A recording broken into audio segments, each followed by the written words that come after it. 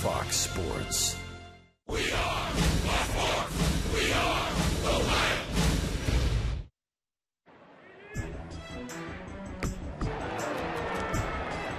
2012 was a season to remember for the Cincinnati Reds. That is doing it tonight from Adelaitos. A career-high 13 strikeouts. Hit deep center field. And Gill going back at the warning track. Oh, gone! A walk-off grand slam home run. 97 wins and a National League Central Division title. Comeback wins. That'll do it. Ryan Hannigan, what proves to be the winning run with this base hit. And walk-off wins. Left field, going back. Guess what? That's gonna be gone. 5 starters with 30-plus starts. Got him on a breaking ball, including the 15th no-hitter in Reds history. Popped him up. Phillips going out.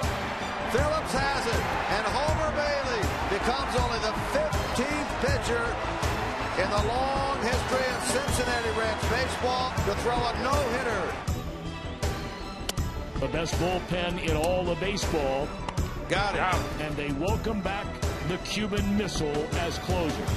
But he got him here in that sack. This season, the Reds feel as though they have unfinished business. With a new center fielder and a healthy first baseman, the city of Cincinnati rejoices as baseball is back, and the Reds begin their quest. It's opening day, 2013. Well, Mother Nature woke up in a delightful mood today. It is a spectacular late afternoon in downtown Cincinnati, and we welcome you to opening day 2013. The 137th opening day in Reds franchise history. And today, a Major League first, an interleague opener against the LA Angels. And hi again, everybody. Alongside Chris Welsh, I'm Tom Brenneman. Great to have you with us for opening day. We use the term unfinished business. That describes the Reds after winning 97 games a season ago, but losing in the division series. So the one glaring need, Chris, they went out and addressed was acquiring a new leadoff hitter in Shin-Soo Choo. Well, Choo brings a lot to this ball club, Tom. The first thing he does as a left-handed hitter, he balances out the lineup a lot better. So you now have Choo, Votto, and Jay Bruce, all lefties in the lineup that Dusty Baker can space apart. He's also an on-base machine. You see that 381 career on-base percentage. That's going to give those middle-of-the-lineup hitters a whole lot more opportunities to drive runs in. Meanwhile, on the mound, a 19-game winner a season ago with an ERA of under 3. No Reds pitcher had that kind of year since Danny Jackson back in '88. And Johnny Cueto looking for even better here in 2013. Well, Johnny Cueto's injury in the playoffs really hurt the Reds, I think, from an emotional standpoint. But he is driven. He is one guy that every day shows up at the ballpark with a desire to be not just the best pitcher on this ball club, but the best pitcher in the league. He's one guy that simply shuts down the running game when he gets runners on base. And when you take a look at lower and run average pitchers over the last few years, the last 2 seasons, you'll see 2 of the pitchers that'll be on the mound today. Clayton Kershaw and Justin Verlander. Of course, those guys are Cy Young Award winners. But Johnny Cueto and Jared Weaver on the mound. Boy, what a pitching matchup this afternoon. And, of course, the Reds and Reds fans, quite honestly, welcome back Josh Hamilton. Made his Major League debut in a Reds uniform before being traded to Texas. Well, incredible talent. The Reds picked him up in the Rule 5 draft, and he immediately went into the lineup, and he showed the baseball world that when he stays healthy, he's one of the most talented people of our generation. So Josh Hamilton comes in wearing red, but unfortunately for a lot of Reds fans, it has an A on it instead of a C on that cap. More to come leading up to the first pitch. It's opening day in Cincinnati.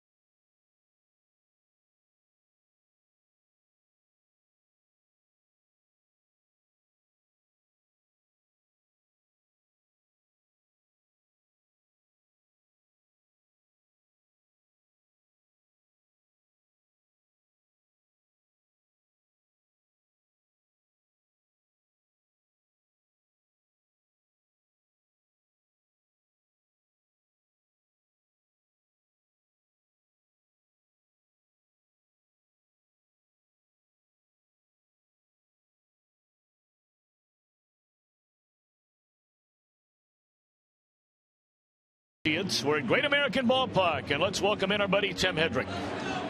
Hi, Tommy. The weather a whole lot better than it could have been. First pitch 48, last pitch 44 degrees. A pleasant mix of sun and clouds. Enjoy the game on Local 12 in Fox Sports Ohio. It's a privilege to be with you again. Tommy, Chris, have a great game. Tim, it's great to have you back with us as well this season throughout the entire year. It's opening day in Cincinnati. You're watching Reds baseball on Fox Sports Ohio.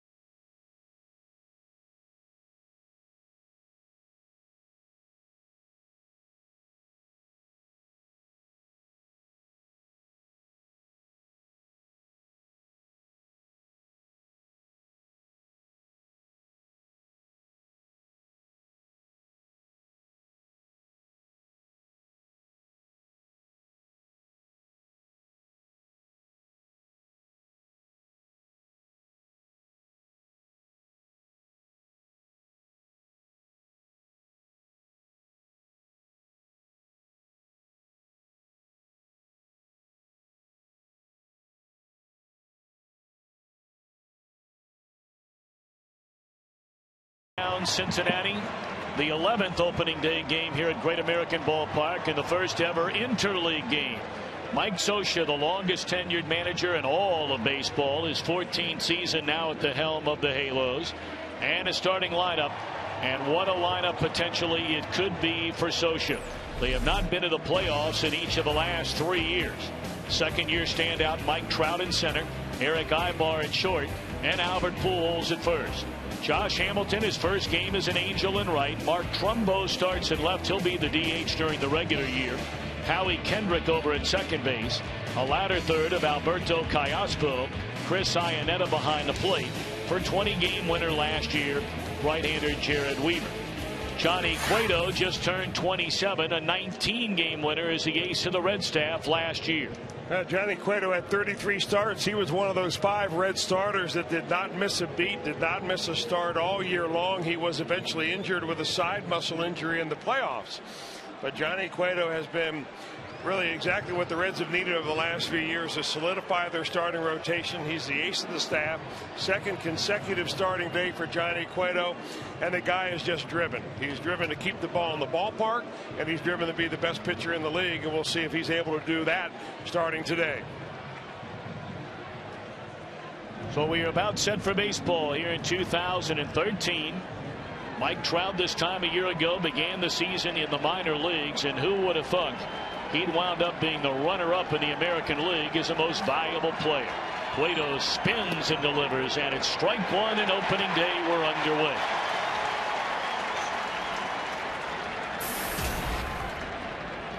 That's in 139 games for Trout. The .326 average, 30 home runs, 83 batted in, led the American League in stolen bases and runs scored.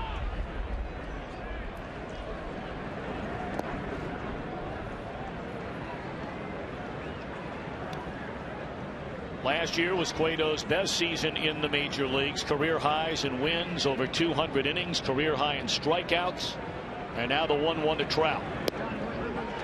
Breaking ball drops in there to get ahead at 1-2. Johnny will throw really 3 pitches. He'll throw a sinking fastball for the most part, a slider, and a changeup. When he first came to the major leagues, his changeup was his best secondary pitch. Now his slider is number 1.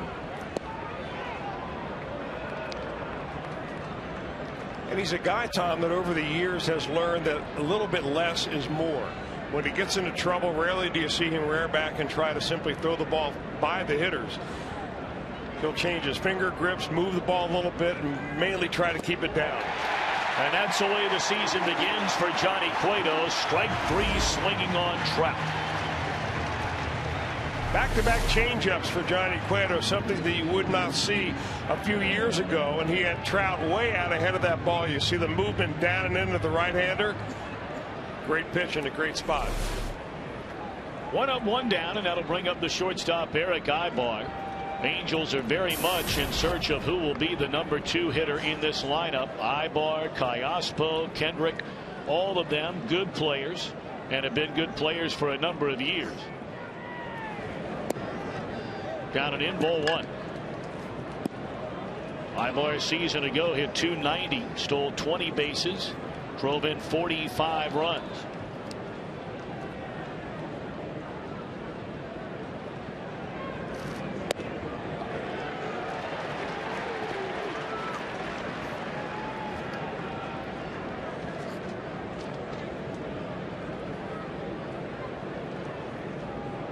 Talking about Cueto, became the first Red with at least 19 wins and an ERA of under 3 since Danny Jackson. Remember that great year he had back in 1988. The only reason Jackson, a 23-game winner that season, did not win the Cy Young was because Oral Hershiser had that scoreless inning streak, breaking Don Drysdale's all-time record. But Cueto was the first Reds right-handed pitcher to do it since Jim Maloney all the way back in 1965. It's been a while.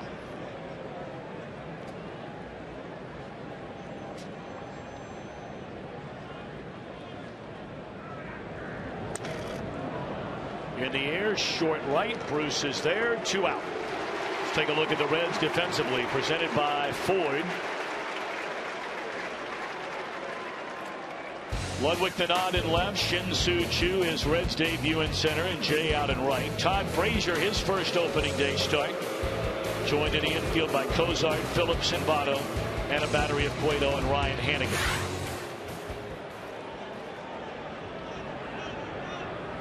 Choo has only played 83 innings in his major league career as a center fielder.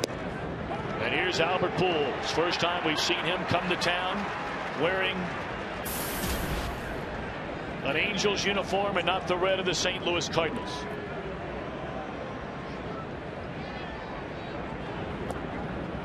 A ball and a strike. Now you put Albert Pujols on the list of all-time Red killers. You know, up there along with Lance Berkman and Barry Bonds, the kind of hitter that came in when he was with the Cardinals and was constantly at the center of something going on with that Cardinal lineup.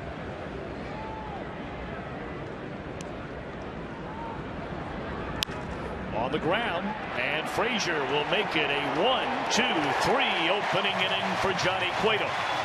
Angels scoreless. The Reds come to bat for the first time this season when we return.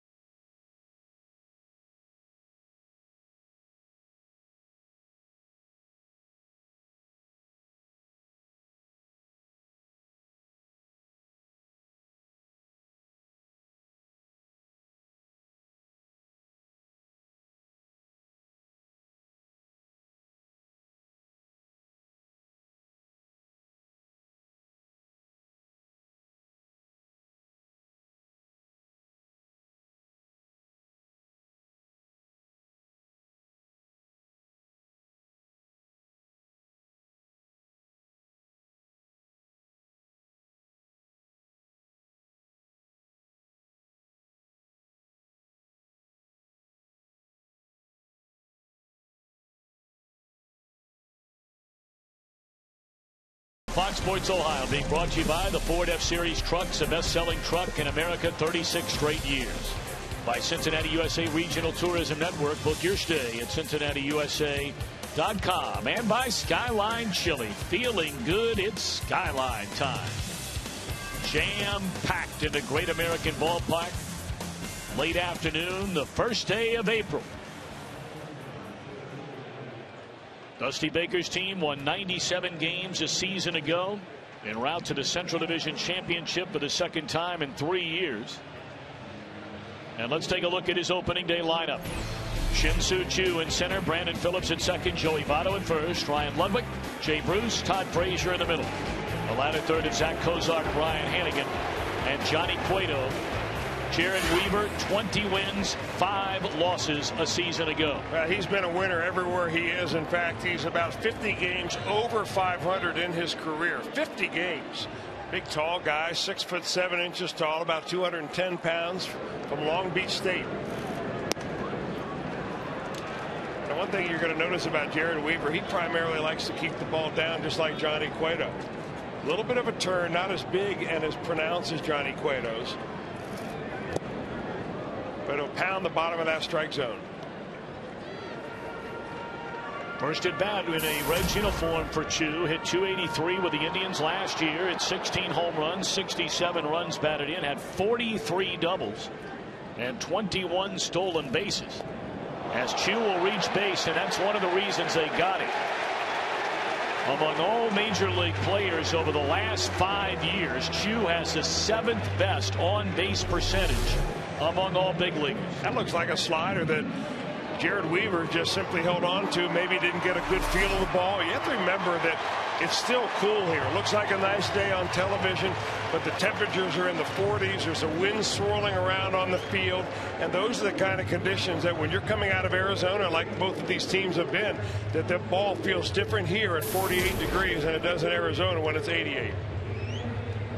So now Brandon Phillips batting in the 2-hole, it looks like, most of this season. Of course, the top of the order was so woeful for the Reds last year. Really asking guys to do things maybe they weren't ready for. Most specifically, that would be Zach Kozak. But now with Choo on board, Chris, do you suspect? Choo, 21 steals last year, a good athlete, runs well.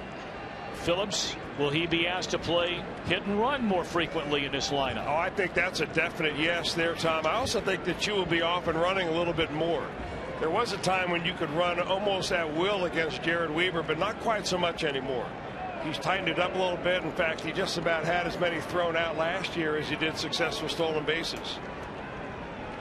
Of course, if there is one advantage for Choo, at least today, it's the fact that he has seen Weaver during his entire major league career, both competing in the American League. 1-1 to Phillips.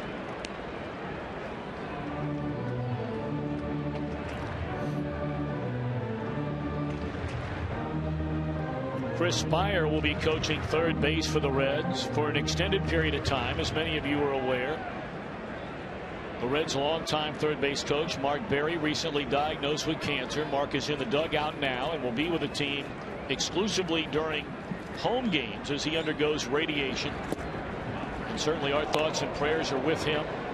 He knows he's in for a long battle, but the prognosis is very, very good. But for any of you that have been through radiation and or chemotherapy, either you or a family member or a friend, he knows it's not going to be an easy road to hoe. Well, he's talked to a lot of guys who are in the game who have been through the same type of cancer treatment that he's looking forward to, or I can't say looking forward to, but looking to have had done to him. And he knows it's going to be a tough haul. But he also knows that the Reds family, both the guys in the clubhouse and Reds fans, are very supportive of Mark Berry.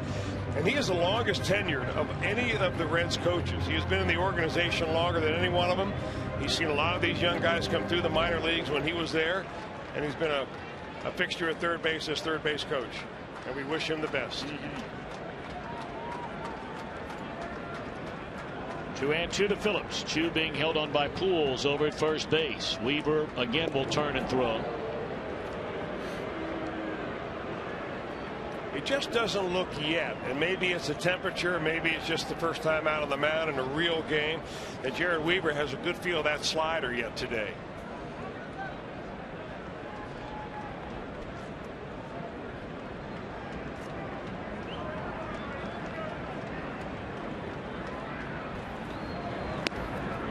Brandon chased what would have been ball 3, and he's out of there on strikes. First out here in the inning.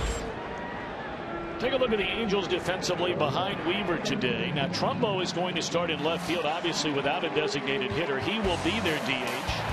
And Peter Borges will play center. Trout out there today. Josh Hamilton in right. Cayaspo, Ibar, and Kendrick together for the 5th straight year up the middle with Pujols at first. And a battery of Weaver and Iannetta. Trout, a natural center fielder, will be moved to left field when they play American League rules. Now Joey Votto lifts a fly ball to left center field, and Trumbo's got it. 1 pitch to retire Votto, and they're quickly 2 away in the inning.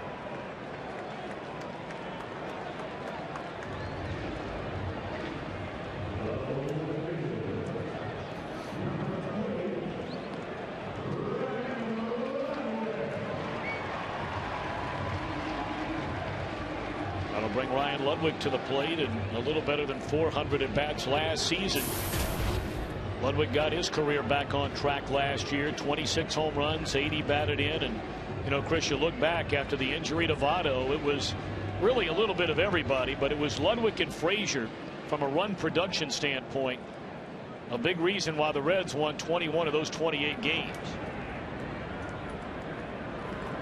That was a stretch that really got him rolling en route to the divisional title. You're exactly right about that. Ryan Ludwig really put numbers up during 2 months last year that carried him for the entire year. I mean, he was so hot. And whenever the Reds needed a big hit, he seemed to be the guy, along with Todd Frazier, as you said, that would come in and be able to deliver it. And you hardly knew that Joey Votto was absent. That said, he's a very important cog in this lineup because Dusty Baker is one of those managers that likes to go lefty righty right on down the line, and Chu at the top of the order allows him to do that. So Ludwig bats behind Votto and in front of Jay Bruce. So he's going to serve as the right-handed enforcer.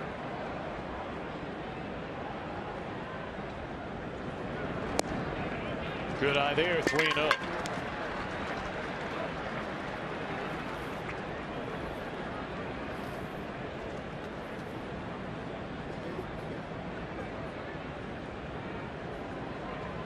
Jay Bruce hoping for a chance against Weaver here in the opening inning. No score, just underway. Chu at first, 2 are out. Ball 4. So you said it just a moment ago, and it looks as though that breaking ball is still a problem, at least here in the first inning, for Jared Weaver. I think he threw that on a 3-0 pitch as kind of a practice because he figured that Ryan Ludwig would probably not be swinging at a 3-0 pitch, and maybe it would give him a chance to throw one and try to get the feel of it. But you can see that I don't think he's thrown a slider for a strike yet. He's had a little pop on his fastball, and but that said, Jared Weaver, you don't win 20 games unless you're a real competitor, and this guy just knows how to pitch. He doesn't have the filthy stuff of his older brother, Jeff Weaver, but he's a competitor, and the guy just does not give up. So now Jay Bruce coming off a 34 home run, 99 RBI season, and an early chance here in the opening inning to get the Reds on the board. Bruce trying to join Jim Thome as the only players in the history of baseball to increase his home run numbers and his RBI totals in each of his first 6 seasons.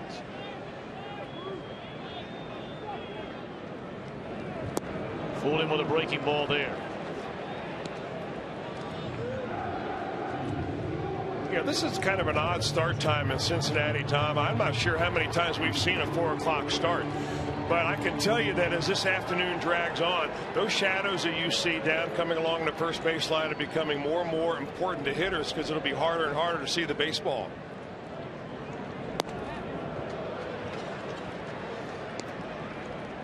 You and I talked in spring training. The Reds won 97 games last year. They had a spectacular season. Despite the fact that at the top of the order they got very little production, and really over the entire year outside of Votto, they weren't very good hitting with runners in scoring position last year. In fact, among the worst in all of baseball. And there's strike 3 called. So the Reds strand 2 here in the opening inning. We go to the second on opening day, a scoreless game.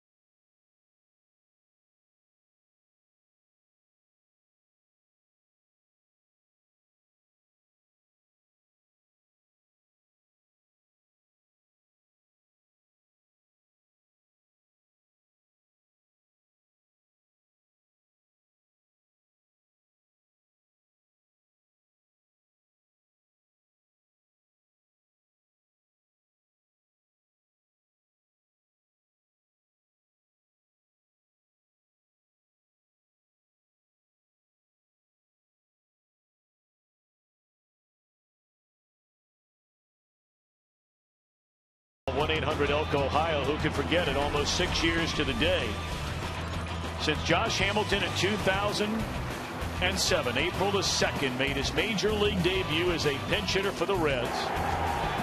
Wind out to left field, got a standing ovation after missing almost all of 3 years battling drug and alcohol addiction. And after 1 year, the Reds was, of course, traded for Edinson Volquez to the Texas Rangers, where he became a 5-time All-Star and won an MVP award off the end of the bat. So they'll take care of him on 1 pitch.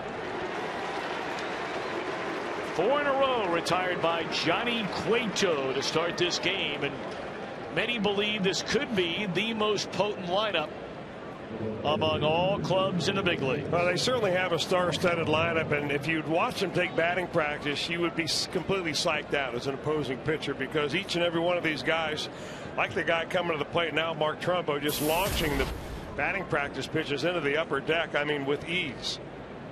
But they are star-studded, big swingers. That's why Johnny Cueto right now using a lot of change-ups.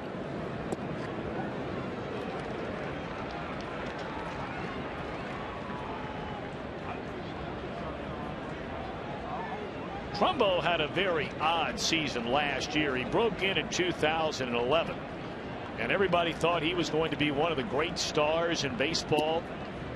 They made a number of changes. They brought in Pujols. They tried him at third base. He played left field. He played right field. He played designated hitter. And then during this offseason, they go out and get Josh Hamilton. And now all of a sudden Trumbo will primarily be the DH. And through it all last year, he still wound up in the All-Star game and led the team in home runs. I mean, he gets overshadowed by the other quote-unquote big three. There are a lot of teams that would like to build their lineup around Trumbo. Well, you know, last year they had so much talent on this ball club that a lot of it was redundant. There weren't enough spaces for as many players, and they wanted to make the players that they had fit a little bit better. And this year, I think that Mike Scioscia feels like the lineup or the roster's not quite as clunky as it was last year. Boy, he made Trumbo look bad in that at bat. Second strikeout for Johnny Cueto. Well, one of the things Johnny Cueto does when he has that spin from a full windup, that he completely hides the baseball, and you can see the action on his changeup. I mean, that ball just drops off the bottom of the table down and into a right-hander. He's able to set that up because his fastball is just crisp enough to keep you honest. 2 down for Howie Kendrick. This guy's a good solid player as well. Drove in 67 runs. Hit 287 a season ago with the Angels. Today, his 7th opening day start as their second baseman. And the all-time Angels record for that position held by the great Bobby Grich with 8 of them. Fouled out of play, and Cueto ahead 0-2.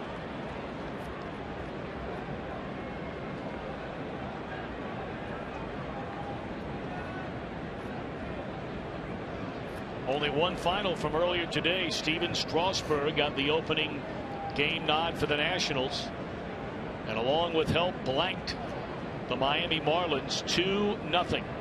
And now a final in as well. The Mets have beaten San Diego 11-2. That's Ohio native Jonathan Neese, the opening game starter and winner for the Mets. And back-to-back perfect innings here for Johnny Cueto. Frazier, Cozart, Hannigan coming up in a scoreless game.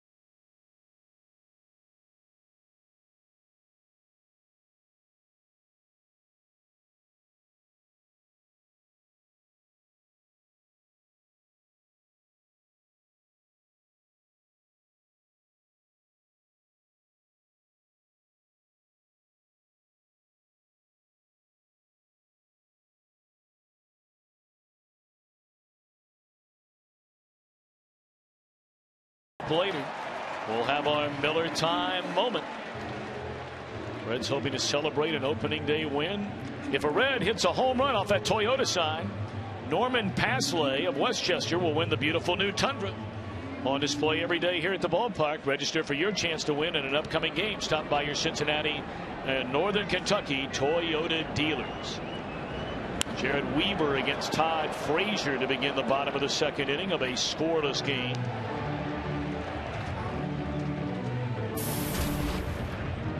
This time a year ago, Frazier thought he had the team made. Then the Reds decided to pick up Alfredo Simon from Baltimore. Frazier was sent back to the minor leagues. That one on the ground and will dribble through into left field, the first hit of this game and of this season.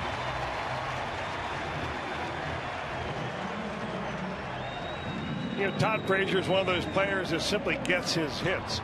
You look at his approach, you look at his batting style, he sometimes straightens his left arm out there, he gets around the baseball. He'll admit to you that he doesn't have the most conventional setup or swing, but he puts the bat on the ball, normally the barrel, and he gets his hits. And here he is with the first hit of this ball game. Second straight inning, the Reds have put the leadoff man aboard against Jared Weaver. They stranded Chu at second base in the first inning. So now Kozai, first pitch swinging, fouling out of play. You know, when you bring in a different player at the top of the order, like the Reds have done with Sin-Chu Chu, and then you have Brandon Phillips batting second, it gives a little bit more consistency to Zach Cozart. He was flip-flopped all around last year, from the top of the lineup to the number 2 spot to down lower in the lineup, back and forth. Really didn't know what kind of hitter he was going to be. Him now down in the lower part of the lineup, number 7 spot, should really suit him and make things a little bit more comfortable as the year goes on. Cozart, for all intents and purposes, a rookie last season. He'd come up the year before, you may remember, and shortly after coming up, injured his elbow, was out the rest of the year. Made 131 starts and batted leadoff 101 times. So not one time all year long did he hit in that 7-hole as you're talking about, Chris. So it's going to be fun to watch him indeed this season.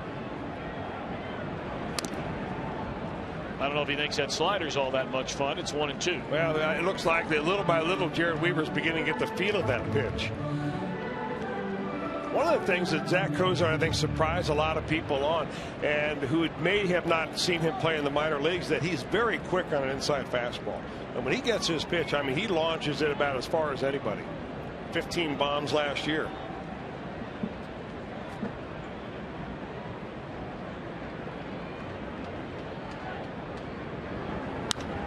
That ball's in the air, right center field, and room out there for Hamilton. 1 out.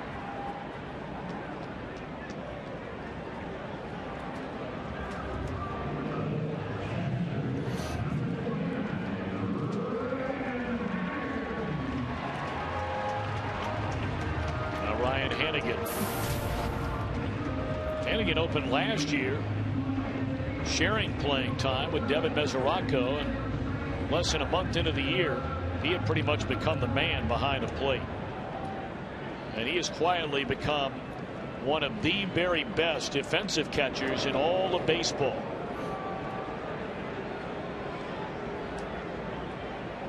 And don't be surprised here. There are not very many hitters that we've seen Dusty Baker hit and run with. Now, Frazier, not a real fast runner, but Hannigan is their best hit and run man at the plate.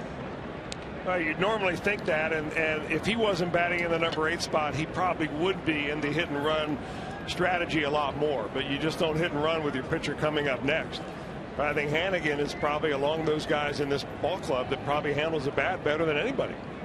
I mean, here's a self-made man, Ryan Hannigan. Never drafted, signed out of a tryout camp, never on anybody's radar being a professional A-ball catcher, much less a major leaguer. And little by little, he's made himself into one of the better catchers in the National League.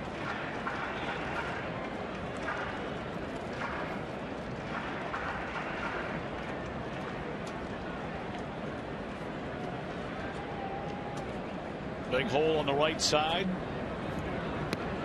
And it's ball 3.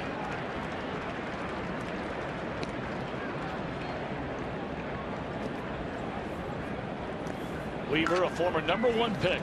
Chris brought up earlier, out of Long Beach State. That was back in 2004, and he has unquestionably become the ace of this Angels staff. 3-0 to Hannigan. And a borderline strike on a 3-0 pitch. I mean, this guy's tough now.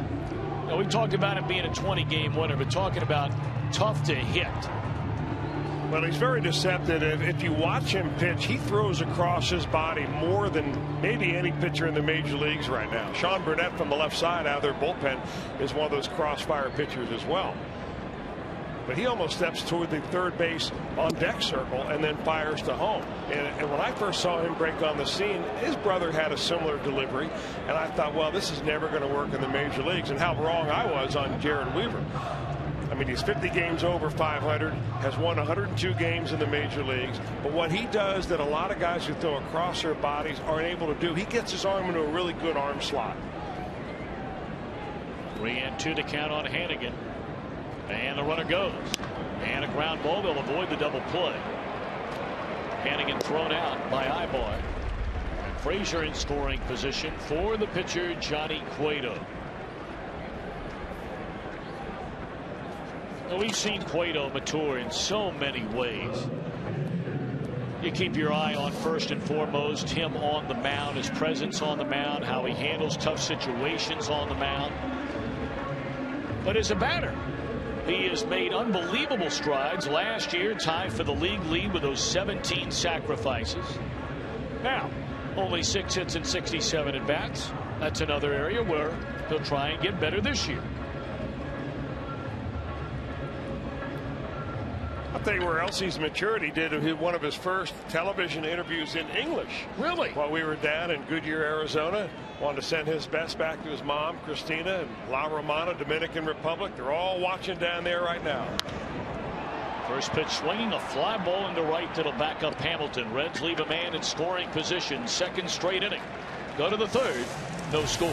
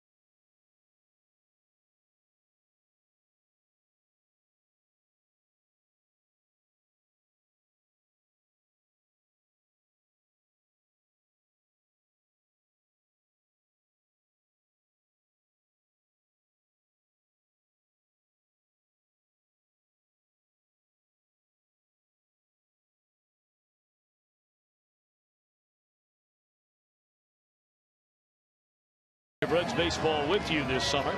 MLB.TV celebrating 11 years. Catch out-of-market games online, live, or your favorite mobile devices in HD quality with MLB.TV Premium.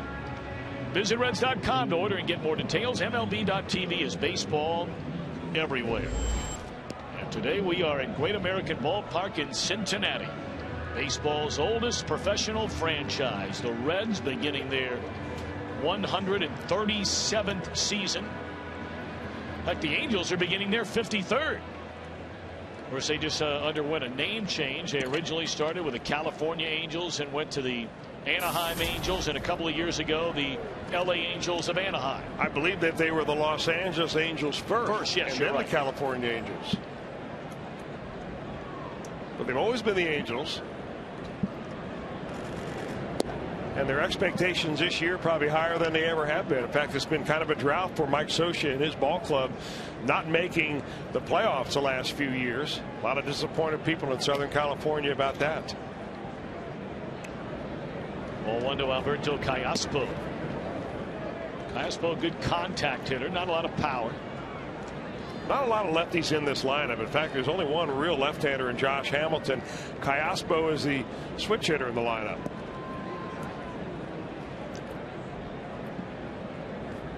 2-0 delivery, and there's a strike.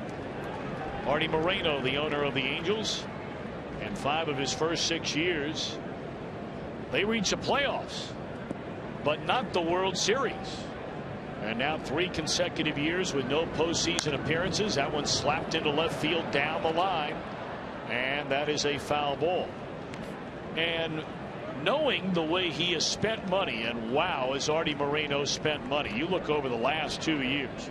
They bring in Pujols and C.J. Wilson last year, win 89 games, don't make the playoffs, spend all the money for Hamilton this year. Some believe it's the first time in Mike Scioscia's tenure that he could be on the hot seat. Backhanded by Kozar. 1 out.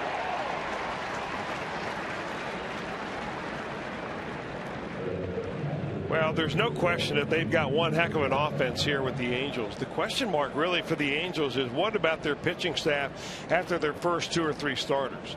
Their bullpen certainly not what they thought it would be. They signed Ryan Madson, who the Reds ironically had on their roster going into spring training last year before he needed Tommy John surgery, put him out for the entire year. They thought Madson would be ready 12 months later at the end of spring training this year.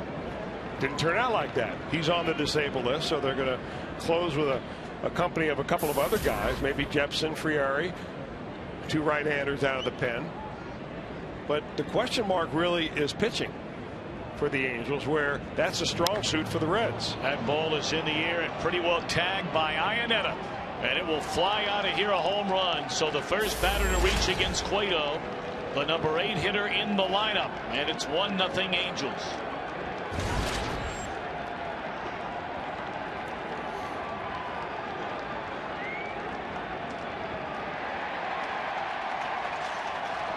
Boy, he hit it well, Chris Iannetta. Of course, the Reds have seen him for years with the Colorado Rockies, but of all the hitters in this lineup that you would think that would hit a home run or be the first one of the Angels to hit a home run, Chris Iannetta would be, other than Jared Weaver, your least likely guy. Just goes to show you, put the barrel of the bat on the ball and it'll go. Iannetta broke his wrist last season, came back, and over the last 2 months of the year swung the bat very well. Knocked in 26 runs, knocked 9 home runs out of the ballpark. Quickly 0-2 on Jared Weaver. So the Angels in front 1-0. Cubs have won their opener. They got an outstanding start from Jeff Samardzija in a 3-1 win over the Pittsburgh Pirates and A.J. Burnett. 1-2 to Weaver. They're getting right after it out of the National League West. The two teams many believe will fight it out all season long in that division, the Giants and the Dodgers. As there's strike 3 to Weaver. 2 outs in the inning, 3 strikeouts for Cueto. Well, right now on FoxSportsOhio.com, Hal McCoy revisits 46 years of Reds opening day memories. Zach Jackson writes, this year's Buckeyes team should be remembered as winners rather than losing in the Elite Eight. And follow all your Bengals offseason moves. 1-800-SAFE Auto. Drive safe. Spend less. And there is strike to Mike Trout, who struck out his first time up.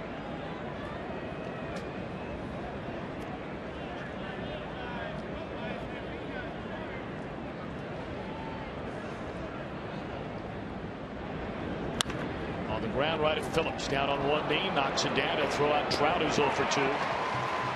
But a long ball from Chris Iannetta. Middle of the third. 1-0 Angels.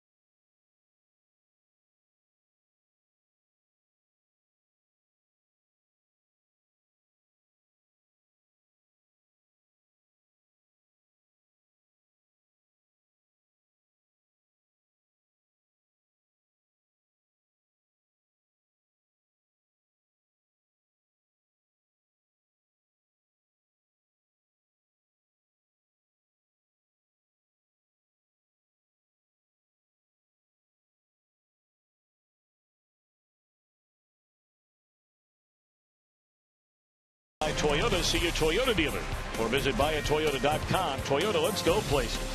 And by JTM Food Group, let's create great dishes together. Opening day in Cincinnati, unlike any other. We were talking with Angels broadcaster, longtime great major league pitcher Mark Gubicza, who spent his entire career over in the American League. So the first time he's ever been here in Cincinnati for opening day, he said, I've never seen anything like this place. Findlay Market Parade rolling right by their hotel along Fountain Square. You were in the parade today. You know, he had not been here in Cincinnati, Gubicza, that is, since 1988 when he played in the All-Star game back at the old stadium. So a lot has changed since then. Before that parade, it gets better and better every year. Lucky enough to go down the parade route with Jim Day and the Fox Sports Ohio Caravan. Very nice. Reds trail 1-0. Shin-Soo Choo hit by a pitch his first time up, ahead leading off the third. 2-0. I don't think Choo liked that call much at all. In fact, there have been a number of Reds hitters already in this game that have taken a look back as if to say, you sure about that? Primarily in 2-0 counts, 3-1 counts. We saw it during Hannigan's at bat. 3-1.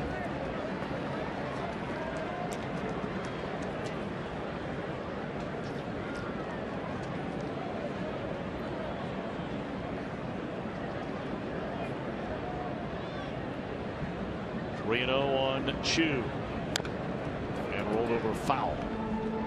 Phillips to follow, and then Joey Votto. Reds left 2 on in the first inning. Left Frazier on with a pitcher batting, ending the second inning.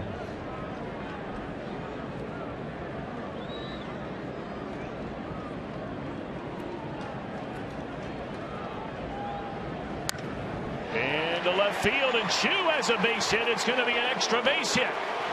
So here Choo is. They brought him on to get on base. He has 2 plate appearances, and twice he's standing.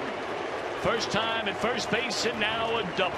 That's exactly what we saw Shin-Soo Choo down in spring training in Goodyear, Arizona. A guy that got a lot of his base hits to left field. Keeps his hands inside the ball. Man, is that an example of that.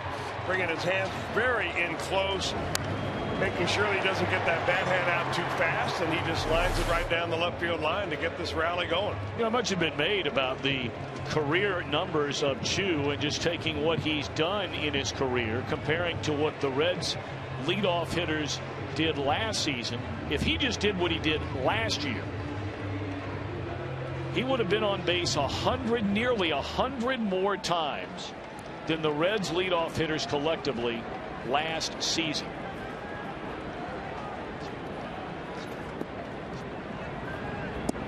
Breaking ball is on the outside corner to Phillips.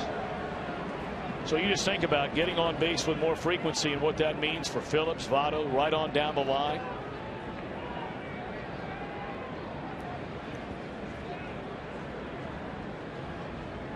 Albert Pujols not so sure that Phillips won't be asked to bunt the runner over to third base. The third baseman, Kayaspo, not buying any of that. As Pujols already creeping in at first. And here's a pitch. 1-1. Now, are you a little surprised at all the Reds would not play for a run in this kind of pitchers matchup early in the game? Well, you know, when you have the first game of the year, rarely do you see a pitcher go too deep into the game, meaning 8 or 9 innings. So I think you can figure that you're going to use your bullpen anyway. I think they're just going to let the guys play. I think Dusty Baker has confidence in his lineup to just go ahead and let him rip it. And Phillips should be able to get the ball to the right side. Well, if he was doing that on his own, it wasn't a very good effort. He looked uncomfortable doing it. I mean, Brandon's a guy that normally handles the bat very well. It looks like he did not see that ball.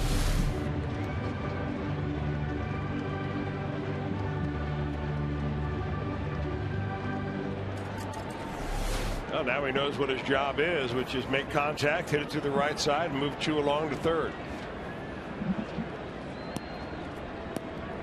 1 ball and 2 strikes on Phillips, and a tapper over the mound. This will advance a runner. So he gets the job done after all. Tying one at third base. Nice job by Phillips. And Votto coming up.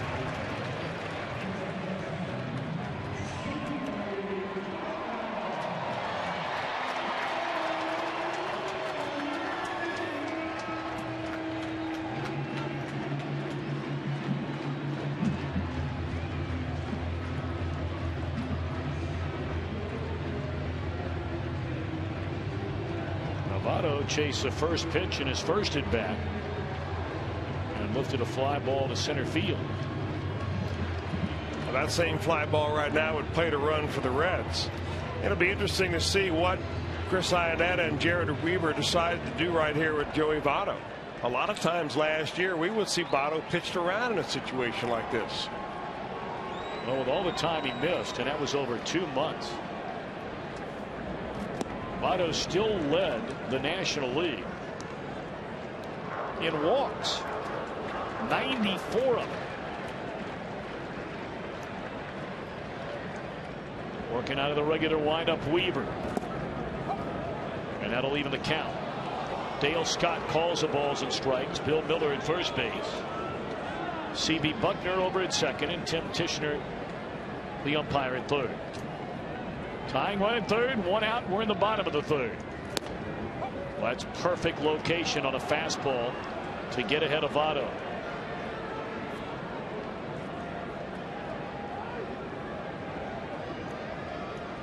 Anything on the ground of the corner infielders, it looks as though they may come to the plate, conceding the run up through the middle.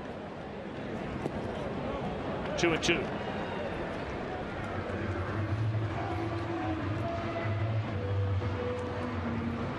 Now this is where Joey Votto changes his entire approach. I mean, early in the count, he's never really characterized as a free swinger, but when he gets 2 strikes on him, especially a situation where he knows a strikeout is a killer, he spreads his stance a little bit, chokes up on the bat, and he really goes into protection mode. 2-2 delivery to Votto. Fouled out of play. And he almost does that at will. Remember when you were growing up and you're playing Little League baseball and the coach used to say, okay, Johnny, protect that ball, protect the plate with 2 strikes. Well, Votto is one of the rare major leaguers that will do that here at this level. And you see him now, he's with no strikes on him, he's at the end of the bat. Now he's a good 1.5 or 2 inches up. And this will not get the job done. On the ground at Pujols, who stares Chu back. So they're 2 away in the inning. Votto 0 for 2 here on opening day. So now the Reds need a 2-out hit from Ryan Ludwig if they're going to tie this baby up.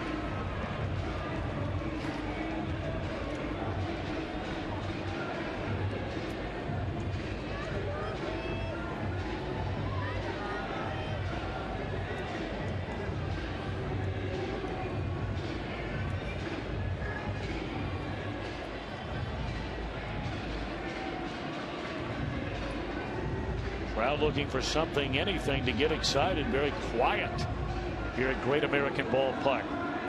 Iannetta, the home run in the top of this inning, giving the Angels a 1-0 lead. And Chu standing at third with 2 out for Ryan Ludwig. Foul ball. And Chu having to dive out of the way of that.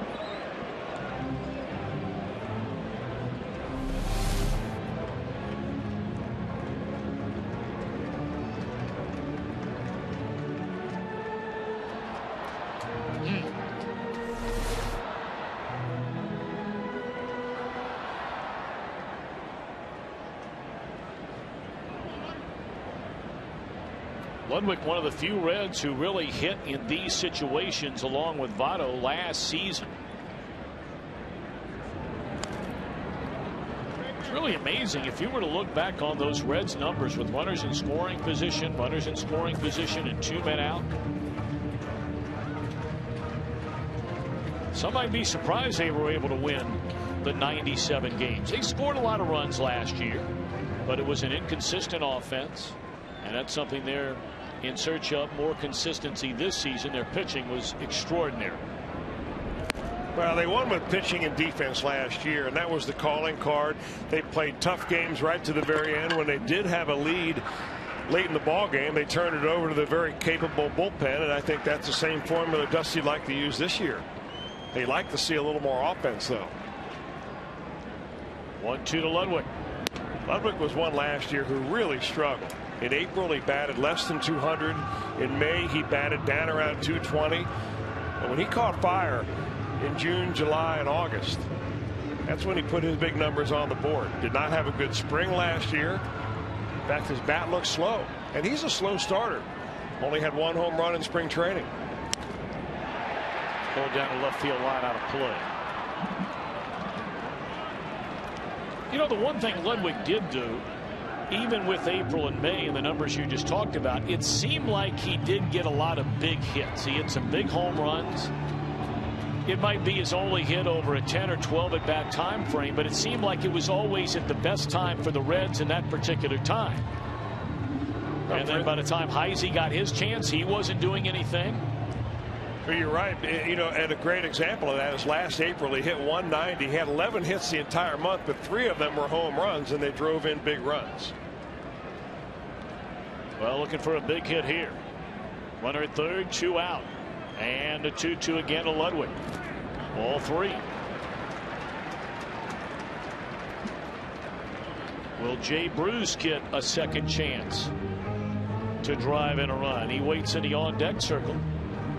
Those are the numbers Chris was referring to. Warmed up in June. That's where you see the 12 home runs and a few more RBIs. But boy, over the second half, especially when Votto is down, Ludwig really delivered the goods.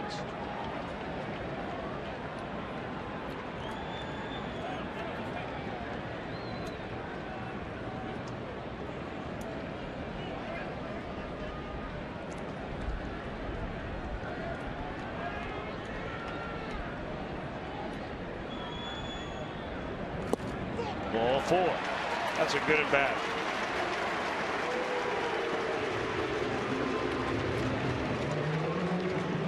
I would think that if anybody in this lineup that Jared Weaver is facing on the Reds, that he would be toughest on Ryan Ludwig, because he comes from that sidewinder right-handed angle, very tough on right-handers. Ludwig, number 4 hitter, has battled him tough and gotten 2 walks from him.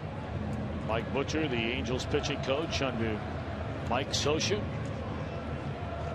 7th season for Mike Butcher. In fact, he replaced Bud Black. Yep. Black went on to get a job, of course, as a manager of the San Diego Padres. And Mike Butcher, who was at one time the pitching coach for Joe Madden down in Tampa Bay, ended up with the job here in Anaheim. Well, 3 of those guys you just mentioned, you throw in Ron Renneke. Ron Renneke, Joe Madden, and Bud Black, all 3 of those guys were on the staff of Mike Scioscia when he first took over as manager. Some people say maybe the best coaching staff ever put together. That 2002 Angels team.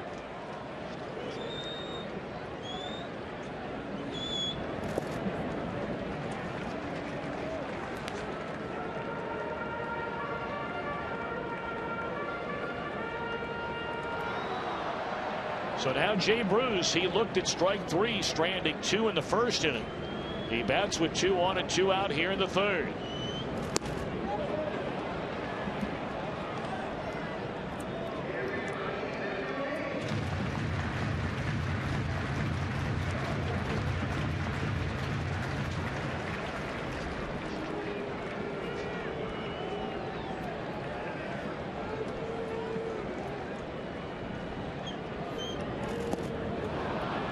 One ball and 2 strikes on Bruce.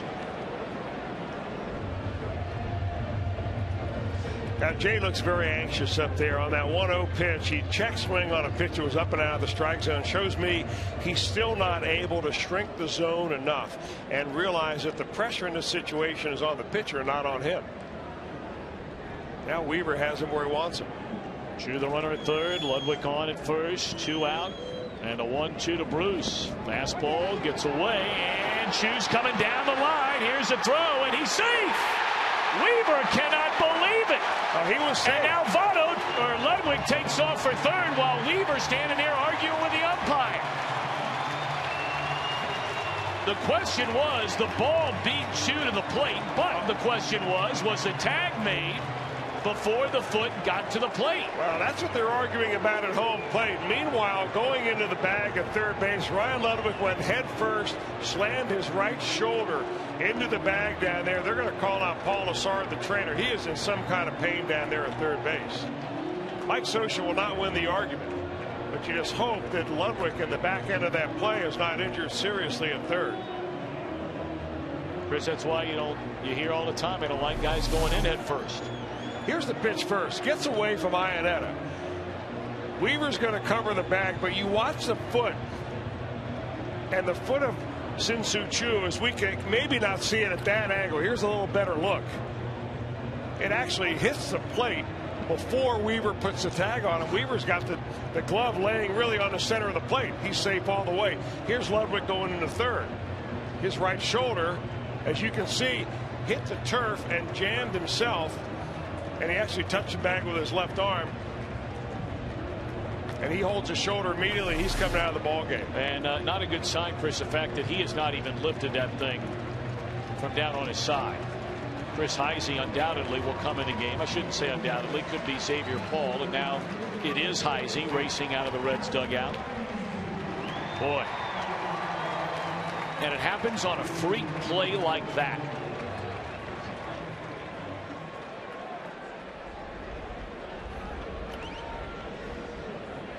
So it's a 1-1 game. A runner stands at third. It's 2-2 on Jay Bruce with 2 out.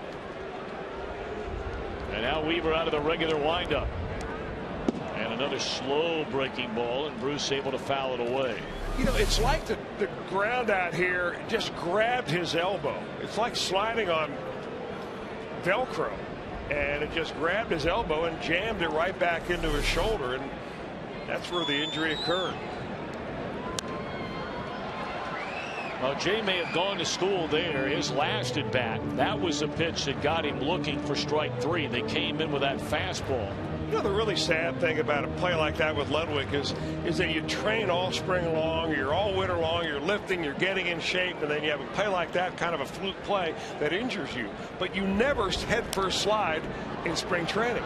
It's one of those things that more or less you avoid doing in spring training because you don't want to get hurt down in Goodyear, Arizona when the games don't mean anything. But here, the first time you have an opportunity to do it, maybe because you haven't done it very often, you're not practiced at it, you end up injuring yourself. That's a great point. 2-2 again to Bruce. Pulled on the ground, and it's foul again. You know, that's why I was amazed, Chris, and you and I talked about it. I was just I couldn't believe it with Joey Votto. He injured his knee sliding. He's always been a guy who slides on his left leg and has said, I'll never do it again. So the entire spring he practiced virtually every day sliding on his right leg. In fact, in the final exhibition game against the Diamondbacks, he had a double where he slid into second and didn't need to slide, but he did it to practice. When the next batter got a base hit, he came around to score. There was no throw to the plate. Votto slid into home plate to practice it again. Now, I don't know how many guys practice here sliding during spring training, but certainly Ludwig wasn't practicing head first slides in spring training. That one popped up, and extended at bat will come to an end for Bruce. The Reds tie the game on the wild pitch, and we have played 3 on opening day. If we get any word on Ryan Ludwig, we'll pass it along. A 1-1 score.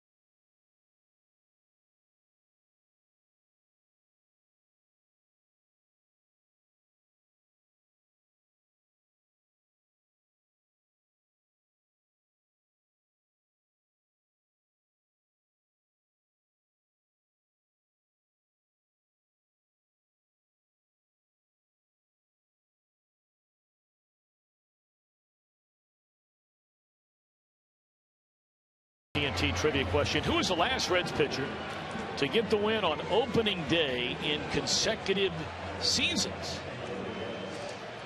I would imagine you have to go back a ways to get the answer. Could it be one of Joe Morgan's former teammates? Do you have to go back that far for Jack Billingham? Joe Morgan, did he win? You may have won. Did he win? I'm trying to think. I mean, that's a good question. I'm trying to think, did Jack start 2 years in a row opening day? Well, I know he did in 74 and again in 75. 74 was the very first inning when Hank Aaron, your old friend Right. Hank Aaron, hit the home run. Babe Ruth tying home run in their strike. A pleasure to be joined by the senior advisor to the president of baseball operations, and of course not only a Reds Hall of Famer, Major League Baseball Hall of Famer, one of the all-time greats, two-time MVP. How are you, young man? I'm great, and it's always great to be here with you. And you know you that. look very hey, sharp man, look, today. we got the same tie. Look at that. We do. Except yours costs a lot more money than well, mine. no, I don't know. Sure of that. No, mine was free. They told Tom I was the only one made. Yeah. Oh, okay. What Spark Anderson used to say about my clothes, he said, Joe feels like if it's not free, it's not worth it. 1-1 account on Eric Ibar. He'll be followed by Pujols and Josh Hamilton. 1-1 game, each team scoring in the third. Hey, speaking about the Hall of Fame and Joe Morgan, Joe, you at the Cincinnati Reds Hall of Fame, an exhibit, a Joe Morgan exhibit. Were you over there today? No, I'm going tomorrow. I actually brought some more things, to the exhibit yesterday. I brought some of my rings from my private collection and my little small glove. I think that's going to be a hit with the little kids to see how small the glove was. Well, I think it's a hit with the grown-ups. There's a ground ball to Votto. Have you ever talked to Brandon Phillips? I've put on his glove before, right. But that thing you used, I mean, it seemed like it was barely bigger than a glove you'd wear in the dead of wintertime. Well, the one thing about it, I could never lose a ball in there, on a double play. That was the real purpose of making it the small ball glove, and make sure I did everything fundamentally correct. Catch the ball with two hands. A lot of times we get in the habit of one hand in the ball and all that, and then you take a bad hop and you don't get it. So I was just taught everything with two hands. I mean, if you ever watch me catch a pop-up, I caught him with two hands. I mean, that's the way I was taught to play. Nowadays they sell that particular size of glove as a training glove. That's a training glove, exactly. I think Brandon has one. He has a training glove like that. Yep. So, yes. Oh, man. Wait a minute now. Hold on a second. They're coming out to take a look at Johnny Cueto. The last time we saw this was in the opening game, the opening inning of last year's Division Series, Game 1. Cueto strained a right oblique, did not pitch again the remainder of the series. I don't know what they saw here. Chris, did you see anything? I did not see anything, Tom. He took a little time in the last inning more than he normally does, and he didn't grab anything, or it didn't look like, but he took a little more time between pitches than I'm accustomed to seeing him do. I think it's something to do with his right foot and nothing to do with his intercostal or his ribcage muscles. Use those big words. That's why I translated your education here, Joe. I translated that the ribcage for you. Okay. Here's the last pitch right before the trainer came out.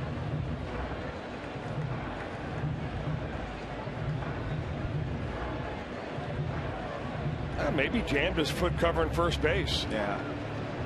Well, the one thing I'm worried about is obviously on paper we have obviously a great ball club, but something to destroy that paper obviously is injuries, and we just saw one to Ludwig, and obviously you don't want one to your #1 pitcher, so we have to stay healthy.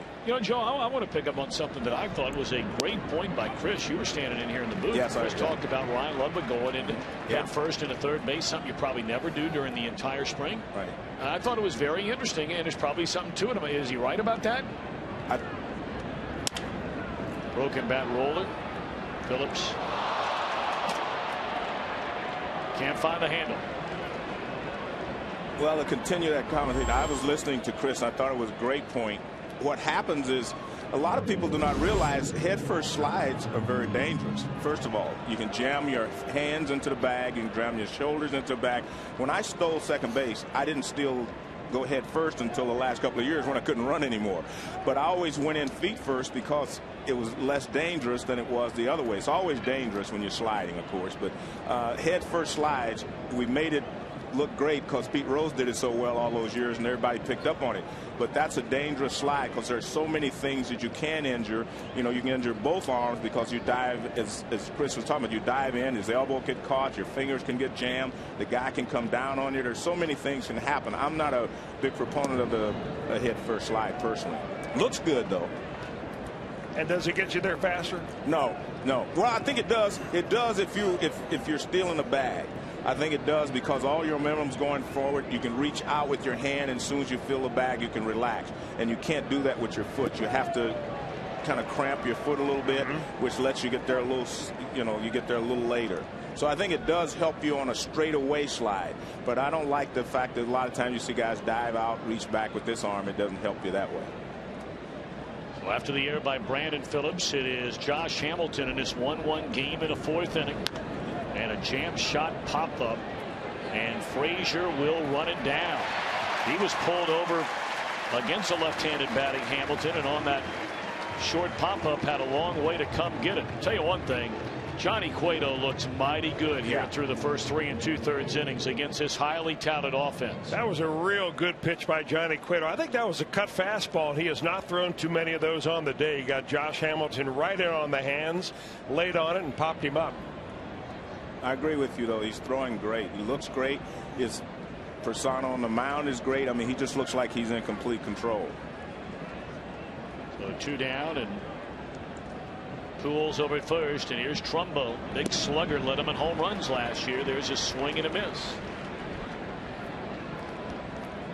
Take a look at the last pitch again to Josh Hamilton right here. Ryan Hannigan going to set up inside. He wants that pitch, and it's up and in, and that's the kind of pitch that looks so good to hitters. They just can't leave off of it. 0-1 to Trumbo. The ball and a strike. Joe, you were in spring training every single day. You can't help but get excited about this team this year. Well, look, I was excited last year, and I'm not going to get over last year very quickly personally, but I thought last year we had a chance of going all the way. We are a better team this year than we were last year. And I say that because of the guy that's going to lead off, Sin Chu. He's going to be a big difference maker for this ball club. He already has in this ball game.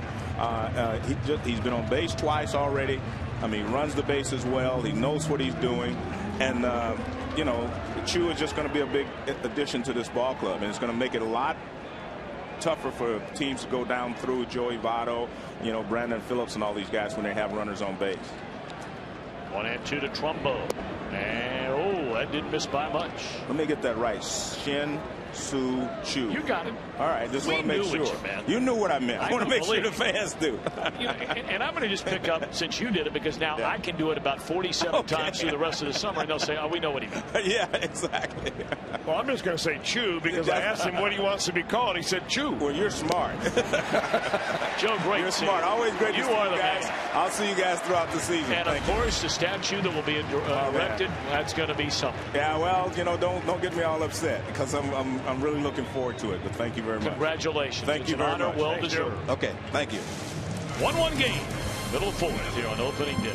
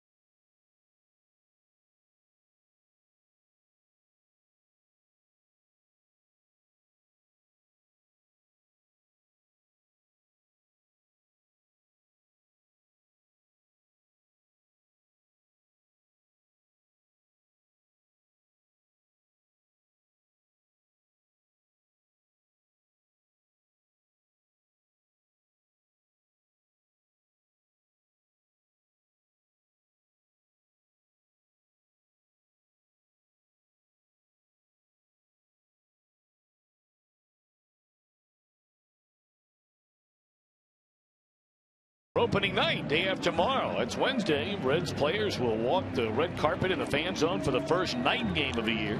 It's a great celebration. We'll have the fireworks after the show presented by Tri-Health. For tickets to see the Reds and the Angels, and they're available day after tomorrow, Wednesday night, 381-REDS, 381-REDS, or visit Reds.com. Look at that scene here at Great American Ballpark. What an unbelievable scene it was in and around the ballpark before the game. They had all the streets closed to car traffic. The block party. Yeah, over in the banks. Man. I mean, even if you didn't have a ticket to the game, it's a good spot just to come hang out.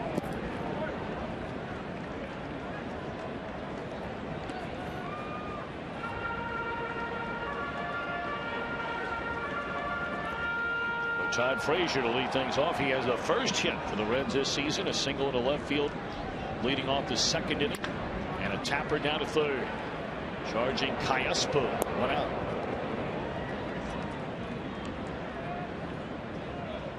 Well, Paul Lassard, Steve Bauman, Tomas Vera, everybody taking a look at Johnny Cueto, and apparently he's okay. Well, I mean, you know, your stomach just seems to drop.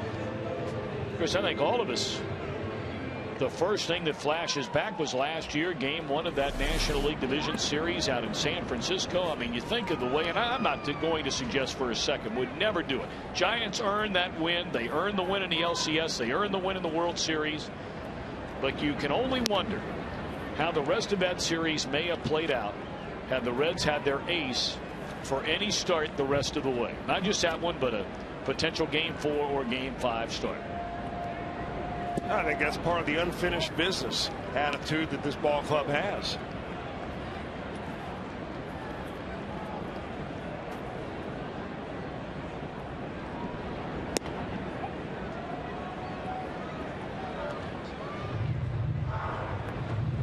Two and two on Kozai.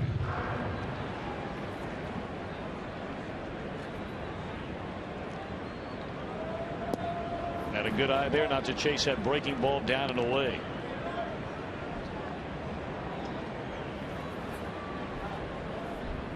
Here we are in the bottom of the 4th inning. 1 run, 1 hit for the Angels. That was a home run by Iannetta. Reds have 2 hits. They've left 4 men on base. What in the world is in that helmet? Are those nachos in there? Nachos with a lot of jalapenos on it. That's big league right there. Nice. You get a lot of nachos in a helmet. Jam shot roller again to the third baseman. 2 out. You know, Jared Weaver's an interesting guy.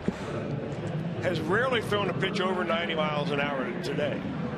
But he has such a good skill at changing speeds, moving the ball around. Even early on, when you could sense that he had really good control of his slider, he's still been able to adjust. And here you are in the, moving into the later part of the game. 73 pitches, and Reds have really not hit the ball hard off of him yet. Chu was the only one really that struck the ball very sharply down the left field line. Ryan Hennigan grounded out to short, his only time up.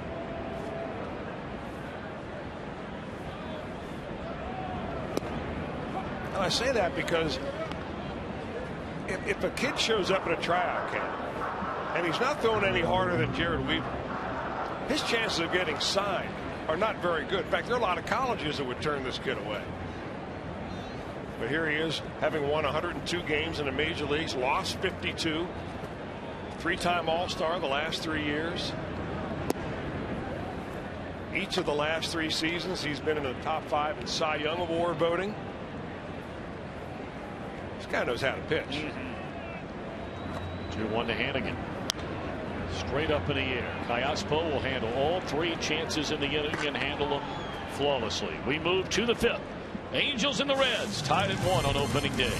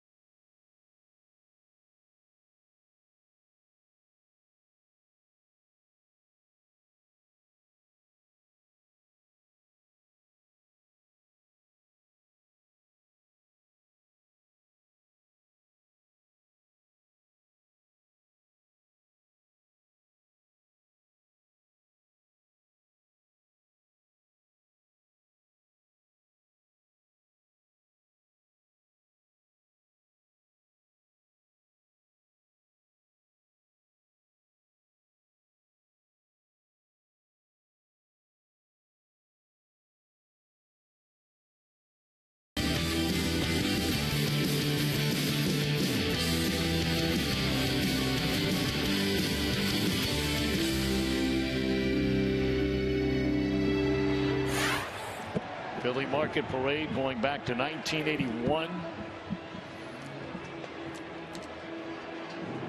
1891.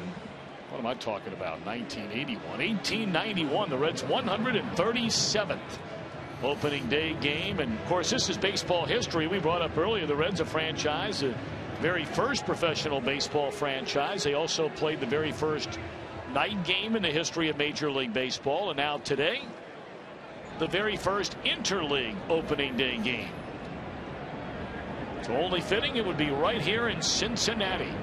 And are we getting a preview? Some have suggested it might be the case. That's a long, long time from now. But chill in the air here in April. Could these two teams be playing here with a chill in the air come October?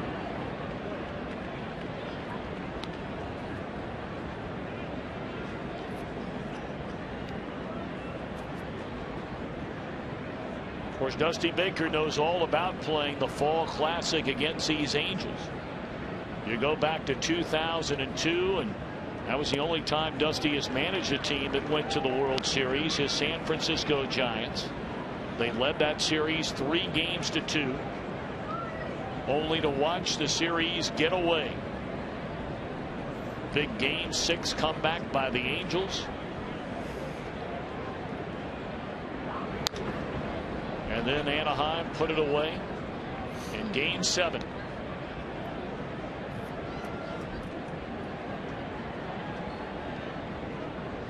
And that man right there was the manager then and still the manager now. The longest tenured skipper in all of baseball is Mike Scioscia, beginning his 14th season at the helm.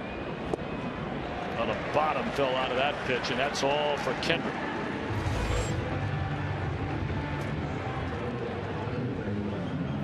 A strikeout for Johnny Cueto, and we take a look at our AT&T trivia question. I know this is a pretty good question right out of the gate, Chris. You know what? For lack of any other idea, I'm just going to go with a left-hander. Okay. And a guy that was in uniform nearly every day down in spring training this year, and it's Tom Browning. Mr. Perfect. Well, you would have been right. Tom Browning. Of course, he was the opening day starter. 1990 is what, one of the 2 years ever the Reds have had to open on the road. Yeah. That was down in Houston, if I remember right. And of course, they won the first game in 1990, or else he wouldn't have been wire to wire. Got that part figured out. Boy, I tell you. Been working on that this winter. I'm still not ready to do math in public. But baby steps.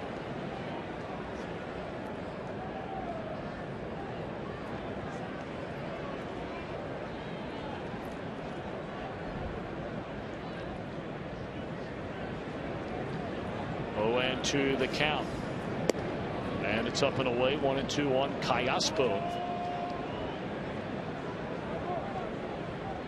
He grounded out to Cozart his first time up.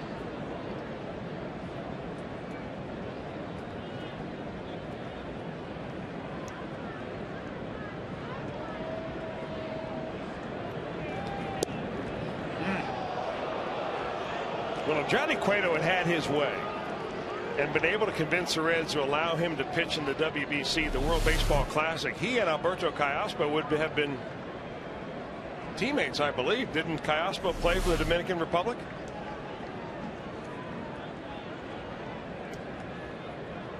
Here's a 2-2 on the way, and another roller foul.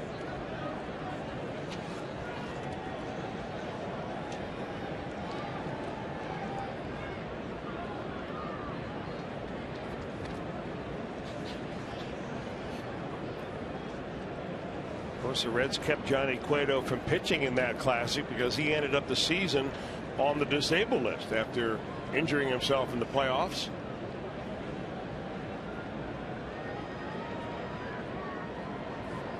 As it turned out, they didn't need him. Callaspo wanting timeout. Eric Ibar was on that Dominican Republic team. I mean, that was quite a celebration. You know, we were talking as there's a swing and a miss. We were talking to George Grant, your partner for so many, many years, and he was down at the WBC. And I asked him how it was, and he said, you know, it was pure joy. And I have heard that term, those two words, multiple times to describe what it was like watching the Dominican team play against Puerto Rico when they got down to the final 4 teams and having to play each other twice, and just the celebration and the true joy and love of playing baseball. Fouled out a play by Iannetta, who has the only hit against Johnny Cueto, and that was a home run to deep left center field back in the 3rd inning. Yeah, the pitch that he hit was a fastball out over the plate, and you saw that last fastball that Cueto fires in on him on the first pitch was one right in on the knuckles.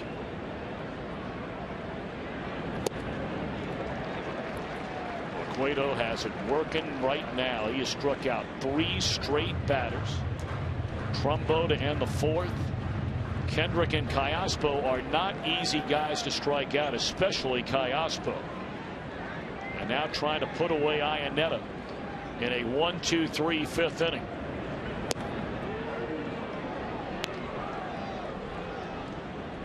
Milwaukee has rallied to beat Colorado. They came back in the 8th inning, then won in the 10th inning. 5-4, Brewers over the Rockies.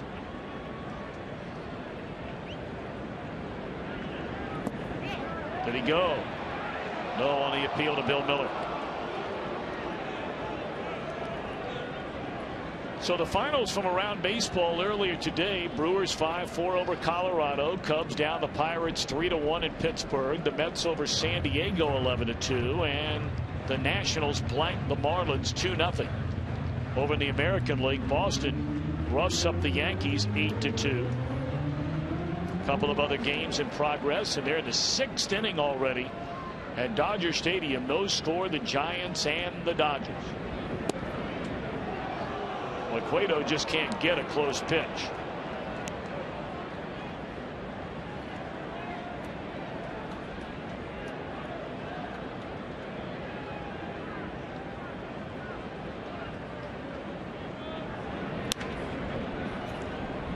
To the glove side for Cozart, and Cueto with a 1-2-3 5th. He's allowed 1 hit.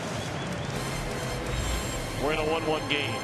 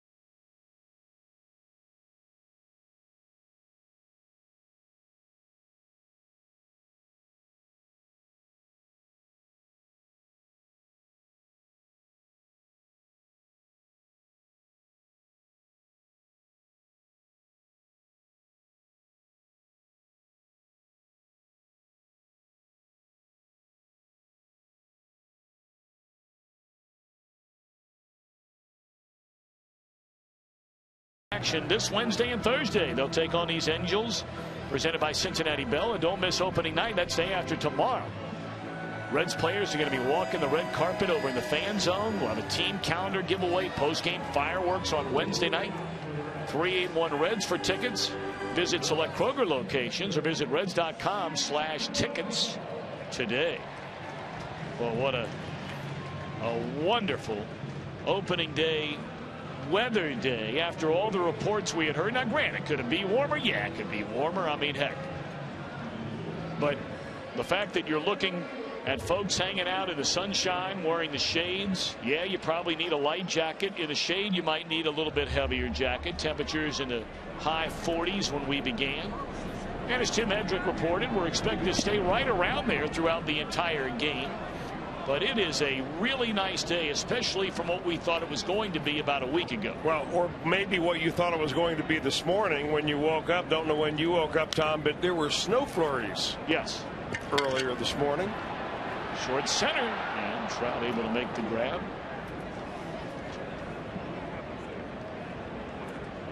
So Cueto retired to begin this bottom of the 5th inning in a 1-1 game.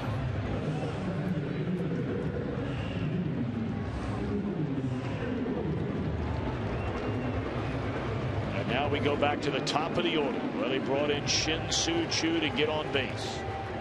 His first time up, hit by a pitch, stranded at second.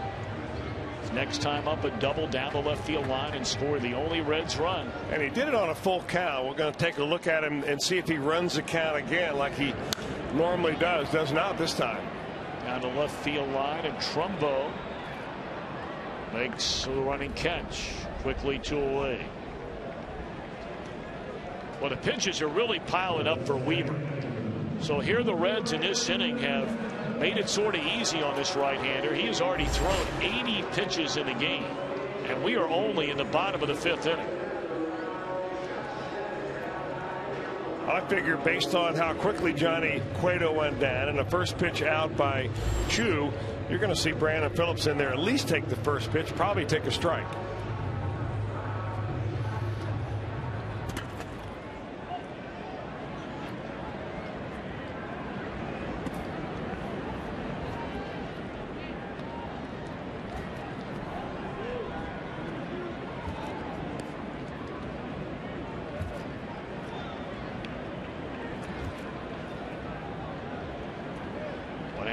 Brandon Phillips. Brandon is struck out and grounded out to short.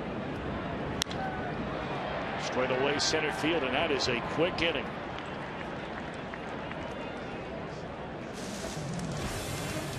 We go to the 6th in a 1-1 game.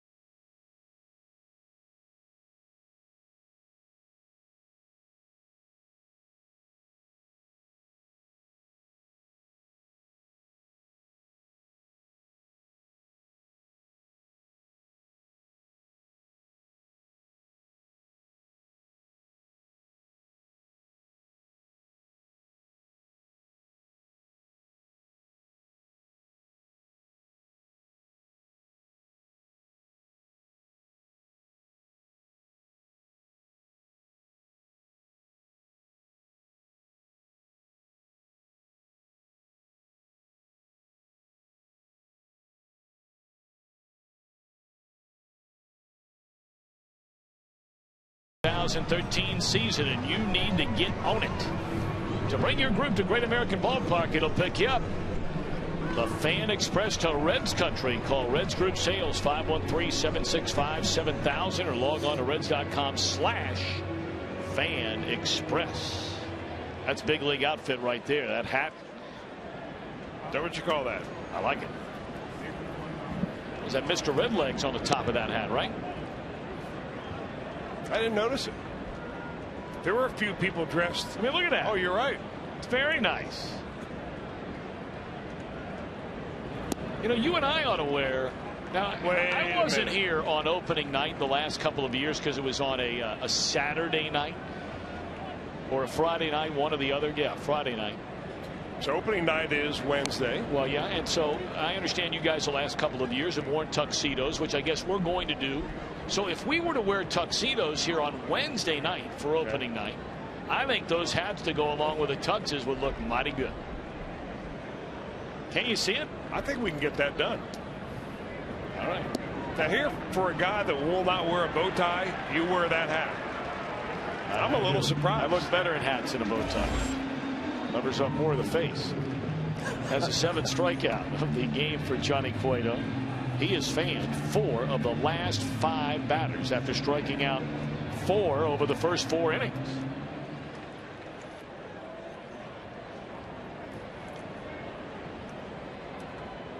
So now back to the top of the order. He has handled this group. In fact, he's handled the entire lineup. The only hit was a home run by Iannetta. He got Trout to strike out leading off the game. And then the second-year standout bounced out to Brandon Phillips, ending the 3rd. Only 2 base runners against Cueto. The home run by Iannetta. And Pujols reached on an error by Brandon Phillips.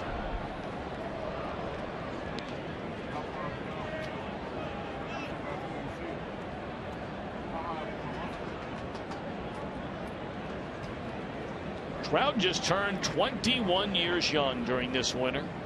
Born and raised, still makes his home in New Jersey. 1-1 delivery.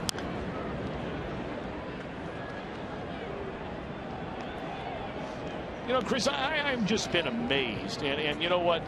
Maybe some of those so-called experts or prognosticators, you and I were talking about this before the game. Whether you're talking about Trout or you're talking about Bryce Harper of the Washington Nationals. There's a liner into center field, and that's a base hit. I mean, the way that people are talking about these two guys, and they've only been in the big leagues for 1 year. For Trout, it was a spectacular year. For Harper, it wasn't even a great year. It wasn't even a very good year. It was a very good year for a rookie. But both of these guys, I mean, I've heard some people that have been around this game for 15, 20 years saying, well, these guys are going to win 4 or 5 MVPs. Well, I agree with you that it's premature to say that. But if you just look at the physical talent of both of those players, but especially Mike Trout, look down there and watch him standing next to Joey Votto, and you realize how big this guy is. And he runs like Drew Stubbs. I mean, he's a moose. Best description I had of Mike Trout was from a high-ranking Angels official this year who told me, I'll tell you what he reminds me of is Brian Urlacher with speed. That is good. I mean, the guy is huge. He's going, what, about 240 pounds, 230 pounds? And he literally runs like a deer. Watching him hit the ball into the upper deck, I mean, every other swing was going upper deck shot in batting practice. At 21 years old. Played spectacular defense as well. I mean, all the tools are there. 0-1 to Ibar. And there's right. Well, Trout's a guy that will play defense, as you say. Is this maybe one of the best catches you've seen? Well, he's up there, isn't he? Wow. There's Jared Weaver. Had 49 stolen bases last year. He has not faced a right-handed pitcher as tough to steal against as Johnny Cueto. Chasing a pitch up in the zone is Ibar. And Heisey comes on to make the catch, and he replaced Ryan Ludwig. If you weren't with us earlier in the game, right now that's one of the real big stories so far here on opening day. Ludwig trying to go first to third on a wild pitch after the runner scored from third in front of him, Chu, and Jared Weaver was arguing with the umpire after Ludwig had gone first to second. He took off for third. He made it successfully, but while diving in head first, appeared to jam his right arm into the ground, his right shoulder, and was taken off the field immediately.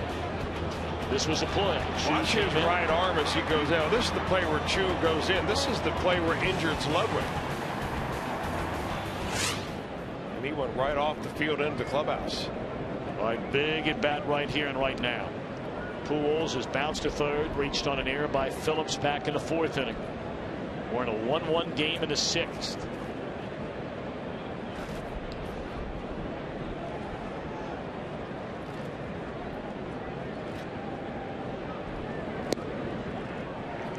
Now, this is a situation where the Angels hope that the signing of Josh Hamilton will force pitchers to pitch more to Albert Pujols in a situation like this. Because if you don't have anybody batting behind him, or if you have a right-hander batting behind him, chances are you're going to pitch around Pujols and go after the next guy. But Hamilton last year drove in 128. So it's pick your poison there.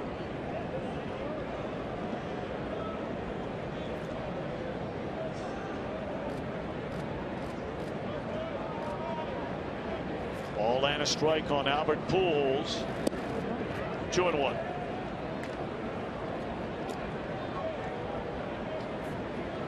Pujols got off to the woeful start last year.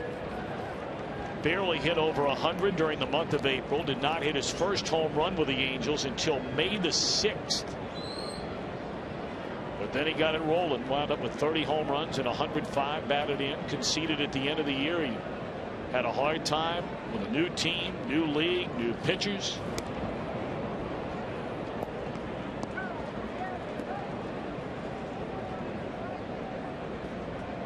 There you see the numbers. Once he took off after getting that first home run, I mean, he piled them up before the All-Star break. But then really had a miserable month of September. There's a tapper down to third. Frazier will take care of Pujols, and good work by Cueto. Pumps his fist walking off the mound. A man left. Part of the order coming up in a 1-1 game.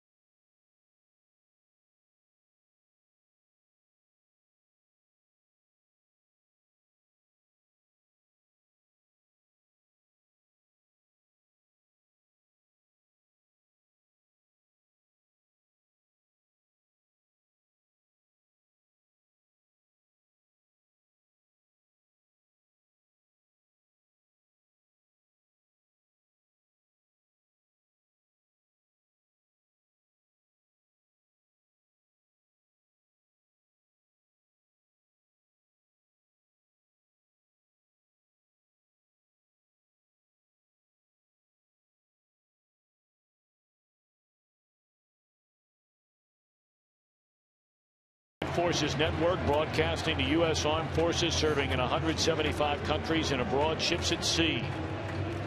Watching around the world, Iraq, Germany, Italy, Southwest Asia, South Korea, and Japan, we welcome you and thank you for your service. And God bless and watch over each and every one of you, serving the greatest country in the world. Here's a 1-1 game as we begin the bottom of the 6th inning. Weaver against Votto, and Weaver has owned this duo, or this duel rather, the first 2 times up, getting Votto on a fly ball to center, and then with a runner at third and only 1 out, Votto hit a ground ball to Pujols that did not score the run.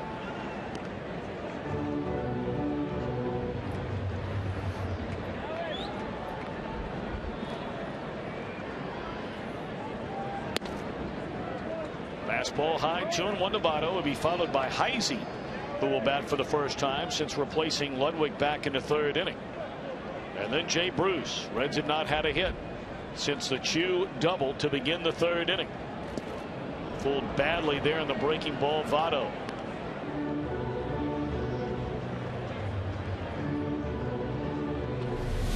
One of the things Jared Weaver has shown the Reds today, he just does not throw back-to-back pitches at the same speed. His fastball is topping out around 86, 87 miles an hour, but he's been able to get that off-speed stuff over. He shook off Iannetta 3 or 4 times there, and he found the right pitch. Votto is gone for the third time. That is a school on how to change speeds and move the ball around the strike zone right there. You've got one of the best hitters in all the National League at the plate.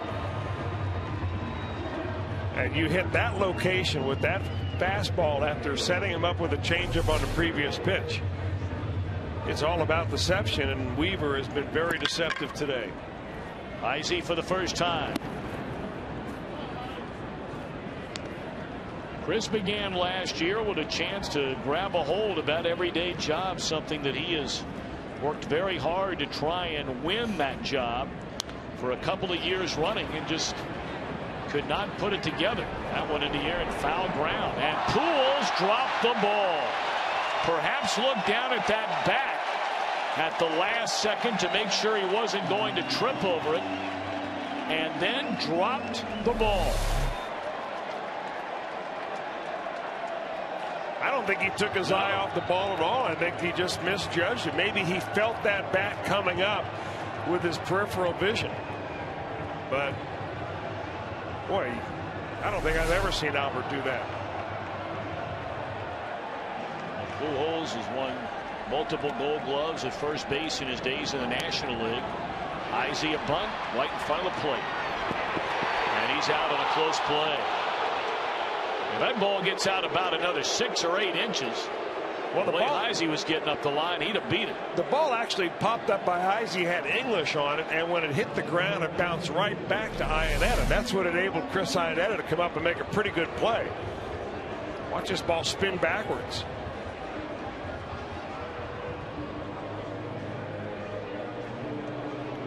Oh, he's safe.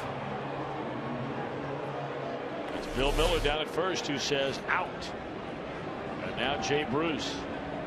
2 down, none on.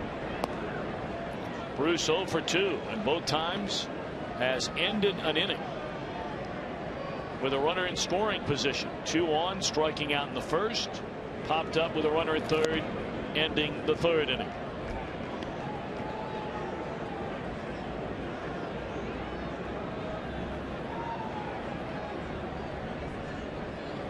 .95 pitches in the game for Jared Weaver.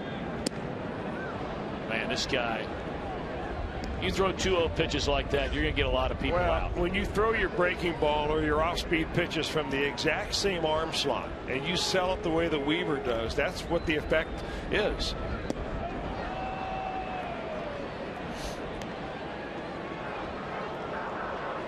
Weaver was the toughest pitcher in the American League to hit last year. #1 in opponent's batting average. How about a .214 batting average? Well, he just wore out Bruce in that at bat, and it's a 1-2-3 inning. We go to the 7th. Cueto and Weaver in a good one.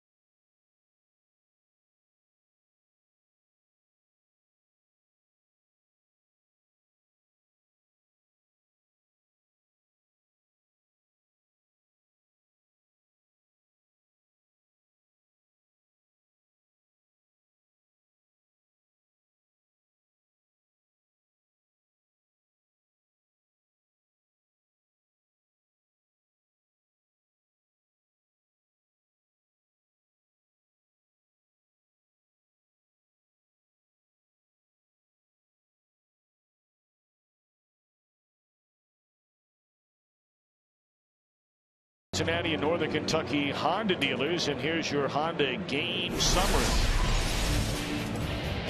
Pitching rich today for both of these teams. Only one hit through the first 5 innings against Johnny Cueto. That was a home run by Iannetta in the 3rd. Reds scored on a wild pitch. Shin-Soo Choo coming in from 3rd. Close play there. But on the back end, Ryan Ludwig going 1st to 3rd, injured his right shoulder. Still no word from the Reds clubhouse on the extent of that injury as he left the field with trainer Paul Lassard. Cueto, 79 pitches, and he has only allowed 2 hits. No walks, has fanned 7. And it'll be Hamilton and Trumbo, Kendrick here in the Angels' 7th inning. Ball 1 low and away. Hamilton has fly to center and fouled out to Frazier at 3rd.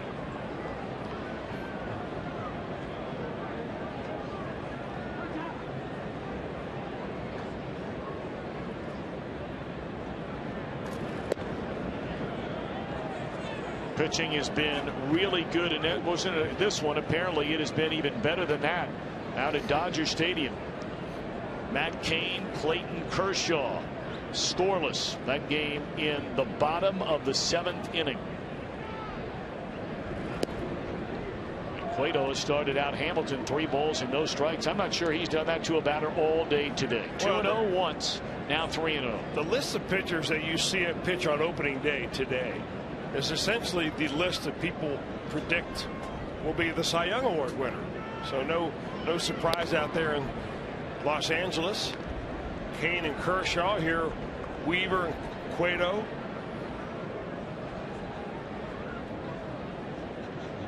All guys you figure that would be in the running. And all those guys in the running last year.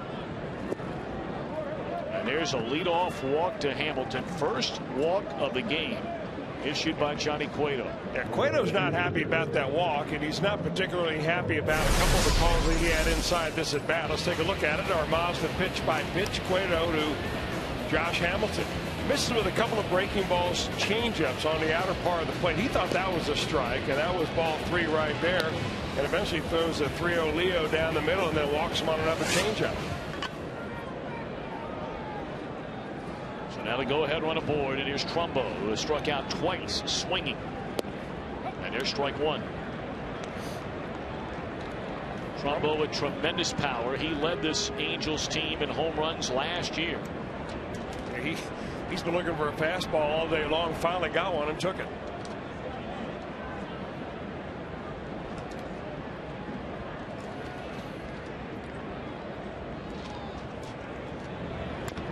And quickly ahead is Cueto at 2 balls and no strikes. It's going to be an adjustment for Trumbo this year.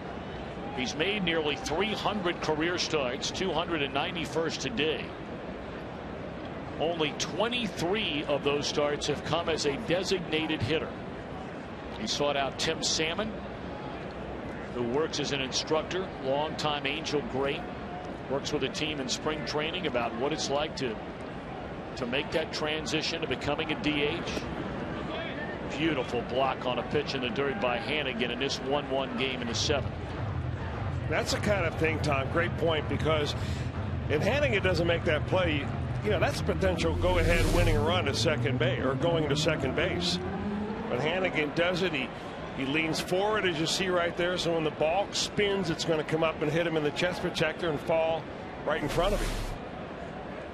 Boy, he's as good as he gets behind the plate.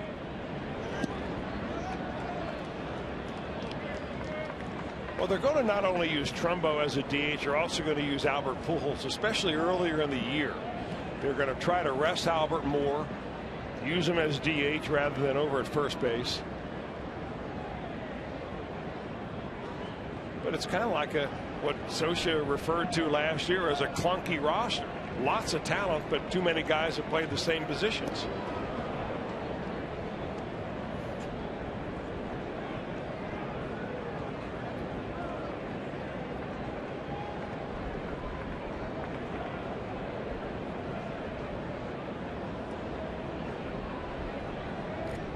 Runner at first, nobody out. Angels batting against Cueto here in the top of the 7th inning. The Angels have action in their bullpen for the first time, and there is a base hit into left field, and all of a sudden the Angels have 2 on with nobody out. And the way this lineup is built for the Angels, and we talk about the Angels from time to time and the way they run their minor league system and asking players, it doesn't matter whether you're a 40 or 50 home run guy. They had Brandon Wood that was a 50 home run guy a few years ago, or whether you're a slap hitter. They ask guys at every level to put down a certain number of sacrifice bunts, a certain number of hit and runs as a runner and as a batter. So even though you have the number 6 hitter in the lineup, Kendrick is the kind of guy they can ask to put down a bunt in this situation. Well, the Reds are buying into it. They're charging the corners. And it's bunted foul and out of play. And they're really charging Joey Votto. I think the key here, you have runners at first and second, so it sets up a forced play at third. And you're going to have Votto coming in very hard from first base, and Todd Frazier is going to hold his ground, hoping to get that easy forced play at third base. Coming off the mound quickly is Cueto. He feels his position well. It's got to be a good bunt down the third base line to get the job done. Kendrick squares, and it's a bunt up the third base line, and Cueto will play to first and get the out there. Boy, what an athlete Cueto is. Man, that's just good baseball by the Angels. The mound that Todd Frazier did not leave third base. He figured that Cueto was going to be able to get that ball. Well, we thought this might be in the cards. You have Callaspo, really good contact hitter. You'll load the bases and force Iannetta to come to the plate, who does not run well, and try and get that inning-ending double play ball. Cueto had not walked a batter the entire game, and he walks Josh Hamilton to begin this 7th inning. And after a single, a sacrifice, now a second walk, this will be intentional variety.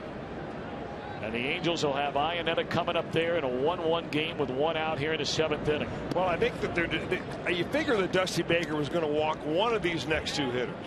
And I think the reason he's going to walk Callaspo rather than Iannetta is, of course, Callaspo is a switch hitter number 1, and he also doesn't strike out very much. So you want a guy that maybe you can get a strikeout right here, and they've already got a pinch hitter in the on-deck circle, so we've seen the last of Jared Weaver. J.B. Shuck is in the on-deck circle, but that is around the corner. Right now, it's all about Cueto v. Iannetta.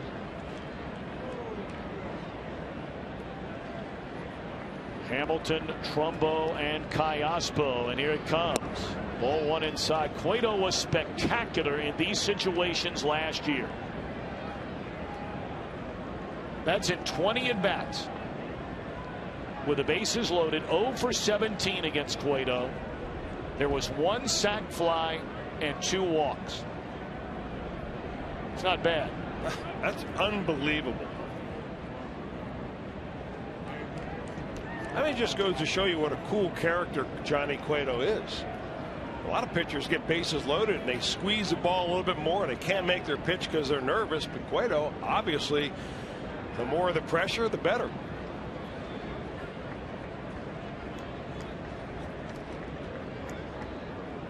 Well, in the toughest of spots right here, and nearly the toughest, there is 1 out of the inning. 1-0 on Iannetta. Fouled out of play.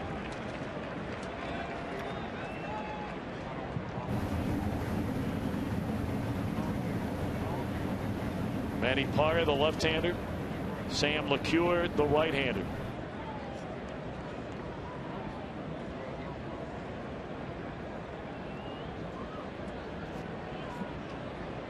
Iannetta got Cueto for a home run to left center field back in the 3rd inning. But Cueto got him to hit a ground ball right at the shortstop his last time up.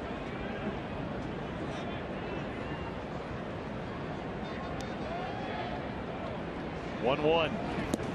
Bottom fell out to get ahead of the ball and 2 strikes.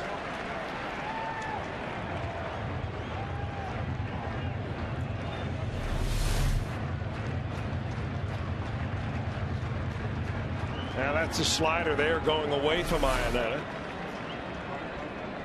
Boy, he has kept all those pitches down. Well, now Cueto and Hannigan, they want to make sure. I don't know if there was some frustration there. Hannigan had asked for timeout. And just wanted to make sure.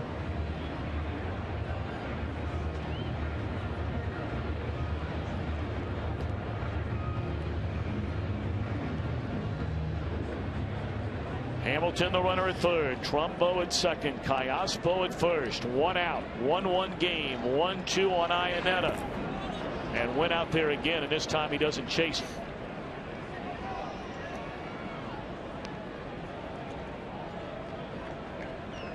Hamilton walked. Trumbo singled. And after a sacrifice bunt, an intentional pass to Callaspo.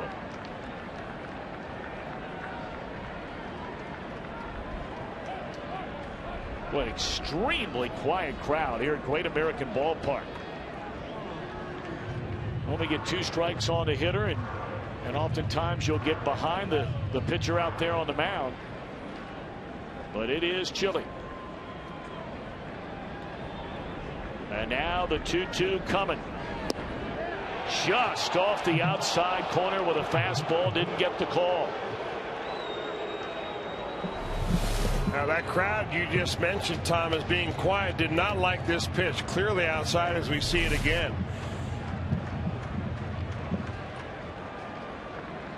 Probably looked pretty good from Dusty Baker's spot too. And now once more, Cueto wants to visit with Hannigan. Well, Chris, we have seen him go to that slider away on back-to-back pitches. Once Iannetta chased it.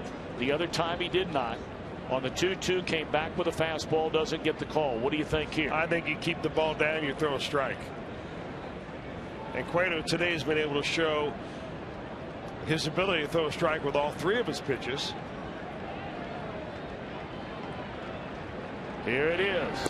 Got him swinging and went with a slider down and away. Yeah, it was probably off the plate, but it looked like a strike coming out of Cueto's hand. Iannetta had no choice but to pull the trigger. Wow.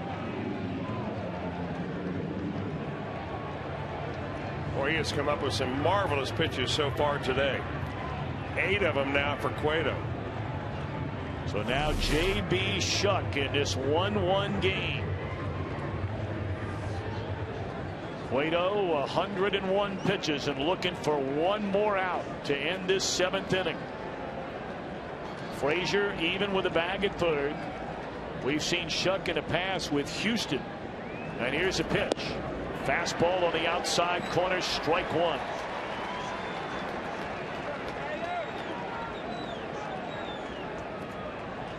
Angels have them loaded in a 1-1 game on this opening day. The day is over for Weaver, who goes 6 strong innings, allows 2 hits and a run. A ball and a strike on Shuck. Weaver fanned 4, walked 2, and hit a batter. Allowed 1 run, and it was on a wild pitch.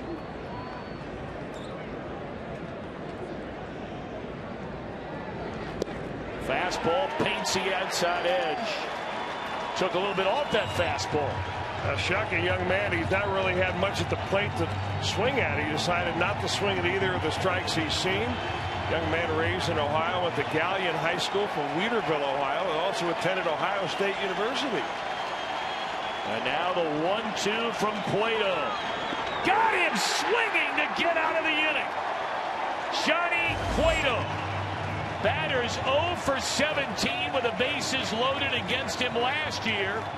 And here with the bases loaded comes up with back-to-back strikeouts to keep it at a 1-1 game. Wow.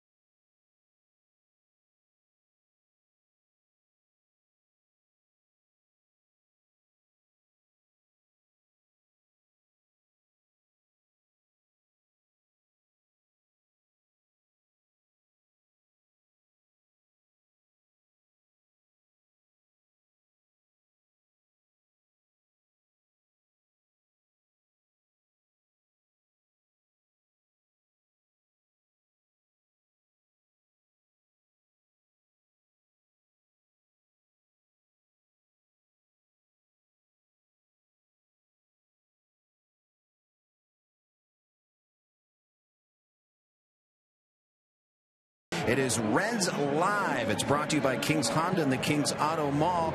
All in-depth interviews. You'll hear from the manager, Dusty Baker, for the first time, and the most extended highlights on the planet. It's Reds Live post-game, and you can also visit KingsHondaUSA.com. Boys, I have an update on Ryan Ludwig, and unfortunately, it is not good news. He has a separated right shoulder. He will have an MRI tomorrow to decide the severity of that separated shoulder. No word on how long he will be out. If there's any silver lining in this, he hits right-handed. It's his right shoulder that was hurt, but he throws left-handed. So hopefully that'll aid in his recovery. But as of right now, the word is Ryan Ludwig, separated right shoulder. Jim, thanks so much. Great job of getting us that information. And, you know, Chris, that was the one thing. The Reds, by and large, outside of Joey Votto, and people at home will say, wait a minute, now it's Joey Votto. But that was a huge injury.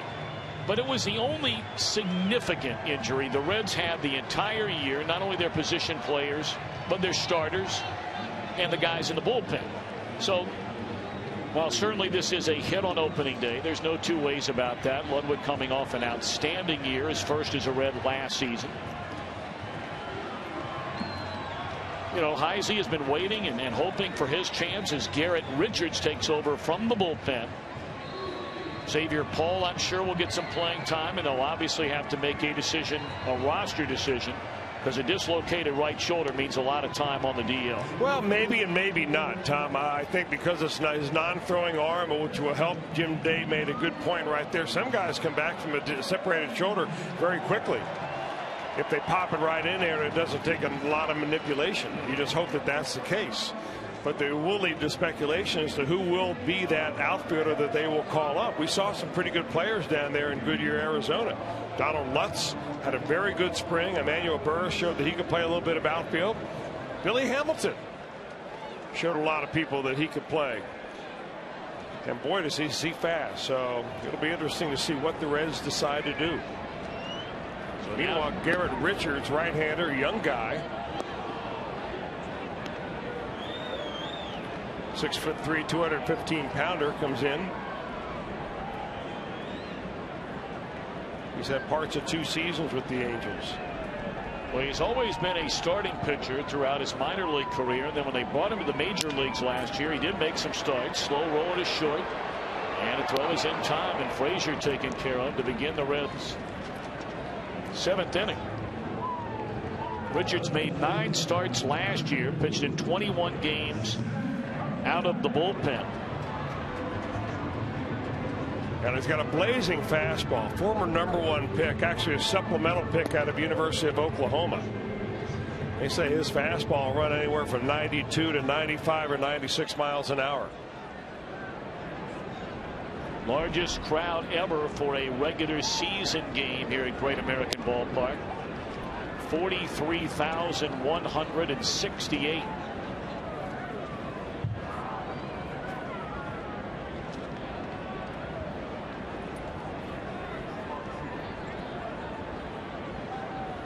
And now Zach Kozar digging in.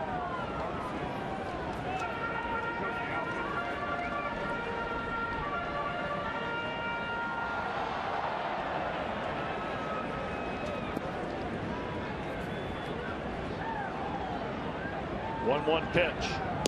Swing and a miss.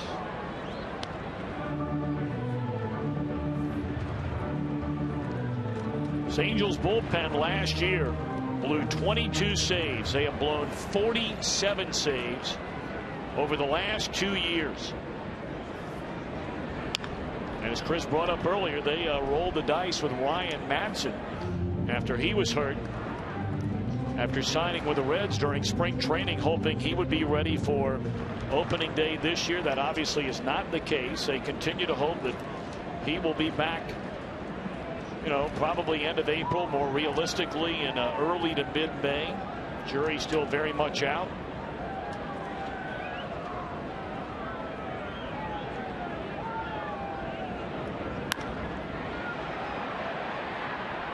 Whether it's Weaver or whether it's Richards, the Reds bats have gone stone cold. They got a single by Frazier leading off the 2nd. They got a double by Chu leading off the third. They have only had one base runner since, and that was the walk to Ryan Ludwig in that third inning. 12 straight Reds hitters have been retired by Angels pitching, and here comes Hannigan with 2 down and nobody on. Jack Hanahan stands in the on-deck circle. Johnny Cueto's spot due up next. 0-1 to Hannigan.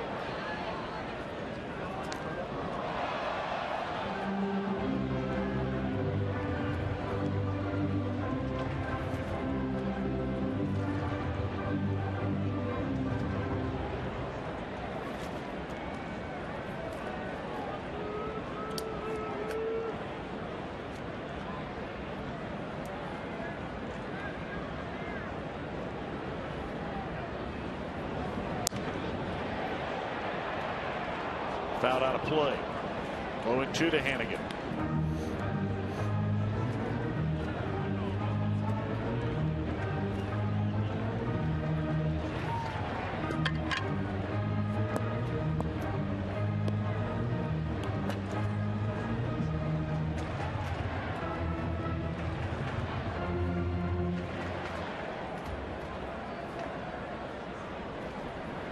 Two on Ryan Hannigan.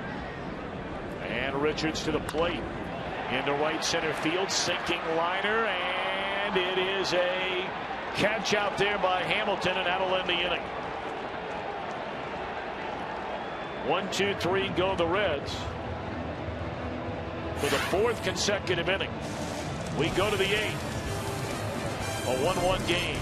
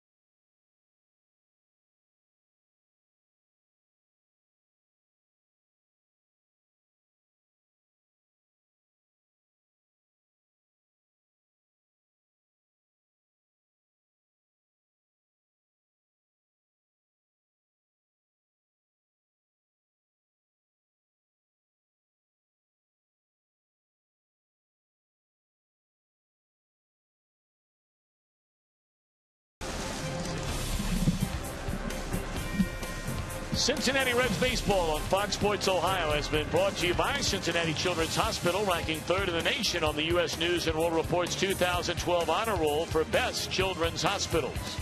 And by Chevy. Visit your Tri-State Chevy dealer today and get great pricing on a brand new 2013 Chevy. Reds and the Angels Wednesday at Great American Ballpark. It's opening night. All the festivities. The Reds players are out on the red carpet in the fan zone before the game. The first 20,000 fans get a Reds team calendar thanks to Kroger. We have the fireworks after the game. Opening night, day after tomorrow. 513-381-REDS or visit reds.com/tickets. Brand new park along the banks of the Ohio, just in front of the Banks Project. What a spectacular job they have done. And a great job by Johnny Cueto, who now gives way to right-hander Jonathan Broxton. Top of the order for the Angels. Trout, Ibar, Pujols. Of course, a lot of these Angels have seen Broxton, having started last year in Kansas City, eventually becoming their closer before he came over in the trade to the Reds. Well, some of them may remember the game actually that was started by Jared Weaver. He pitched 6 innings of no-hit baseball. Jose Arredondo came in after Weaver pitched a couple of innings of no-hit ball against the Dodgers in a freeway series interleague matchup. And Broxton pitched in that game for the Dodgers, which eventually won. So they've seen him for quite a while. Well, Broxton wanted that call, didn't get it. A lot of close pitches. And Cueto was unhappy with the home plate umpire, Dale Scott. 2-0 to Trout, and beat him with a fastball. It's fouled over near the Reds dugout and off the top of it.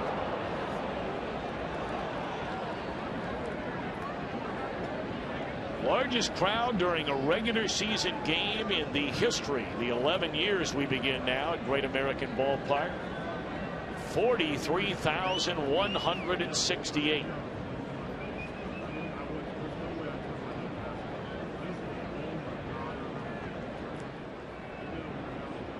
We're in the top of the 8th inning. Cueto strikes out 9, allows 3 hits and a run, walks 2, 1 intentionally.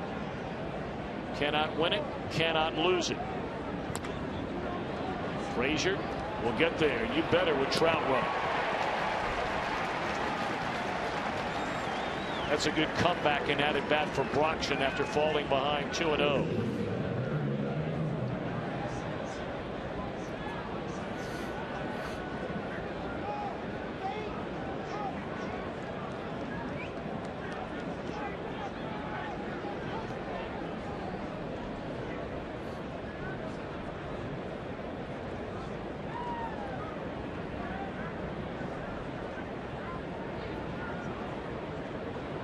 Ibar's fly to right, bounced out to Votto and popped up to Heise in short left field.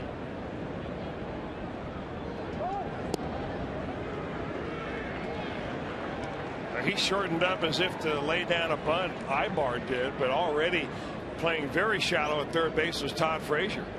Frazier's actually moved back a couple of steps than where he was on that first pitch. I imagine if Ibar is going to drop one down, it would be down the first baseline.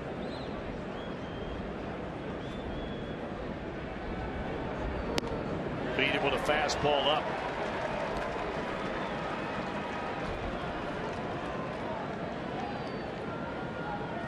Dodgers have broken through. Clayton Kershaw hits a home run to give the Dodgers a 2-0 lead. How about that? Cy Young and MVP. You look like you're getting a little chilly there, big boy. I mean, I look over at you the whole game, and you know, you just had your shirt on with a tie, and now I look over and you look like old man Winter over there. I've been waiting a month to use this coat. It's a nice looking coat. You don't get to wear these in Arizona. No, you don't. Or those hats that you want us to wear on Wednesday night. 1-2 to count on Eric Ibar. Beat him. Swing and a miss. 93 gas from Broxton in the first 2, gone in the 8th. Yeah, not just the speed of the pitch, but the action of this fastball from Broxton. Watch this ball just dart away. Man. I almost wonder if that was a fastball. I mean, it registers at 93, but it had spin like it was a slider. I think maybe it was like a cutter that he just didn't get on the outside of the ball with. Well, now Albert Pujols 0 for 3, reached on an error by Brandon Phillips back in the 4th inning.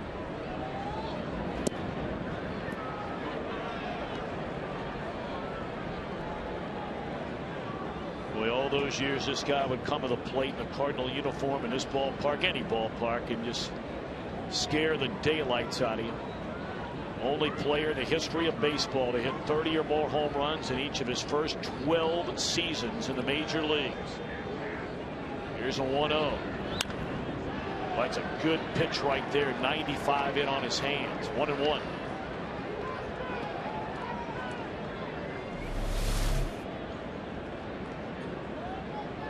Well, if you've got the mustard, that's where you put the fastball right in on the hands of Albert Pujols.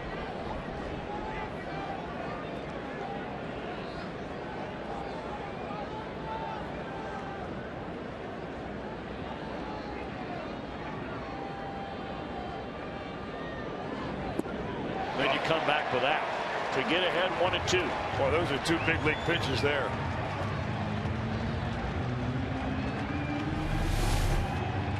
Slider, staying right on top of it. Well located.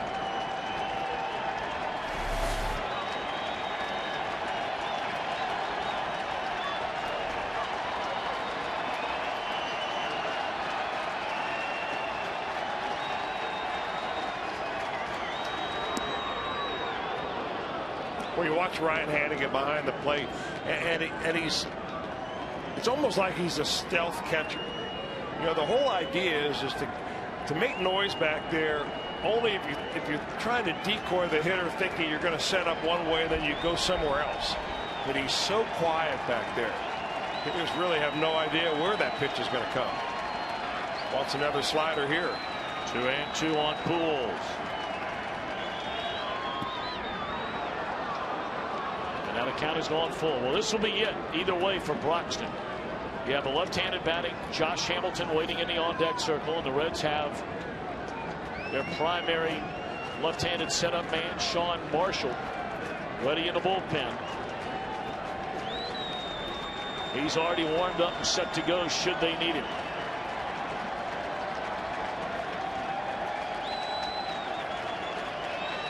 (3-2) on Pujols. Here it comes. Got him swinging to end the inning. Reds bat in the bottom of the 8th inning in a 1-1 game.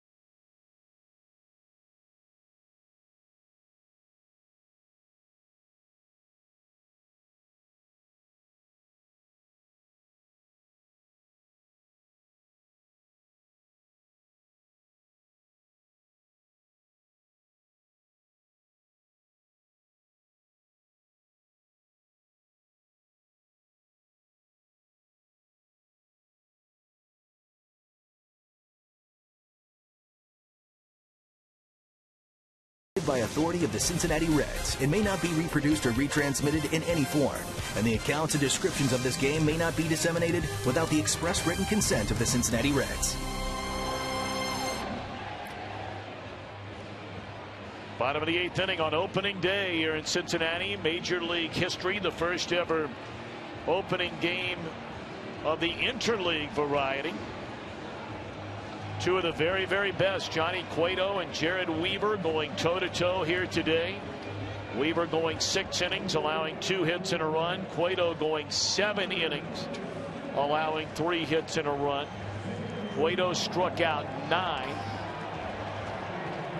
And now it's Garrett Richards against Jonathan Broxton. Richards beginning his 2nd inning of work. And Xavier Paul, who had so many big hits after the Reds picked him up following his release by the Washington Nationals. And he was a critical part of the Reds winning 97 games last year. He will bat for Broxton to begin the Reds' 8th inning. Chu and then Phillips to follow. Ball 1 away. Kind of amazing, really. It takes you back to the old saying, one man's junk is another man's treasure. Here Xavier Paul is toiling in the minor leagues with the Washington Nationals. Can't get a call up. Realized he was not going to get called up to that big league club. He asked his release. Reds picked him up. And where would they have been without him? No question about it. Pull to the right side. And bobbling the ball, and it is going to cost him an out. Kendrick a long way to get it, but he was there in plenty of time to make that play. And he just flat out dropped it, and Paul aboard to begin the bottom of the 8th inning, representing the go-ahead run. Well, here we get so spoiled over the last few years of watching Brandon Phillips play second base, who seemingly covers everything from bag to bag. And that's a good effort by Kendrick, but I think they're going to give him a base hit on that. I don't know. Nope. Error. Now that go-ahead run, potential winning run on base. So now Chu, the batter. Angels believing there's a chance that he could be bunting. He did not have a sacrifice last year. In fact, the last time Shin-Soo Choo had a sacrifice bunt, you have to go all the way back to the 2006 season with Seattle. He did not have a single sacrifice bunt in all of his years with the Cleveland Indians after going there in a trade in 2006. And no sign of a bunt here. Foul out of play. The Angels tried to figure out or ferret out if Chu was going to bunt. That was the reason you had that quick step off by Garrett Richards. And Dusty Baker really doesn't overuse the sacrifice bunt at all anyway. And if you further look at Chu when he was with Cleveland, there were many years he batted third in the order. Absolutely. Not normally the spot where you ask a guy to lay one down. No.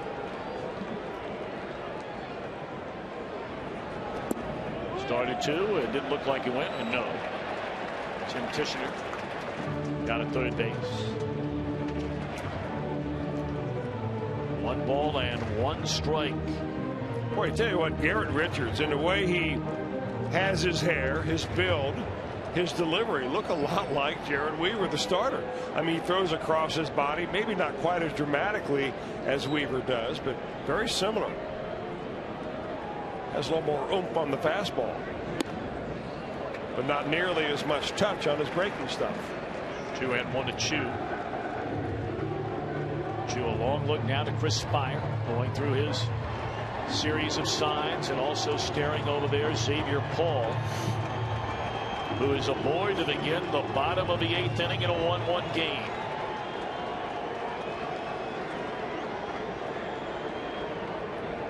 Chu has already been on twice and has scored the only Reds run. And you get the feeling, and we don't know for sure, we have not seen it, but you just get the feeling watching Richards out there that he probably doesn't have a real good move over to first.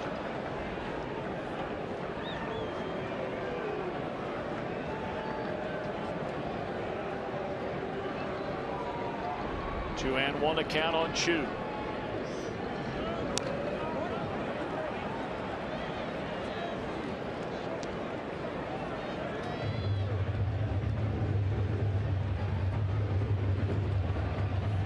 With all the buildup of this Angel team and their lineup, there are legitimate questions about the pitching on this team. The bullpen has so much to prove, and they really haven't done a whole lot, at least not with Madsen unavailable so far. They brought in Burnett from the left side, but a lot of the guys who led the American League in blown saves last year are back in that bullpen this year. 2-2. And as far as their starting rotation goes, you know, we know all about today's starter. Weaver and C.J. Wilson was a big signee last year. They let Dan Herron walk as a free agent. Erwin Santana gone. Zach Greinke, after trading for him, did not re-sign him.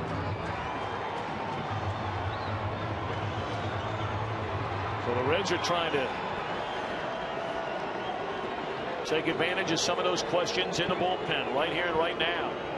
2-2. Little flare, it's going to fall in a hit. And Paul will stop right there after Hamilton got to it quickly.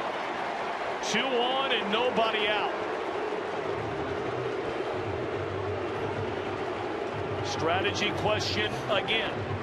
If you ask Brandon Phillips to bunt Chris Welsh, as you get a look at the base hit, third time Chu has been on. Well, what a good at bat by Chu. Fouled off some very tough pitches just to be able to get to the point to get that ball that he could handle. Boy, he really uses his hands. All right, Chris, now a look ahead. All right. If you ask Phillips to bunt, and let's face it, I mean, that is playing the game by the proverbial book.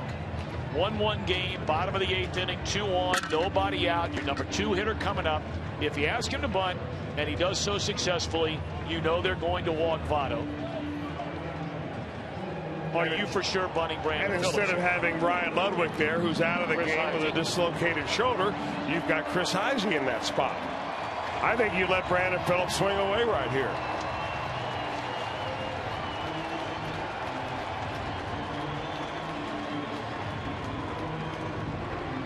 You know, how many times has Dusty Baker written Brandon Phillips into the number 4 spot in the lineup? You'd never ask him to bunt in that particular spot in the lineup. Do you change now just because he's batting second? Well, he shows bunt, pulls the bat away. Brandon had 3 sacrifices last year. In 2011, he had 5. And in 2010, he had 6. Now, the years before that, when he was batting in the middle of the order, he rarely ever was asked to bunt. Well, if he's going to bunt here, got to get it down the third base line. 1-0 to count on Brandon. Oh, my. And the Reds catch a huge break. The ball was dropped by the shortstop Ibar. It was slightly offline on the throw by Iannetta. And Paul was sitting out there ready to be tagged out. You know, part of the problem with this is that ball is right down the middle. And Xavier Paul taking a lead off second base is thinking there's no way Brandon Phillips is going to bunt through that pitch. That ball's right down Broadway. But he simply does not look comfortable at all trying to put the barrel on the ball. We saw him try to bunt earlier. And he lays that one out there beautifully. Well done by Phillips. Forcing the pitcher to go get it up the first base line, and executed brilliantly by Phillips. So we know what's coming next. They're at second and third with 1 out. Votto will undoubtedly be intentionally walked, and it will set the stage for, one would assume, Richards against Heisey. Nice job there by Brandon on that pitch. Yes.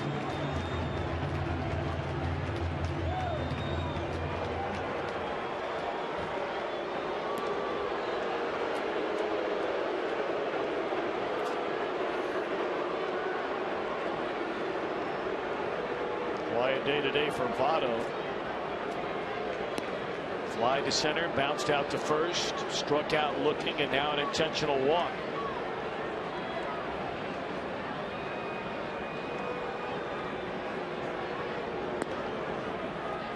So for Chris Heisey, he started this opening day on the bench. For those of you just joining us, Ryan Ludwig diving into third base, advancing from first to third on a wild pitch when the Reds scored their only run back in the third inning, dislocated his right shoulder, sliding into third. Heisey replaced him on the spot. All right, if you're Chris Heisey, though, you're thinking, all right, bases loaded. This kid's best pitch is his fastball, and he's got to throw a strike. I mean, are you willing to go ahead and let it rip on the first pitch you see? It might be the best one you see right here, but you've got to be ready to swing the bat. Heisey's only at bat. He tried to bunt his way on and was thrown out by Iannetta, the catcher. Bases loaded, 1 out. 1-1 game. We're in the 8th. Off the inside corner with a fastball.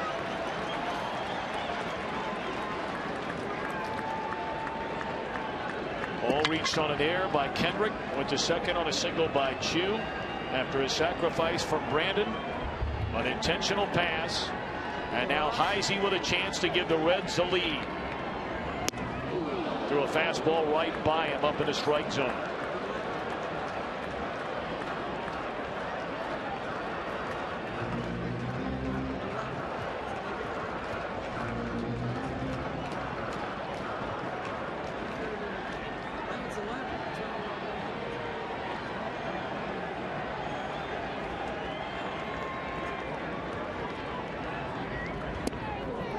Oh, a knee buckling curveball there to get ahead.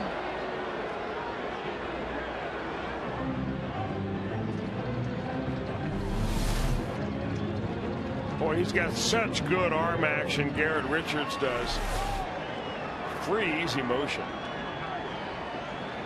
Now Heisey behind 1-2 and strikes out swinging. 2 away in the inning, and that's going to be all apparently for Richards. Boy, Heisey given the chance after the injury to Ludwig and cannot deliver the goods. I'll tell you what, the way that Garrett Richards is throwing the ball right now, Reds ought to be happy that Mike Scioscia's making a change. Going to bring in Sean Burnett. This is why they brought him in during the offseason, and this is our Skyline Chili call to the bullpen. Bruce against Burnett with a game on the line.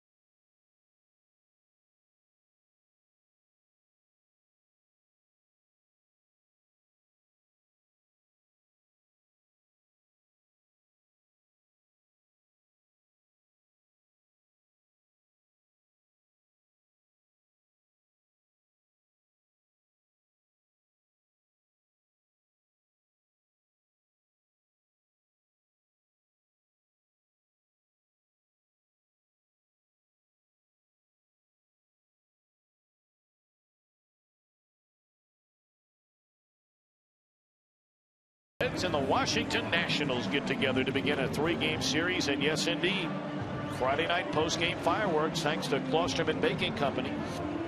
For tickets, call 513-381-REDS or visit reds.com/tickets today. That's a huge weekend series with the Nationals coming in, and a huge strikeout for that young man. Garrett Richards, with the bases loaded, strikes out Chris Heisey. 2 away in the inning. Sean Burnett, brought over from the Nationals, pitched in 70 games for them last year. Yeah, he was numbers. Very capable left-hander. A guy that would pitch in more games than innings pitched. He would be certainly a situational left-hander. When he originally broke into the major leagues with the Pirates, he was a starter. He's another one of these guys that throws across his body.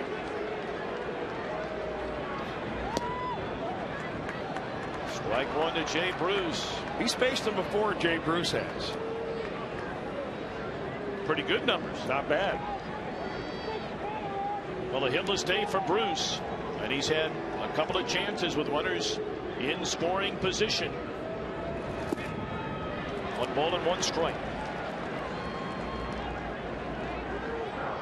Reds trying to take advantage of the air to begin the inning, which allowed Xavier Paul to reach.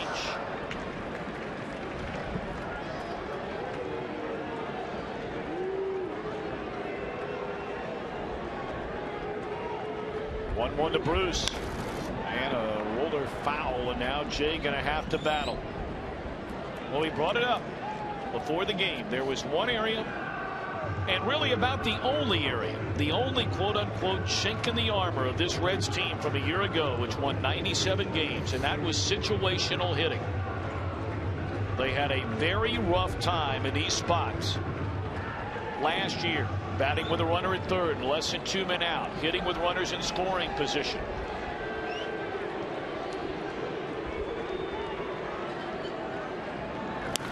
Pulled foul. Joey Votto back into third inning. Had a runner at third and only one out. Could not get him home. And now Bruce, who's stranded 3 in the game, looking for his first hit to break the 1-1 tie. Bruce has stranded all of his runners with 2 out, making the 3rd out of the inning. But those Ducks, when they're down at third base with less than 2, those are the ones you have to convert.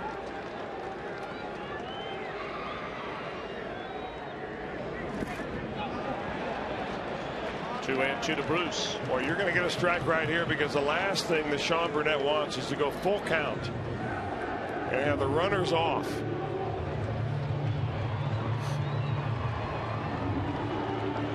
Jay Bruce choking up a little bit. Going Joey Votto mode.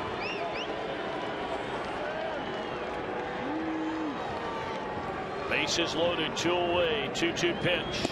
And we go to the 9th inning. Reds blow a chance in the 8th. We're tied at 1.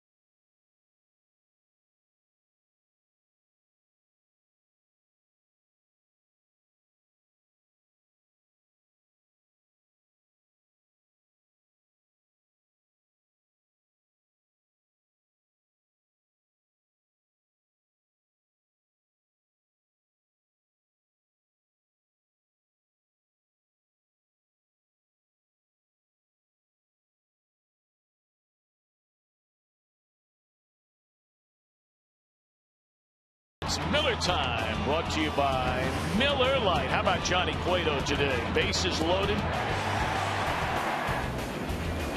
And I mean, he was just getting it done throughout the entire day. Allowed the home run to Iannetta in the 3rd. Strikes out 9. And got out of that bases loaded jam in a 1-1 game, striking out Iannetta and then J.B. Shutt. How many times last year did Johnny Cueto pitch a game like this? The Reds did not get him very many runs. You know, they only averaged about 4.5 runs a game when he took the mound. By contrast, Jared Weaver, who won 20 games last year for the Angels, averaged about 6.5 runs a game.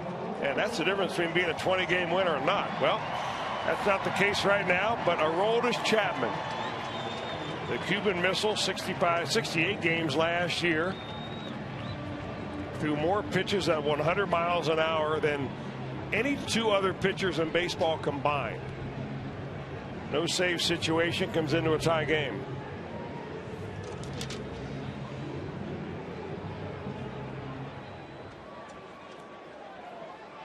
Alrighty, so the Cuban Missile on to face Josh Hamilton, Mark Trumbo, and Howie Kendrick. Fastball, strike 1 at 95 miles per hour.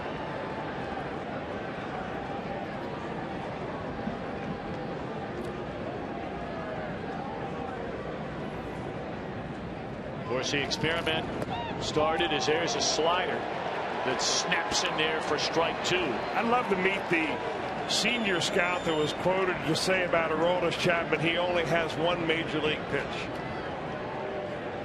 You know what I always say about those scouts when they get quoted? It's kind of like players when they get quoted and they're saying something bad about one of their teammates.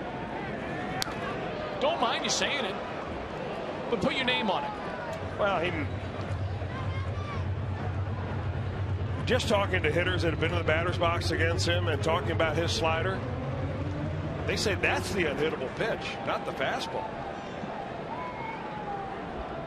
Here comes the 0-2 on Hamilton. And here's his slider, and ask Hamilton if he's got a second pitch. That is unhittable. After he starts the at-bat with 95 gas.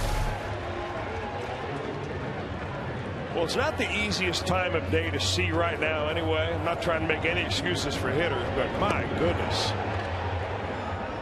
The other thing you always keep into consideration when you're facing Aroldis Chapman is that he's so long and lanky. He's actually closer to home plate when he releases the ball than most pitchers are, so the ball gets to you quicker. The radar gun says one thing, but the release point is something different. Oh, where did that miss?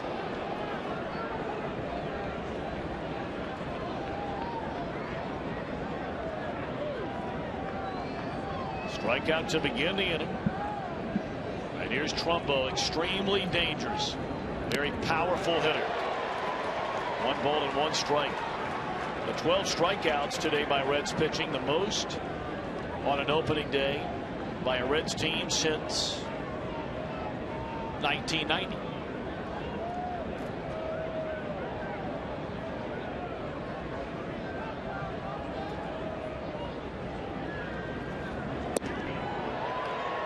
Good. I tell you, he is not getting anything from Dale Scott. Boy, he's had a tight strike zone all day. It's right there. All right, 2-1. In a 1-1 game here in the top of the 9th inning. And now 3 balls and a strike on Mark Trumbo, who has struck out swinging twice and then single to left field against Johnny Cueto in the 7th. So the Angels left him loaded. Had him loaded in the 7th inning with 1 out, did not score. Reds had him loaded in the 8th inning, 1 out, and did not score.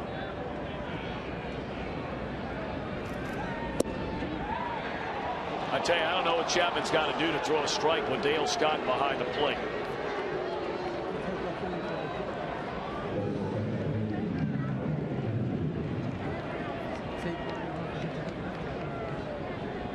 One out of the inning.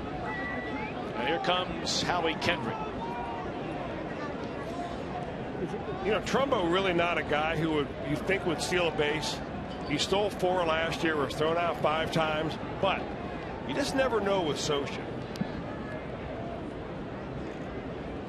I mean, you just wonder, I mean, if he throws over once, you're thinking to yourself, will he throw over again?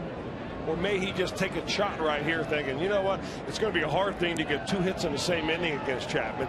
Why not roll the dice right here and send the runner?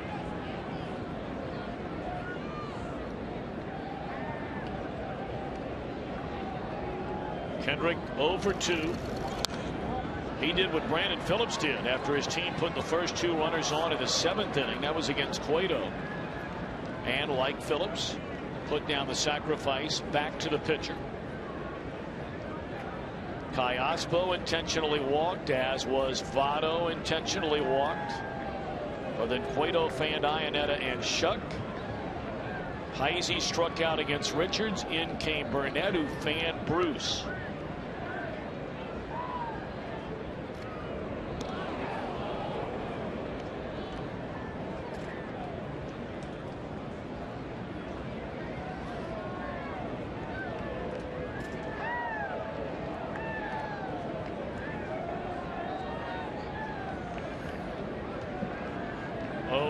The count on Kendrick, and again a throw to first, sending Trumbo back to the bag.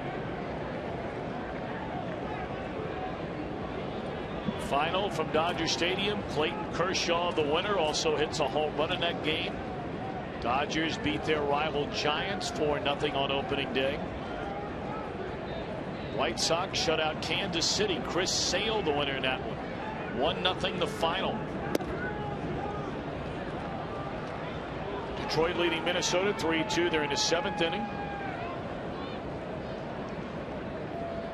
Well, I bet it's got to be a little bit chilly outside in Minneapolis right now. Yeah, they're used to it. It's a tough breed. You're right. 3 games still to be played later around baseball on this opening day. And a 1-1. Straight away center field. Backing up is Chu. And he's got it. Ted Kendrick made pretty good contact with that pitch. And for the Reds, a good thing he hit it to the deepest part of the ballpark. Well, it's a good thing he hit it April 1st instead of August 1st. That ball's off the batter's eye come later in the year when the temperature rises by 30 degrees. That is the first fly ball hit to Shin-Soo Choo in this entire game. You come up with the best stats. Oh, there's no doubt about it. And you know what? It's true when you, it would have been great if I was right. Except for there was a short fly ball by Hamilton in the second inning that Choo stepped in front of him about. So it wasn't that good. I'll have to wait for the next game for a compliment. And there's, it's a ball. You can see Ryan Hannigan getting a little frustrated now. Hannigan doesn't get frustrated very often, or at least doesn't show it. You can tell he is not happy at all with Dale Scott, especially in this inning. There's a strike.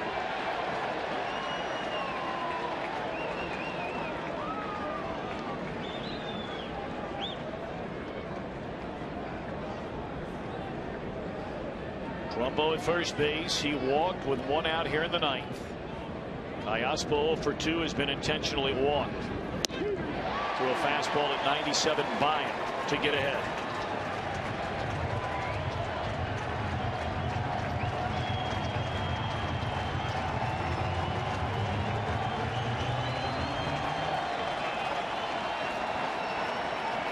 A lot of folks on their feet looking for Chapman to end this top of the 9th. Out of play. And you can't blame a lot of them. Not a lot of them. A few of them for getting out of here. I'm sure sitting in that shade all day and all the cement around here, it's been cold out in the seats. That guy came ready.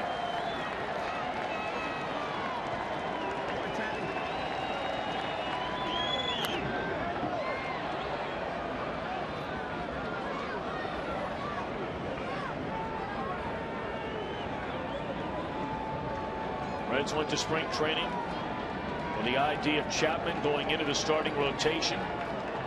And after his start against the Giants out in Scottsdale, like he floored everybody by making the comments after the game that he preferred closing.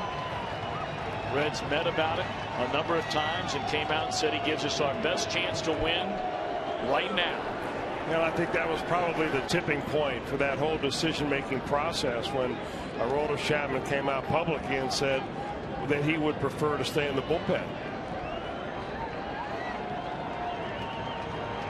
1-2 on Callaspo. There goes the runner. And a weak fly ball down the left field line that is caught by a fan down there.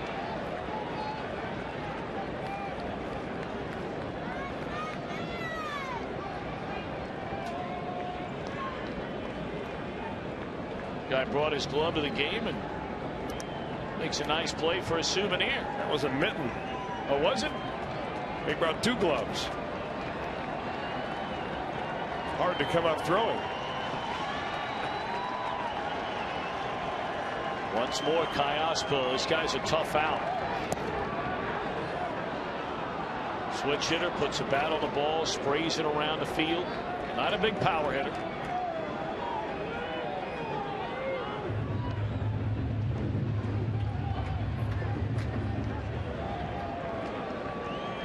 His next pitch will be number 20 in this inning for Aroldis Chapman.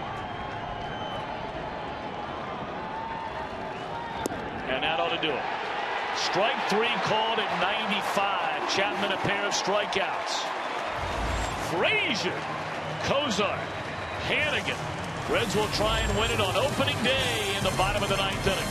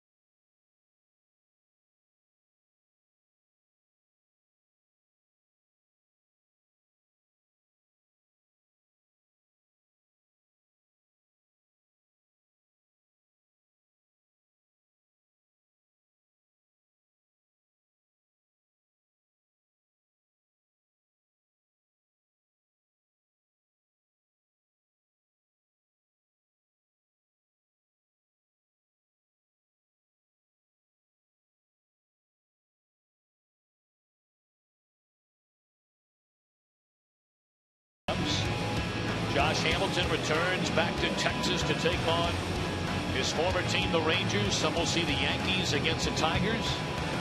Others will see a rematch of the NLCS, the Cardinals and the Giants. The debut of Fox Saturday Baseball returns on Saturday at 4 o'clock Eastern Time.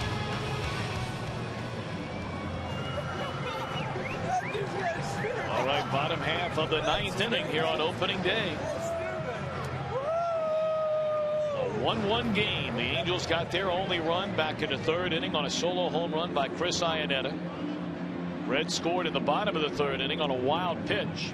And now Kevin Jepsen, who pitched pretty well last season in an otherwise shaky bullpen, comes on to pitch here in the bottom of the 9th. He's a solid middle reliever, no doubt about it. He's been pushed to the setup role now with Ryan Madson still on the disabled list. A young man that was born nearly in the shadows of the Big A, the stadium out in Anaheim. Been an Angel fan his whole life.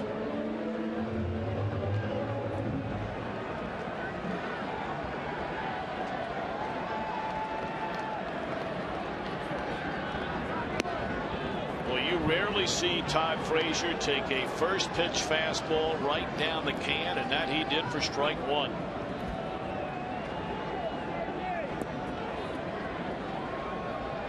So Jepsen following Weaver, Richards, and Burnett.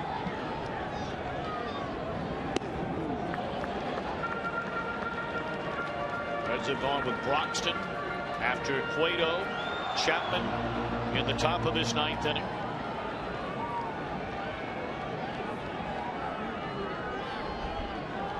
1-1 game, one swing of the bat away from celebration. Fastball runs inside, 2-1. Well, he's got a lot of run on that two-seam fastball. Here's a guy that was really tough to hit home run off of. His last 180 innings, he has given up but 9 home runs total. That is keeping it in the yard. Of course, he pitches in one of the most pitcher-friendly ballparks in all of baseball. I think it's a surprise to many, but Angel Stadium over the last 5 years gives up home run balls roughly at the pace of the ballpark in Seattle. Less than 2 per game. Here's a 3-1 to Frazier. Oh, he had a fastball and took a hearty rip and straight back and out of play. And you got to believe he'll come back with that again, won't he? 3-1 fastball, looking for it, and just a hair late. When you get that inner part of the plate fastball, you've got to get your bat out in front of the plate to get the barrel on it. Got to be a little quicker on the inside one than the outside one. 3-2-1 Frazier. And he came back with another fastball, better location that time. Frazier hanging around.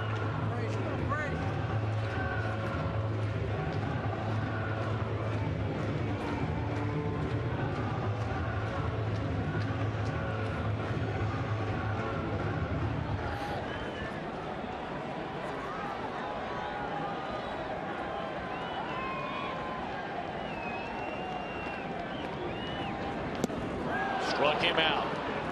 3-1 fastball, 3-2 fastball, 3-2 fastball, and that's all she wrote for Frazier.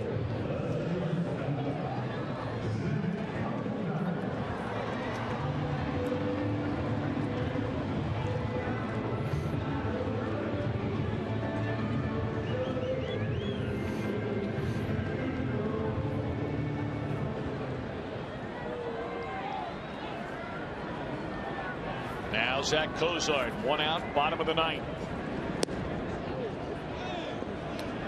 Boy, this time it's Jepsen wondering where location missed. Yeah, most of the pitches that are contested by either the pitcher or the catcher seem to be the ones down the lower part of the strike zone.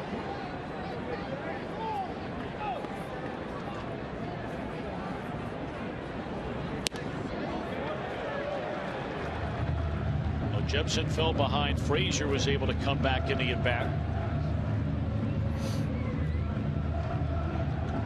2-0 now on Cozart.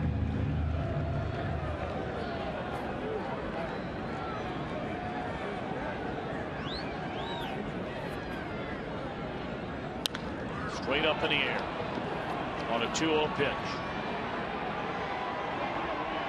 And batters on both teams give credit to the pitching, but the batters on both teams are getting beat on a lot of fastballs. Well, you look around the games that are being played here on opening day, Tom, and I think the transition for a hitter coming from warm weather, either Florida or Arizona, to a colder climate like you have here in Cincinnati today, the advantage goes back to the pitcher. I mean, a lot of these games have been played today, low-scoring ball games. 2 down for Ryan Hannigan. First pitch swinging, fouls it back out of play, 0-1.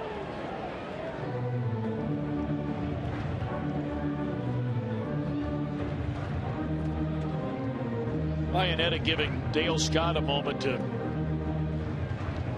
shake out the cobwebs. He took this one right off the mask.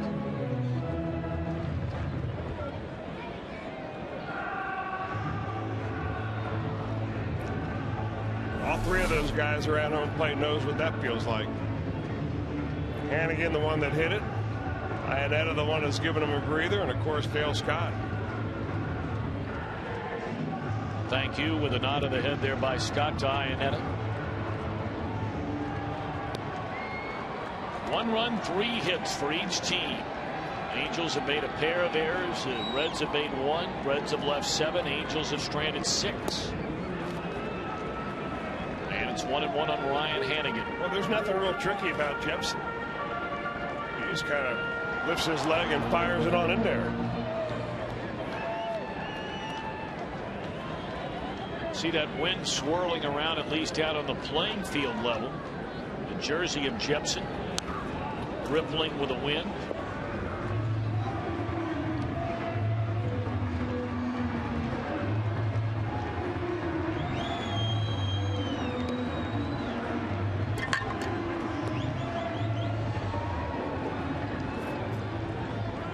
Jack Hanahan was on the end circle a little bit earlier in the game, and he's out there right now hoping for a chance here in the bottom of the 9th. 2-2.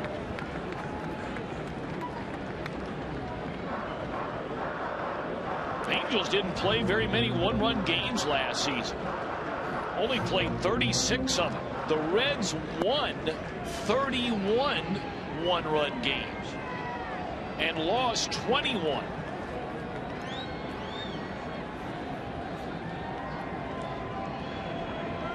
Two to Hannigan. Down the right field line and out of play. We remember an opening day, Chris, when a Reds catcher hit one down the right field line. Ramon Hernandez. 3-run home run against the Milwaukee Brewers. That was against Axford, right? It sure was. He only blew 2 saves, I think, all that entire season. That was one of them.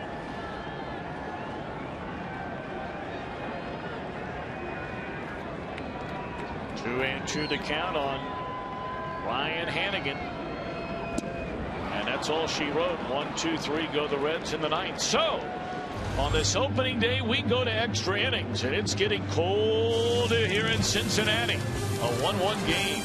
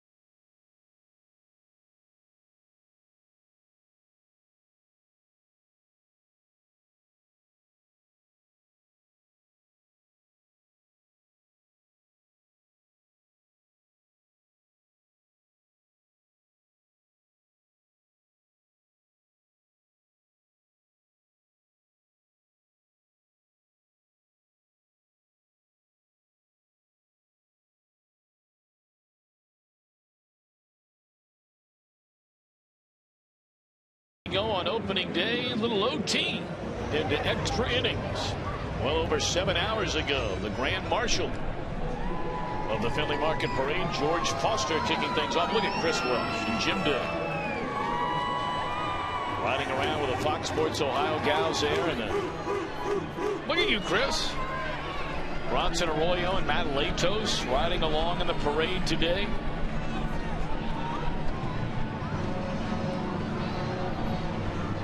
And a Fan Express part of that parade as well. 11-2 the Reds are all-time in extra inning games on opening day, but it's been a while. But again, it seems like every time we turn around today, we're making a reference to 1990. And maybe that's a good thing. That's a very good thing. Another very good thing has been Sam LeCure out of the bullpen. Boy, has he been Mr. Dependable for Dusty Baker over the last couple of years. Ever since being switched from a starter to a part-time starter, then to a full-time reliever. LeCure has really found his spot.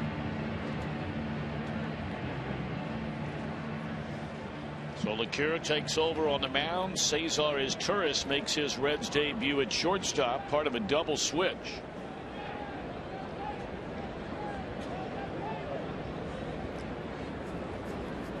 And Chris Iannetta will lead things off against Sam LeCure. Dusty Baker calls Sam LeCure his utility pitcher. He can do and has done everything a manager could ask from a pitcher. He has been a spot starter. He's come in for a batter here or there to get an out. He's been a long man. He's been a setup man. And he has finished games at the end of the game. Not as your primary closer. But he has become one vitally important part of this Cincinnati Reds bullpen. A bullpen which was #1 in all of baseball all of last year. You know, it's interesting to note some of the guys that were sent out. Arredondo and Logan Andrusik sent back to the minor leagues. LeCure's name was never even on the list of guys in the running to try and win a spot in the bullpen. There was Chapman, there was Broxton, there was Marshall, and there was Sam LeCure. Well, there was no really bigger or brighter spot for Sam LeCure last year than what he did in the playoffs when Johnny Cueto injured himself in the first game in San Francisco. LeCure came in cold, warmed up on the mound in front of all the people there. Sold out house, of course, at AT&T Park. I think it gave the Reds 2+ innings of excellent relief work. And there's strike 3 called Iannetta, the first batter he faces here in the 10th. The thing that first strikes you about Sam LeCure is the fact that he really trusts his stuff. He's got action on his fastball, as you see right there. But I mean, he had never, it looks like he's afraid of anybody. And he just comes right after you.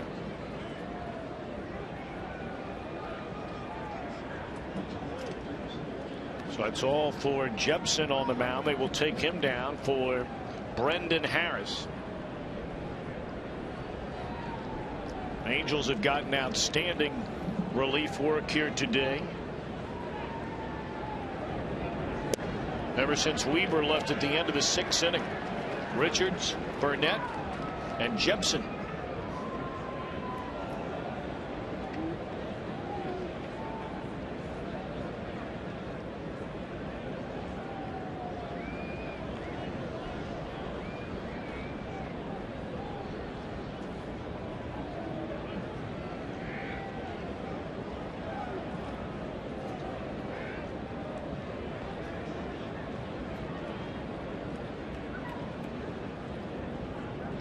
A lot more. The 43,168 rolled out of here at the end of that 9th inning.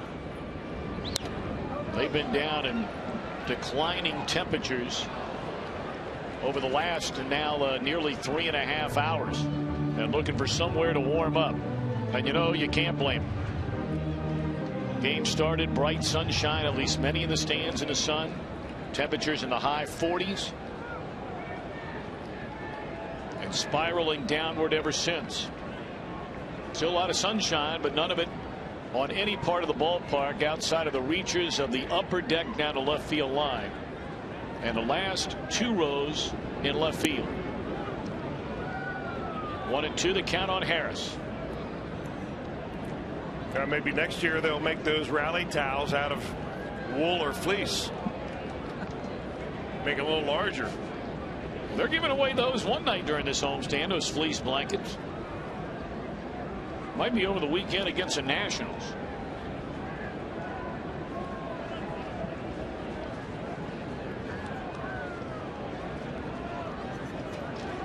Of course, the Reds, as I understand it, did the Angels a favor by starting this game a little bit later in the day.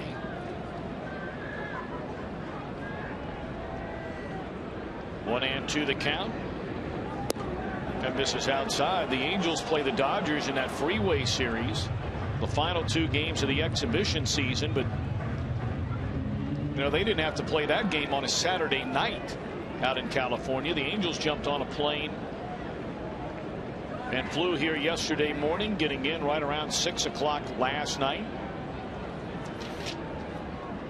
So they'd have been more than ready for even a 1 or a 2 o'clock game today, one would think. 2-2 pitch bounces up there and the count runs full.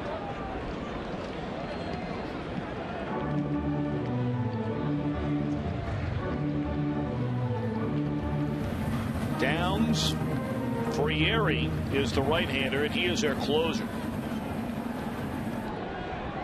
And they're giving away the fleece blankets thanks to Duke Energy Retail for the Saturday afternoon game here for the first 20,000 fans. Jesse Jackson, thank you very much. 3-2 pitch. Cesar is terse. Tries to get there and dives over top of it. So the Angels have the go-ahead run aboard. A pinch hit single by Harris. Just trying to put the bat on the ball, take it up the middle. As Juris was playing just about straight up shortstop and had to go a long way to get that. I'm not even sure if he's able to knock that ball down, come up throwing. You're going to get Brendan Harris at first base. So now you're getting to the top of the order. 5th at bat of the game for Mike Trout. Struck out leading off the game, has bounced to second, single to center, and grounded out to third.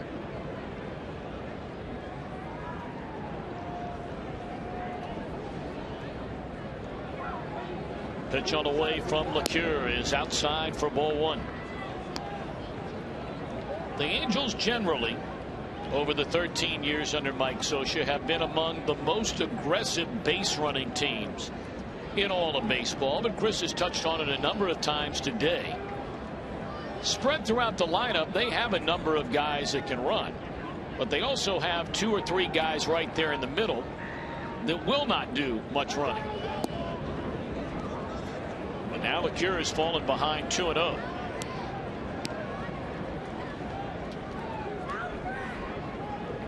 Third base coach Dino Ebel going through a long series of signs for both batter and runner. Dino has been around a long time with Mike Scioscia.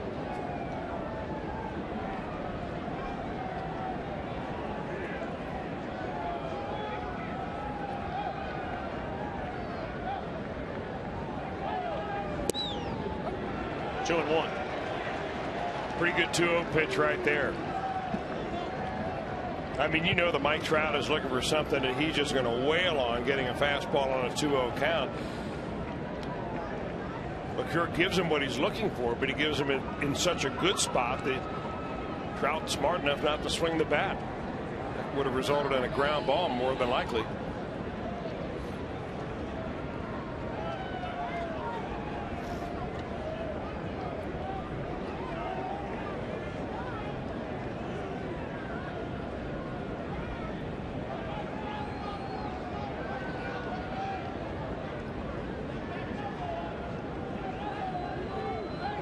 Two and one to Mike Trout, and it's ball 3.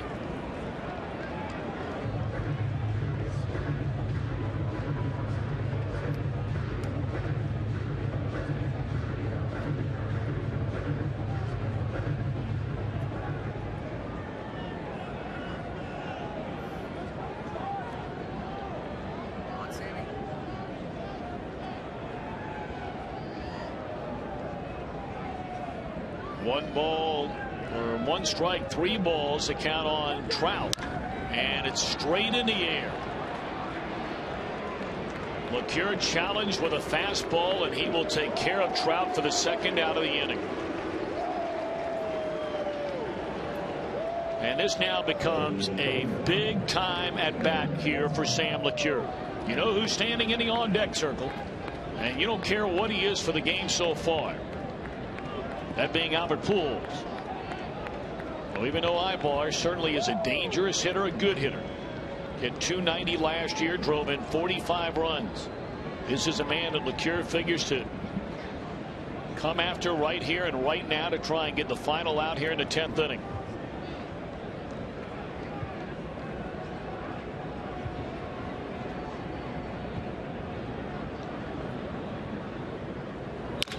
And he'll get it. Slow roller to Phillips. How about LeCure? Just getting it done. Just gets it done. Is Turris, Chu, and Phillips in the bottom of the 10th. We're tied at 1.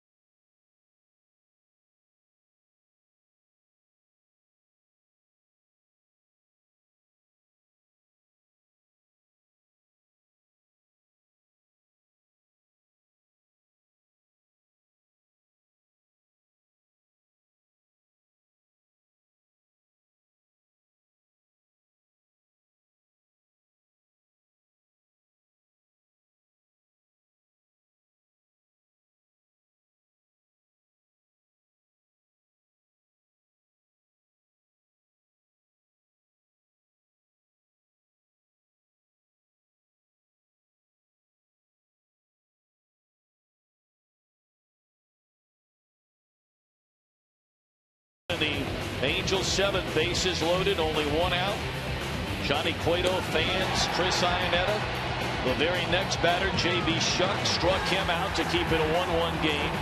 Then the Reds in the 8th had him loaded with only 1 out.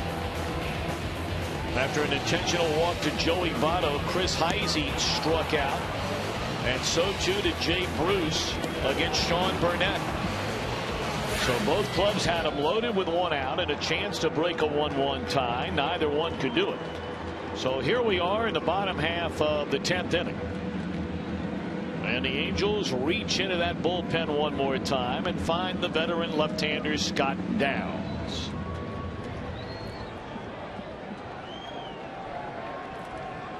Downs been around a long time. 13 years now for Downs.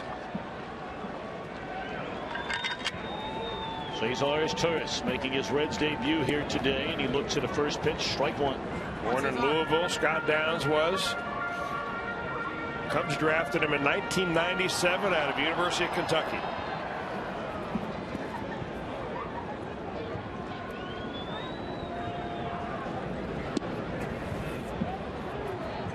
So he's probably like a lot of people over in the Commonwealth, or at least many of them.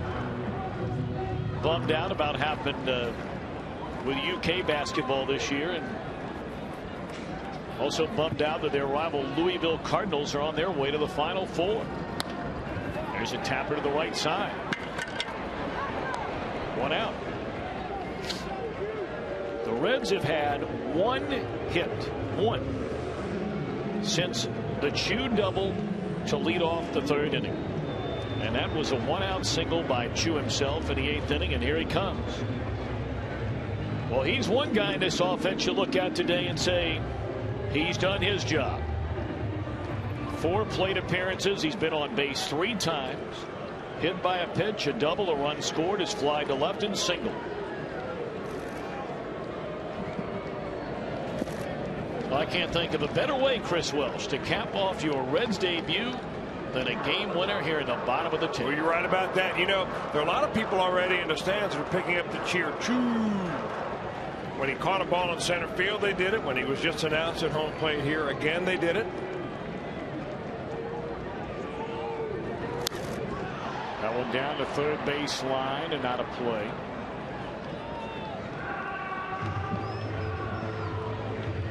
You know, he's an interesting guy. I was able to do several tech talks, hitting tech talks with Shin-Soo Choo down in Goodyear, Arizona. And, you know, the one thing he told me that when he came over from Korea, Tom, he was like many Asian hitters who would swing and run out of the box at the same time. And he took a look at American baseball and said, you know what, I'm going to relearn how to hit. This is after he signed a professional contract. He was with the Seattle Mariners at that time.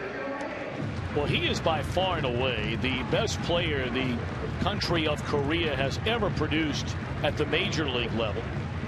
He has 83 career home runs. That is twice as many as the other Korean players combined. He has had a very, very good major league career. And there's still plenty in that tank for Shin-Soo Choo. Well, a solid guy, no doubt about it. Good teammate. There's a lot to like about the Red center fielder. Makes his offseason home in Arizona. Wrote a beautiful letter to the Cleveland Indians general manager after the trade was made coming to Cincinnati. Got a chance here. Slow roller to short, and the throw is picked out of there by Pujols. Nicely done on both ends, and they're two away in the inning. You know, you watch the style of Albert Pujols playing first base, picking the ball out of the dirt, and then you compare it with what Joey Votto does now. And very similar, because Votto does the same type of thing. Gets very low, just like Pujols did right there, almost like an infielder fielding a ground ball. Used to be the first baseman would just kind of lean over at the waist and try to scoop it out. But Pujols is one of the first ones I've seen to get really, really low on every one of those, and he's a pretty good scooper.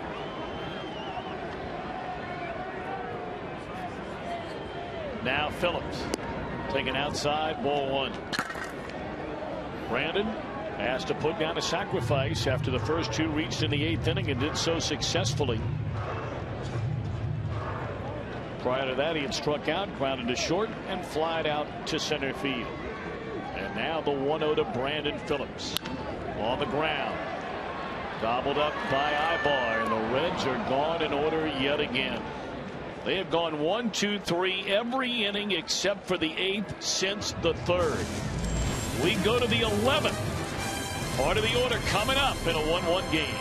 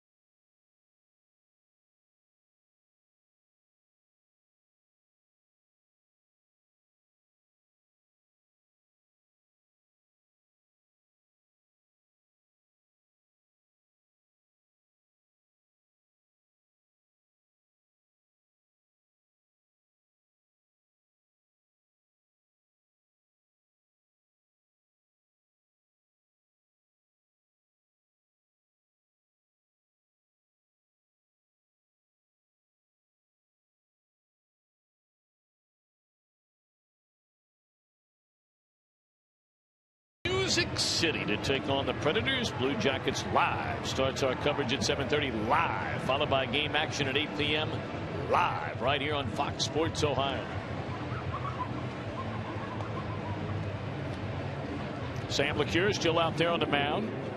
He allowed a 1-out single in the Angels' 10th inning, but took care of Trout and Ibar. And here he comes in the 11th. A 1-1 game.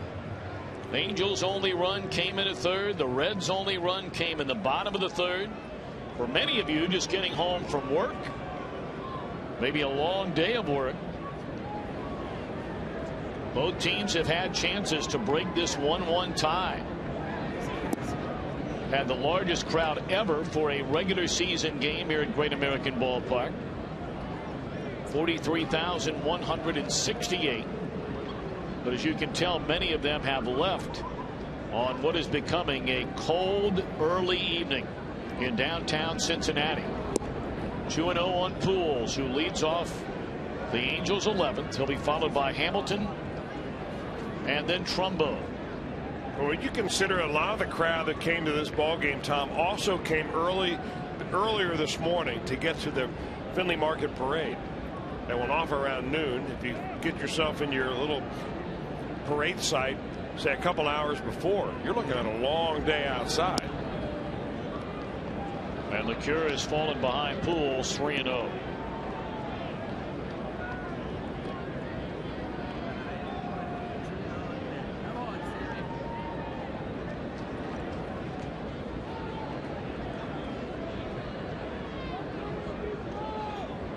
Trying to stay away from Pujols here. And they miss on 4 in a row to begin the 11th inning to Albert Pujols.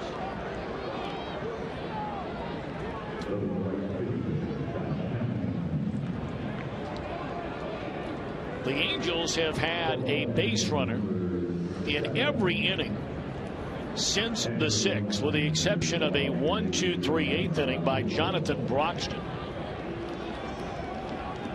The Reds have only had base runners one time since the 3rd inning.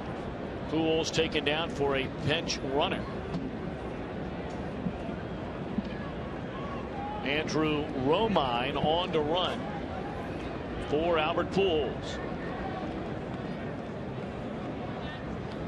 And now here's Josh Hamilton. Swing and a miss. So Pujols out of the game. The speediest of all the Angels players has still not been used in this game, but they're reluctant to take out any of their outfielders. And that is Peter Borges. Borges will be their regular center fielder when they play with American League rules, and Trout will go over into left field. And he can really run. A bit of a surprise that Borges would not be the man brought in to pinch run here. But perhaps they're saving him for another time.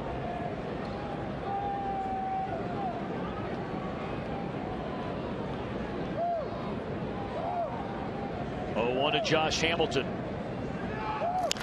Slow roller right side. Votto gonna play behind him, and they get the out.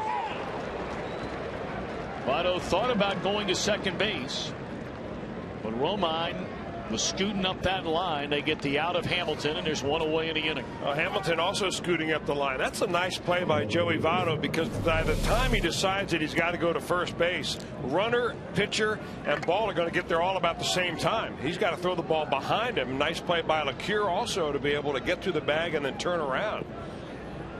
That's one of those plays that looks innocent enough but can easily go wacky on you, and before you know it, there's a run score. Saw LeCure's foot come down on the top of that bag, and Chris, you talk about that from time to time when you're covering first. That's why pitchers like to get that foot on the edge of the bag, because you put it on the top of the bag, you can roll over that thing, and LeCure nearly did. You also like to get to the bag in time before the ball actually gets thrown to you, but when the ball's coming from behind you, you have no choice. You just kind of put your foot down and you hope you get the bag.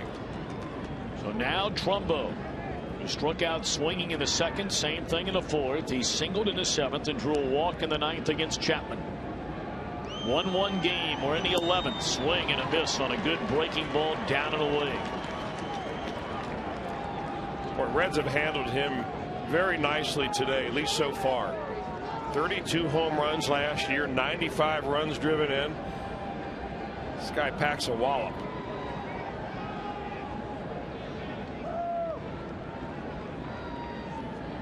LaCure, a big deep breath out there on the mound. The Angels have the lead run in scoring position with one out here in inning number 11 on opening day. LaCure ahead 0-2.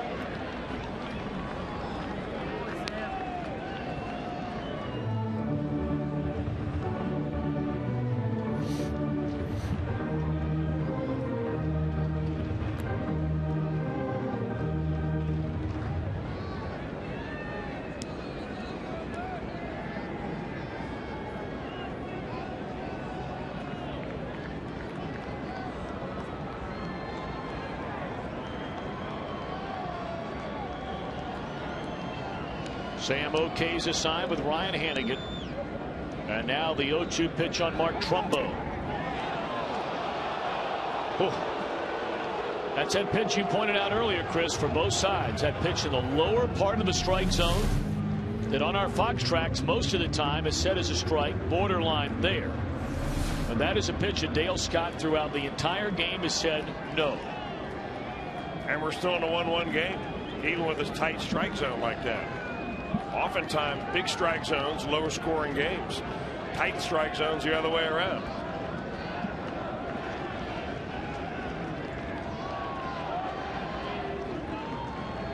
And now Hannigan wants timeout.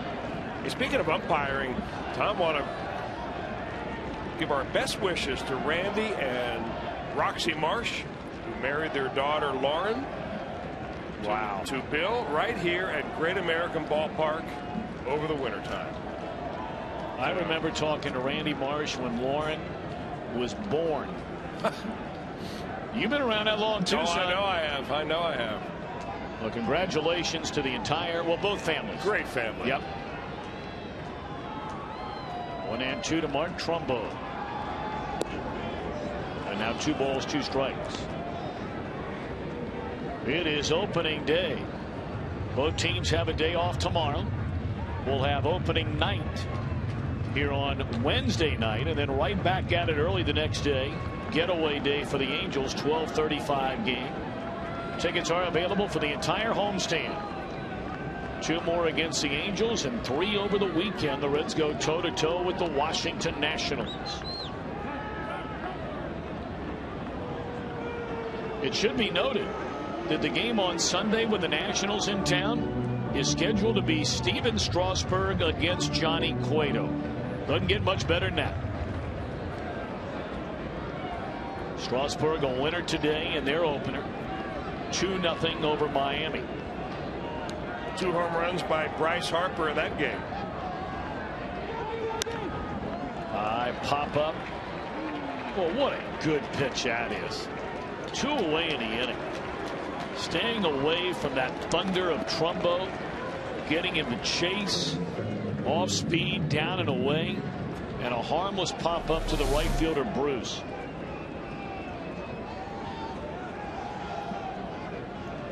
You know, it doesn't always happen like this. We've seen now 3 relievers on the part of the Reds. We've seen 4 relievers out of the Angels. But I've always contended, Tom, that fresh out of spring training is the best time for a bullpen. Because every one of these guys throughout spring training has been given regular work right up to the very end. You're throwing on the side. You know when you're going to pitch an inning. You're ready, and you are sharp, and you're ready, and you're not overused. And there's no other time of the year in which a bullpen can say that. And we've seen some real good bullpen work here this afternoon. Sure have. Hitting by Broxton. Inning by Chapman. Second inning by LaCure. Low, the right-hander to the right. Frieri, the closer on the left. Frieri, if the Angels were to get a lead. Low, probably, if the Angels do not score.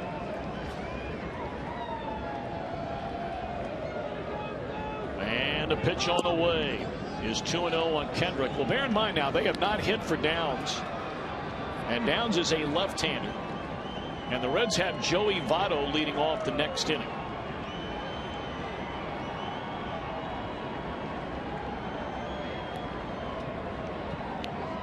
Well, this is no easy out here in Kendrick.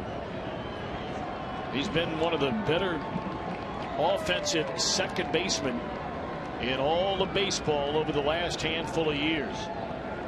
Knocked in nearly 70 runs a season ago. 2-0 pitch. Ball 3. Kayaspo waits in the on-deck circle to switch hitter.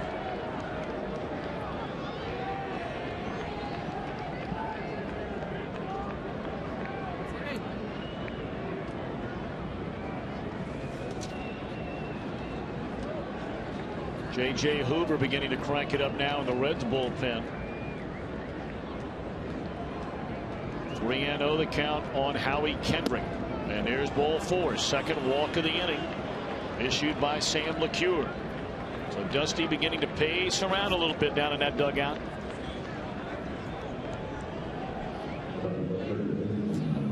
LeCure allowed a hit. No runs obviously in the 10th inning. Leadoff walk here in the 11th. Retired Hamilton and Trumbo, but now walks Kendrick on 4 in a row. And the Reds' outstanding pitching coach Brian Price comes out to talk with Sam LeCure.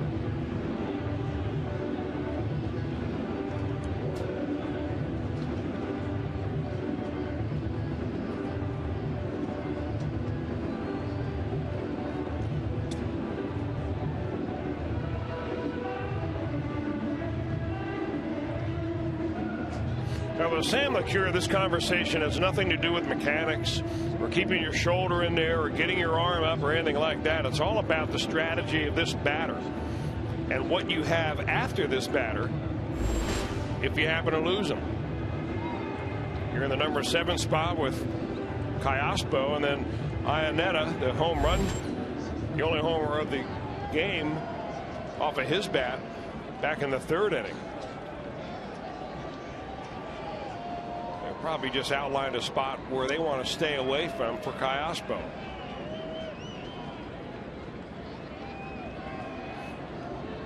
So now Kayaspo digging in. 2 on and 2 are out. First pitch misses off the inside corner. You know, he's kind of a slap hitter, really, and I'm looking at the outfield positioning right here. I see Chu is playing rather shallow, but it seems to me that Chris Heisey's pretty deep for a little left-handed slap hitter out there, especially on a day in which the ball's not carrying very much.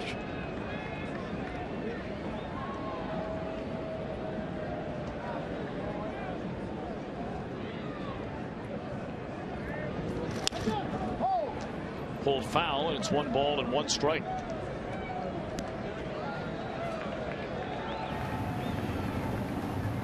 Hoover ready should the Reds want to go that way, but it looks like this 11th inning anyway belongs to Sam LeCure.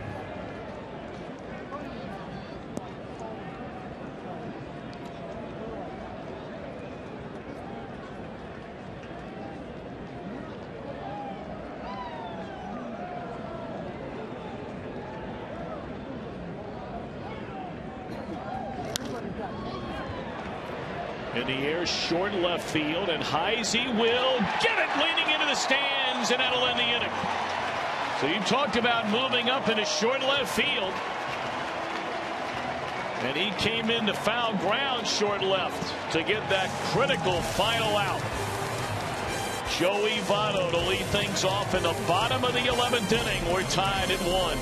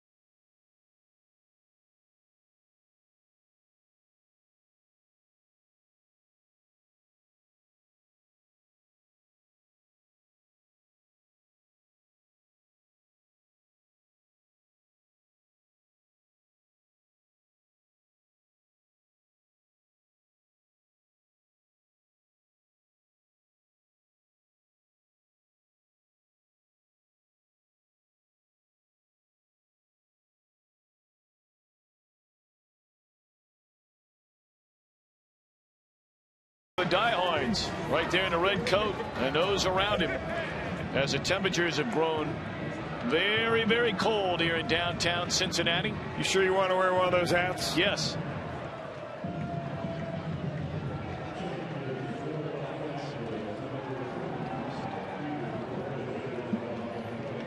I tell you, I'm having a hard time understanding, Chris, unless I missed something, and I don't think I did. It's very much in the realm of possibility. We've established already today, but I never saw, unless they made a double switch, I never saw the Angels bat. No, they did not bat for Scott Downs. No, they did not double switch somebody in there. Hard time understanding why you wouldn't leave Downs in as a left-hander to face Votto to begin the bottom of the 11th inning, but they're going to bring on Mark Lowe. Mark Lowe, who signed a deal back in February with the Los Angeles Dodgers, was released by the Dodgers in late March, and that's when he got picked up by the Angels, and here he is out of the bullpen. Been a very, very quiet day. Romine remains in the game. He plays third base.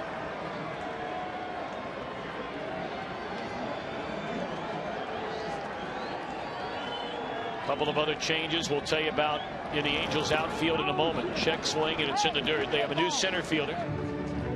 Brought up his name earlier. Speedy Peter Borges, who will be their regular center fielder during the season. And when they play with a designated hitter, that means Trout will go to left field, which is where he is now. Trumbo comes in to take over at first base after they pinch ran a moment ago for Albert Pujols.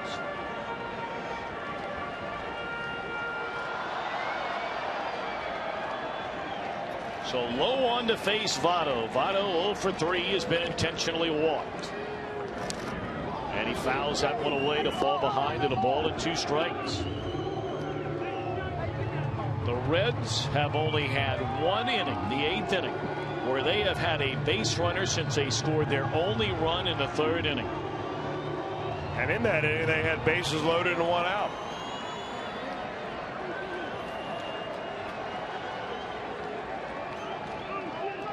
And now the 1-2. And it's on the ground, routine to short, and then bobbled by the shortstop Ivor. 3rd error of the afternoon for the Angels.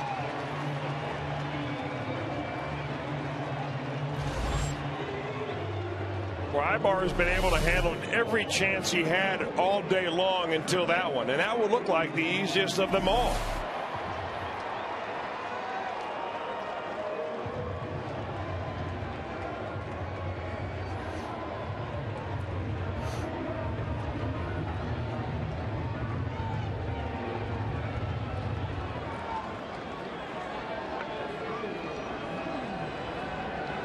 So now it'll be Heisey, who had a chance with the bases loaded and 1 out back in the 8th, and he puts down a bunt. And the other hand feed, Heisey able to put down the sacrifice, getting the winning run to second base. Tell you the way Heisey has bunted twice in the game today. Makes you wonder if he thought about dropping down one with the bases loaded earlier. I know that sounds outrageous, but Heisey has done it before. He's a good bunter. All right. Well, Jay Bruce will be intentionally walked. You knew this was coming. They're not going to let Bruce, although he is 0 for 4 with 3 strikeouts, including the bases loaded, ending the 8th inning.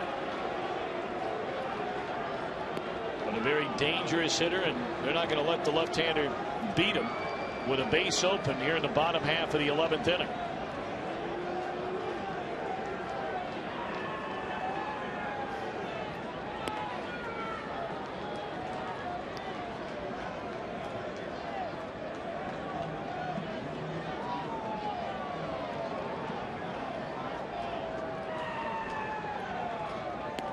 And there's ball 4. So here comes Frazier, getting his first opening day start.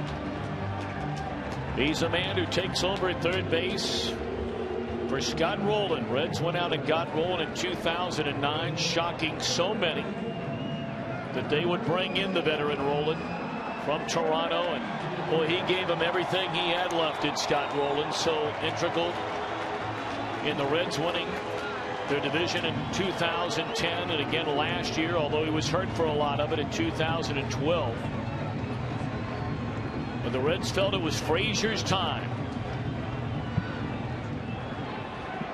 But now he has a chance to be the hero on opening day, and this is his first career opening day start. Winning run at second, one out in the 11th inning. 0-1. Sam LeCure's spot is due up next. Hanahan is standing in the on-deck circle for what, the third time already today. But Votto carries the winning run at second base with one out.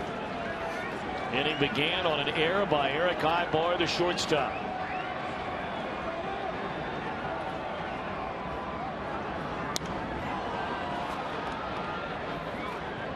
One and one to Frazier.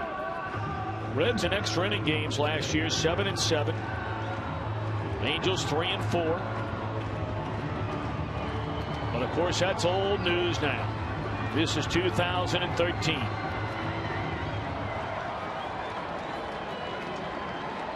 Can you win your first extra inning game in this your first game in 2013? Right down the can, and Frazier takes a fastball strike. That's 2 or 3 of those today that Frazier, who generally loves hitting the fastball, has taken for strikes. I got to figure that Frazier, who's a guy that will admit that he guesses along with the pitcher, looking for something else. 1-2 on Todd Frazier. And just threw a fastball right by him. That was no contest in that at bat. 2 out in the inning. Not the biggest names in this Angels bullpen, but we've seen some very good arms. Mark Lowe in the past has hit 100 miles an hour on the radar gun. That's a nice, easy 94 right there, right by Frazier. I mean, to give you an idea about where the Angels felt they were with their bullpen, and bear in mind, this was a bullpen that led the American League in blown saves last year. Lowe is a guy who has pitched for Texas. He went to spring training this year with the Dodgers. They released him. Yeah. And the Angels, just with a little more than a week and a half left in spring training, bring him onto the big league club. But that gives you a state of the bullpen, I guess. And you brought this up earlier, but you know, generally teams that are contending teams, and you look at the Reds bullpen as just an example, you know, they're not looking for guys to pick up with 10 days left in camp released by somebody else. They're looking for ways to get rid of players, and actually they sent 2 legitimate major league players down to AAA, Logan Ondrusek and Jose Arredondo. So now Jack Hanahan in his Reds debut. Down strike 1. Hanahan, known as a very good defender, an extremely patient hitter. It's been a while since he's entered a game with a base hit, 3 of them in his career.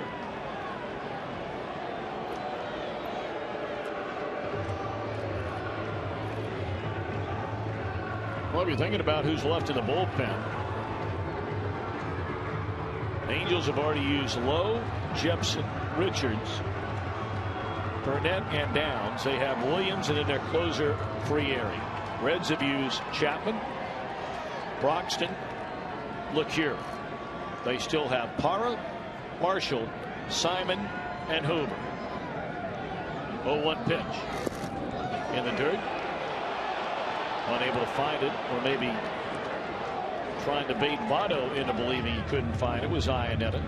The Reds only have 1 position player left on their bench, and that's their backup catcher, Devin Mesoraco, primarily due to the injury of Ryan Ludwig. And the backup catcher for the Angels, Hank Conger, their only position player left.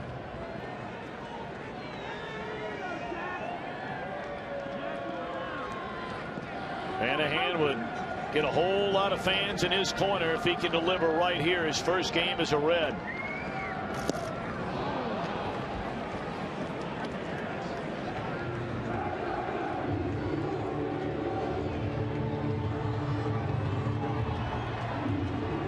J.J. Hoover is warming up again in the Reds bullpen. Reds are hoping, of course, he never has to pitch in this game and just end this thing right here and right now at 5 minutes after 8.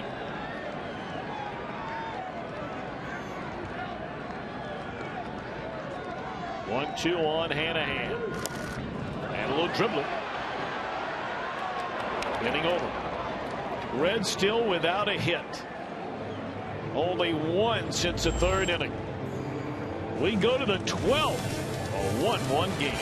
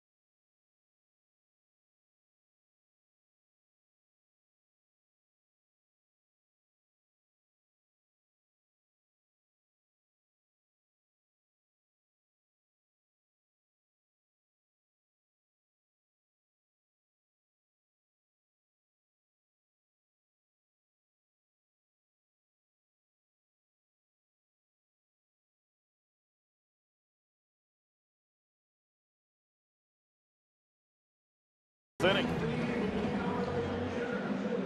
A lot of folks have rolled out of here. It has gotten downright cold. I mean, it was chilly when we got started, but the sun was out.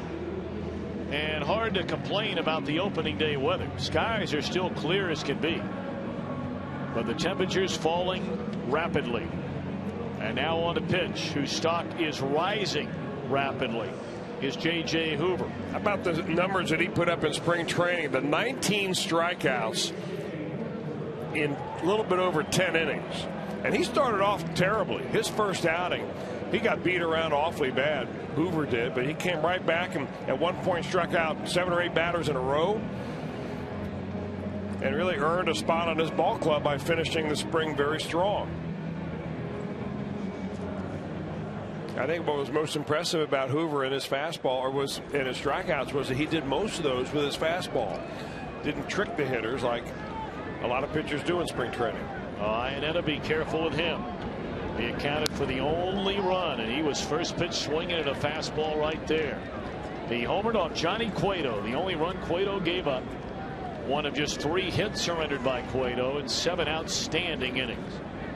Johnny struck out 9. Walked 2, 1 intentionally. Jared Weaver, the starter for the Angels. Pulled him on a slider down and away there. Weaver 6 innings, 2 hits and a run. Richards, Burnett, Jepson, Downs, and Lowe have combined to go 5 innings and allow only 1 hit out of the Angels bullpen. Broxton, Chapman, LeCure, 4 innings, 1 hit. Out of the Reds bullpen, and Hoover on another breaking ball slices up Iannetta. Well, he hides the ball very well, Hoover does, but the ball explodes out of his hand with a fastball. He only measures anywhere from 92 to 94, which is fast enough, but with a breaking ball that tumbles like that. He told me at the end of spring he feels like he's thrown the ball as well as he ever has. Well, you go back 137 years of opening day games in Reds franchise history. You're not going to know every single statistic there is spanning that long.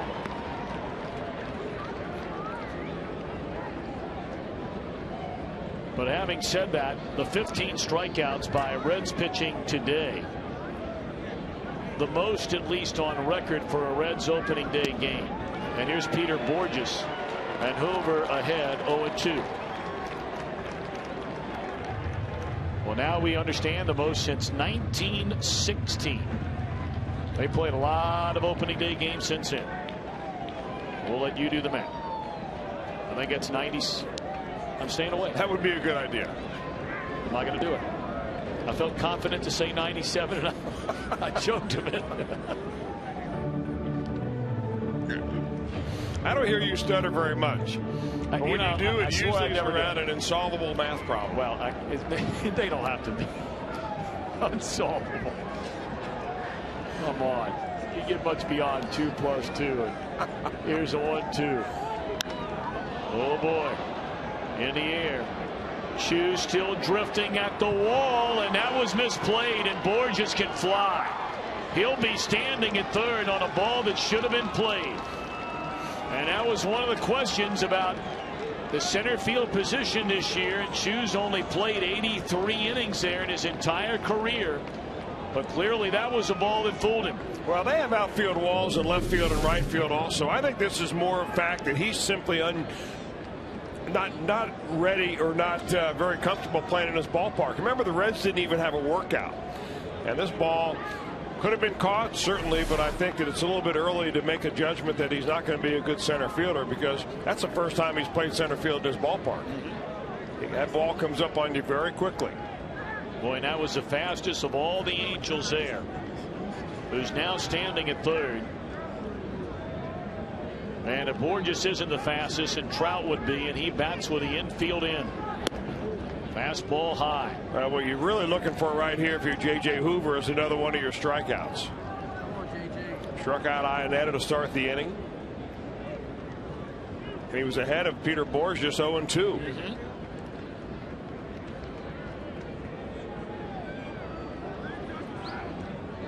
Infield in all 4 positions, and here comes a pitch, and that's called ball 2.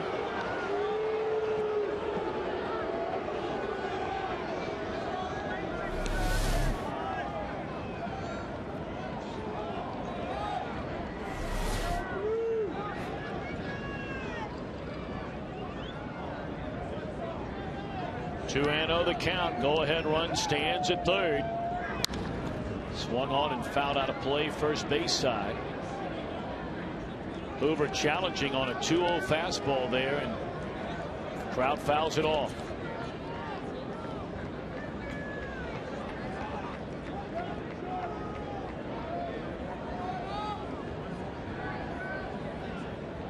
Frazier is Turris, Phillips, and Votto. Third, short, second, and first. All drawn in with a go-ahead run at third and 1 out. 2-1 on Trout. Strike 2. Well, it's almost so Dale Scott's been reluctant to call anything a strike. And was slow to the trigger there, but it's 2-2 the count.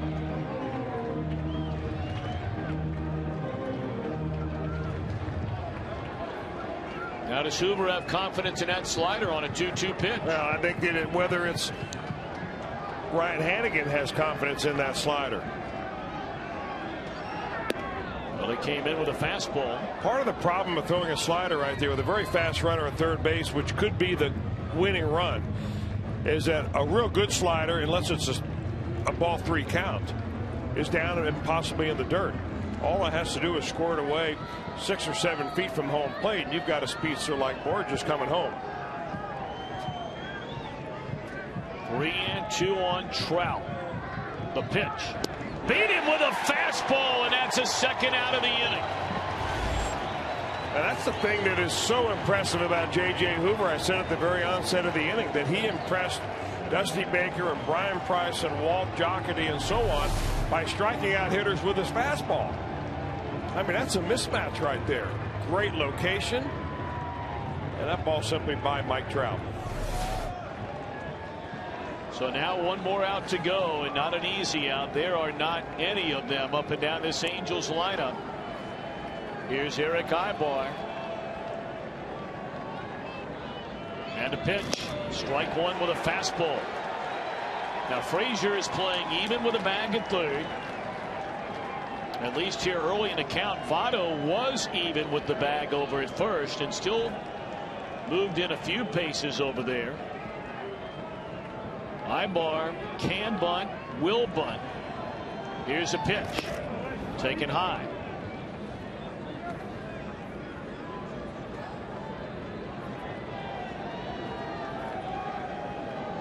Borges, a 1-out triple. And now carries a go-ahead run with 2 outs here in the top of the 12th inning. Hoover ready, and a 1-1. Fastball swung on and missed for strike 2.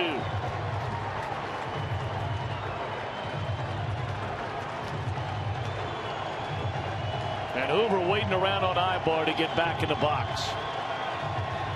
And now those that have stayed are looking for young J.J. Hoover to try and put the top of the 12th inning away.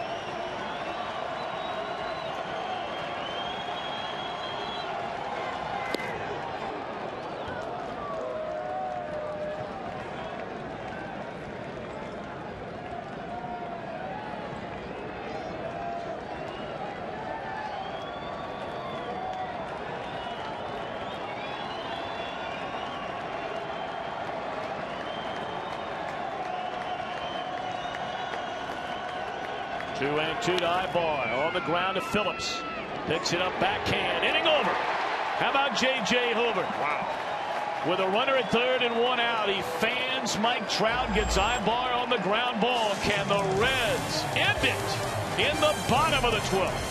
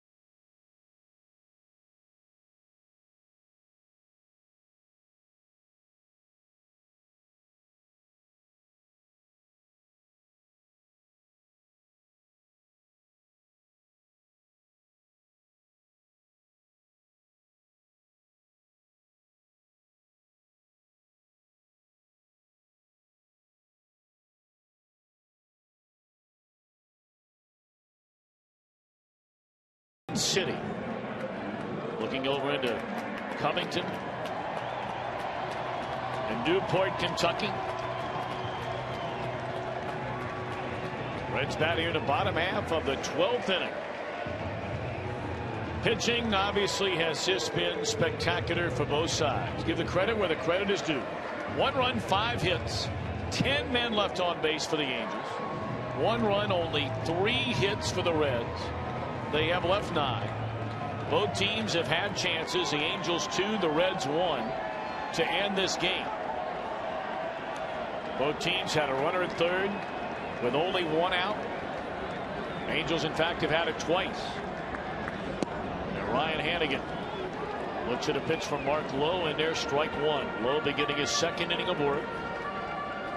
Pitched out of a 2-on, 1-out jam in the 11th inning, fanning Frazier and getting Hanahan on a roller back to the mound. Hannigan 0 for 4, robbed of a hit on a sliding grab made by Hamilton. And it's a ball to strike. One thing Hannigan generally will give you is a good at bat. Well, he'll make the pitcher throw a lot of strikes. He's one of these guys that has been able to adapt to the toughest spot in all the order in which to hit, and that's the number 8 spot ahead of the pitcher in the National League. You usually get pitched around more than you get pitched to. Here's a 1-1 and a breaking ball low. And that spot requires a guy who's very patient, who won't chase pitches just like you saw right there. And over the years, Ryan Hanigan has conditioned himself to be a really solid number 8 hitter. On base percentage last year over 360. 2-1 to count on Ryan Hanigan. And a rocket that hits a pitcher on the backside, and they get the out. That's just bad luck for Hanigan. And Lowe appears to be fine. He's already looked into the dugout and said no, and trainer's going to come out anyway. It looked like it got him, Chris, on the back of his right leg, or in the butt.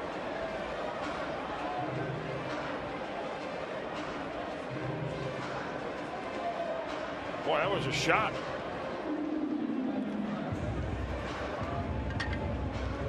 Does it hurt more in the cold when you get hit with a ball, or does it not matter when you're that close and it's hit that hard? I think it hurts anytime. I don't think it matters. I don't think he's cold. You might be cold. You got your overcoat and your scarf on, your hands in your pockets. You look like you're cold. He's out there, mid sleeves. He's the only one around here doing all the action. The pitchers are usually the warmest guy on the field. So now Cesar is Torres. He came on to replace Zach Kozite. They got an at bat in the 10th inning. And he bounced out to second base.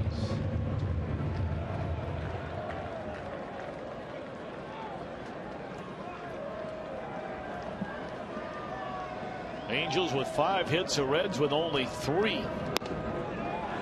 Reds got a single by Frazier in the second inning. They got a double by Chu to lead off the third. He scored their only run.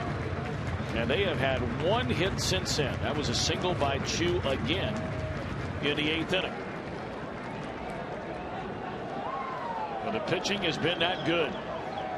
At 1-1 here in the 12th. As Torres had a good rip at a 2-0 pitch, fouled it back. As Torres played his way onto this team in spring training, guy's been around a long time. Came up with the Dodgers, won a Gold Glove, had some good offensive seasons. Going back to 2003, 2004, and 05 with the Dodgers. Well, the Reds had to make a decision about that extra man in the infield. And they already had Jack Hanahan signed up, who can play the corner positions, either third or first. What they needed was somebody who could be a true shortstop in the event of an injury to Zach Kozar. And although Donald was on the 40-man roster, Jason Donald, they designated him for assignment and kept his Torres. A lot of people thought that Donald had an edge up because he was on the 40-man roster and because he came over as part of that trade with Cleveland that included Chu and Drew Stubbs. Yeah, there are 3 of those guys in the mix here. Donald, is Torres, and Emmanuel Burris, who also had a pretty good spring. Sure did.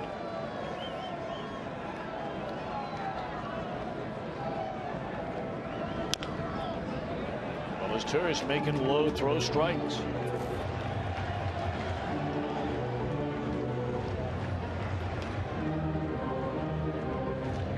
Roughly about 4 hours and 15 minutes ago, we were under bright sunshine, a late afternoon start here at Great American Ballpark. And nighttime, just a matter of minutes. And here we are in the last of the 12th inning on opening day, turning into opening night. Teams are off tomorrow, and the opening night game, celebrate all the festivities. Fireworks after the game will be here on Wednesday. 2 are out here in the Reds' 12th inning.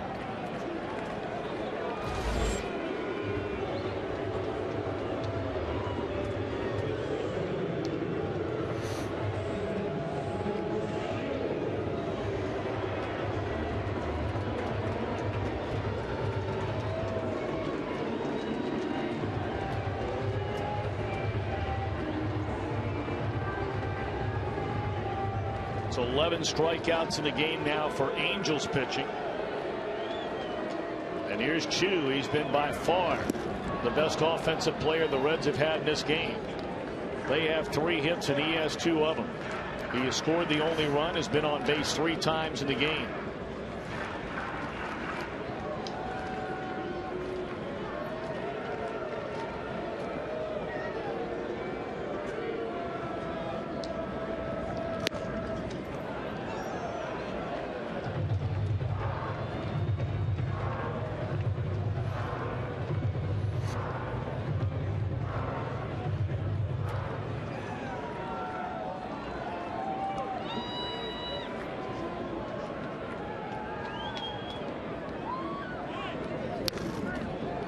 A ball and 2 strikes on Shin-Soo Choo. Well, finals earlier around baseball. Nationals blank Miami 2-0. Mets over San Diego 11-2. Chicago behind Jeff Samardzija defeats the Pirates 3-1, and Milwaukee rallies late to beat Colorado 5-4. The Dodgers, thanks to the pitching and hitting of Clayton Kershaw, shut out the Giants 4-0 in LA. Over in the American League, Boston 8-2 winners over the Yankees. The White Sox behind Chris Sale, a 1-0 victory over Kansas City.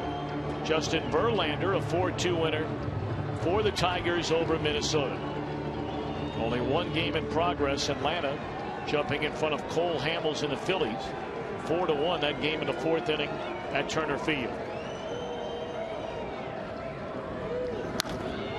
Chew a fly ball down the left field line. Out of play.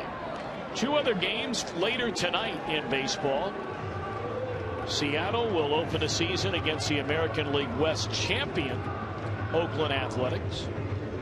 And the St. Louis Cardinals will send Adam Wainwright to the mound in the desert at Chase Field to square off against Ian Kennedy and the Arizona Diamondbacks.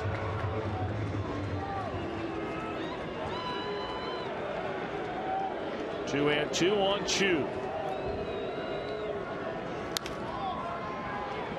We'll do it again.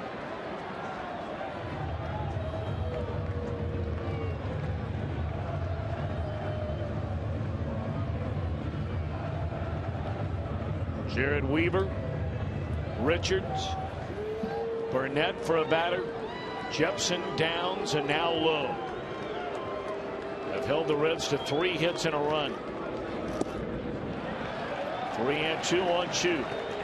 Boy, he's got a good eye up there, doesn't he? He just battles you. I'm telling you, having watched him a lot in spring training, Tom, Reds fans that have not had a chance to watch him a lot, they're going to love the way he battles it at the plate.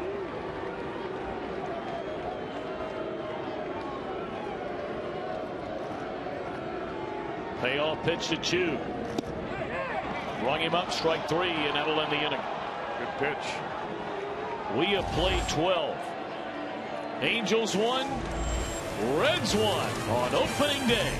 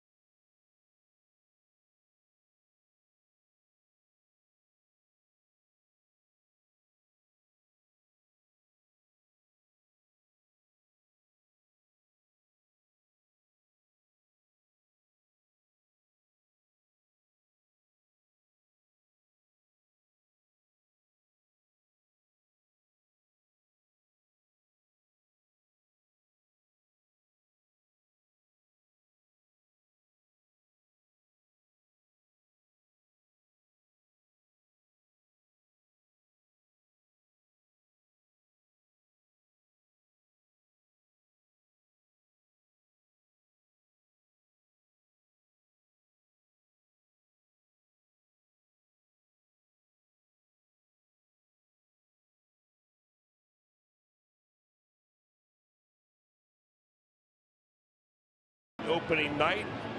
Tom and I'll be wearing tuxes and those crazy hats as well. C.J. Wilson, left-hander, against hard-throwing Matt Latos. And Joe Bland, Kentucky's own Joe Bland, will face Bronson Arroyo in the noon game, or the 12:30 game. Of course, Reds Live a half an hour earlier at noon coming on, and that Bland Arroyo game, and then that will wrap up the Angels and the first series of the year. And again, a reminder, there are tickets available for every game. This is an outstanding homestand. I mean, you've got the Angels in for 3. A club picked by many to not only win their division, but to reach the World Series. And you've got the Washington Nationals, who really, along with the Reds and the San Francisco Giants, are the 3 teams most people, not all, but most have picked to win their respective divisions in the National League. So the Nationals will be here Friday night. Saturday, remember, is a day game. There's a roller foul, and a good thing off the bat of Romine. So you have night game here on Wednesday night, day game on Thursday, night game Friday, day games on Saturday and Sunday against the Nationals. Hoover pitched out of a runner at third and 1 out jam in the 12th inning. Romine came on as a pinch runner in the 11th for Albert Pujols, so this is his first at bat. He'll be followed by Josh Hamilton and Mark Trumbo. Isn't it kind of funny that down at spring training, managers take such good care of the regular players? They're out of there after 3 innings the first few games. Then they play 5 innings. Then they finally work themselves up to maybe play 1 or 2 games where they'll play 8 or 9 innings total. And here you have nearly everybody who started this ball game still on the field in the 13th. You know, the Reds have only made 2 position player changes, being left field after the injury to Ludwig. Swing and a miss, and that is all for Romine. And then the double switch with his Torres taking over for Cozart at short. Now the Angels have had guys that start the game moved around in the game, but they're still in the game. You have Trout started in center, now he's playing left. Trumbo started in left, now he's playing first. Pujols is out, and Callaspo out. And here's Hamilton. His fly to center, fouled out to third, walked, struck out, and grounded out to Votto.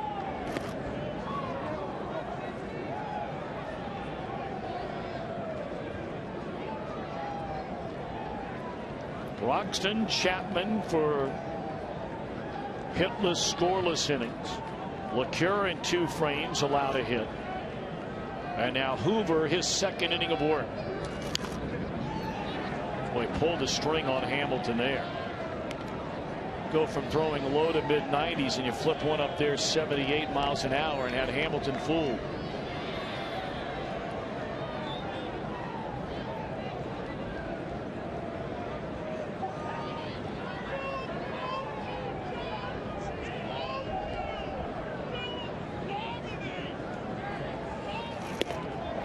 Then right back with 92 gas upstairs. 1-2 to Josh Hamilton.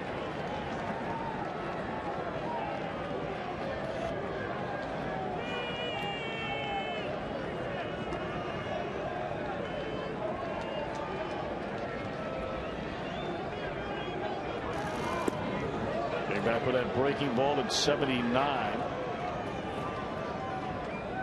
Hamilton did not go around, so it's 2 balls and 2 strikes.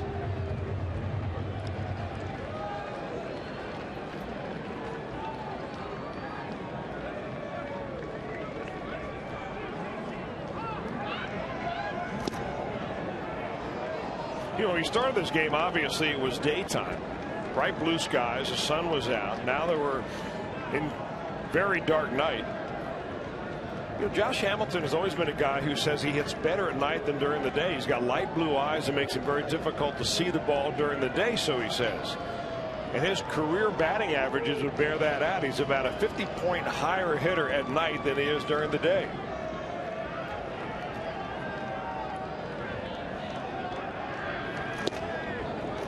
he draws a 1-out walk.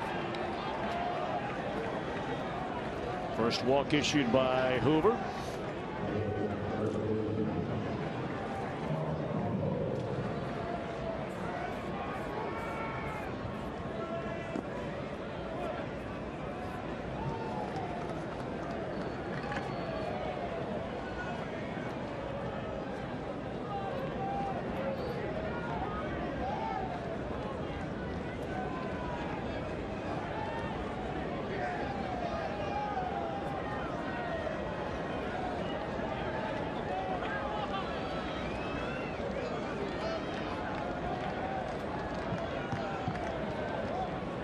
So 1 on and 1 out here in the 13th inning, and that brings Mark Trumbo to the plate. Slow roller down to third.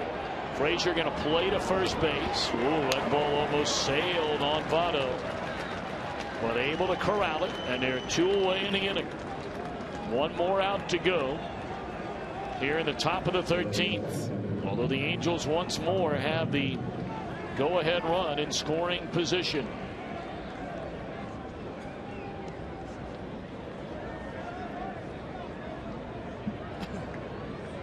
See Hamilton talking out there with Brandon Phillips. Phillips, one of the few Reds still around from when Josh Hamilton was here. I mean, the turnover, which really isn't all that long ago.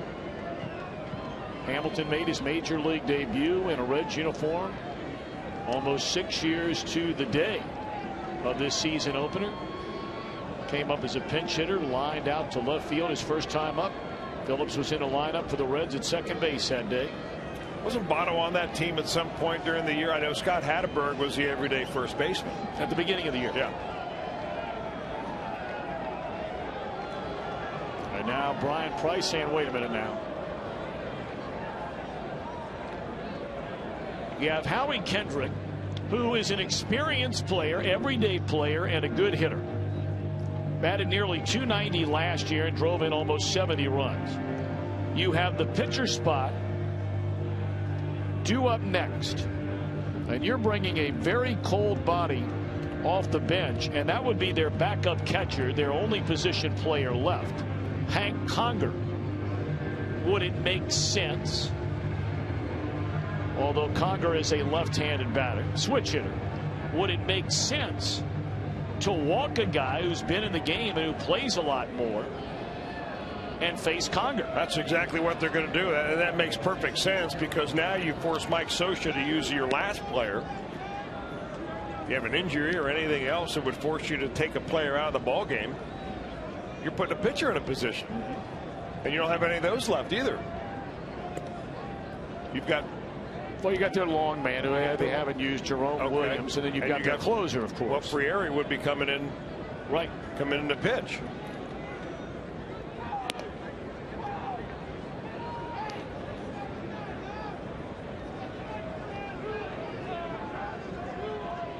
A game like this, it really comes down to a battle of wills.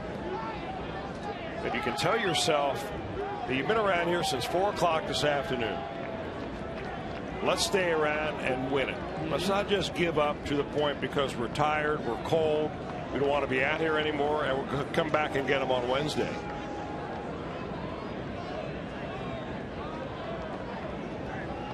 This is the kind of game that Dusty Baker saw his team play right to the end a lot last year and come up on top of these. All the one-run games, 31 and 21, played 52 of them last season. So now Conger, a former #1 draft pick who has had his issues catching and throwing. They've never worried about his bat much, but it's been the defensive side of things that's prevented him from becoming a regular catcher, and they felt like he wasn't ready this year either. So that's why they gave Iannetta a 3-year contract, despite missing a lot of time in the offseason after a broken wrist last year. 1-0 pitch. Swing and a foul ball straight back out of play.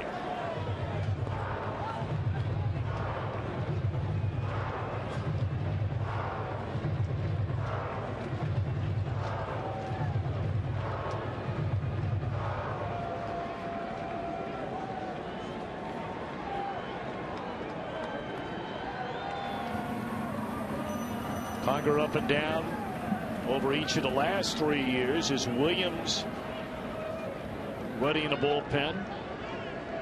1-1. And that's a fastball in there for strike 2.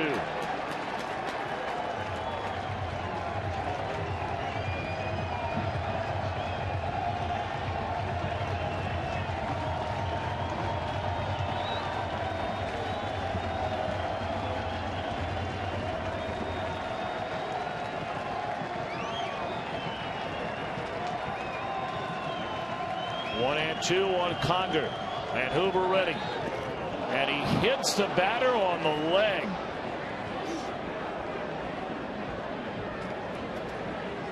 So after getting ahead of the pinch hitter Conger, it's been a hit batter, an intentional walk, and a walk to Hamilton with 1 out in the inning, and all of a sudden the Angels have the bases loaded in a 1-1 game here in the top of the 13th inning for Chris Iannetta. Iannetta 1 of 5 in the game, but his one was a solo home run off Johnny Cueto back in the 3rd, accounting for the lone Angels run. So now Hoover delivers ball 1 high.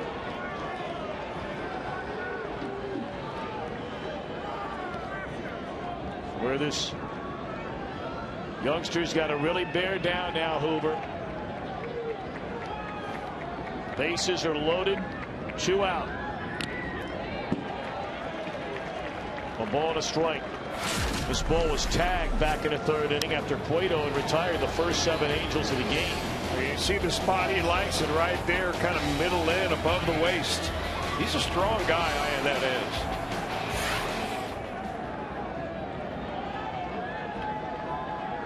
One game, 2 are out, bases loaded in the 13th inning. Boy, that looked like his hitting zone right there, and he found it straight back. So Hoover, after getting ahead of Conger at 1-2, he hit him with a pitch. Now ahead of Iannetta at 1-2.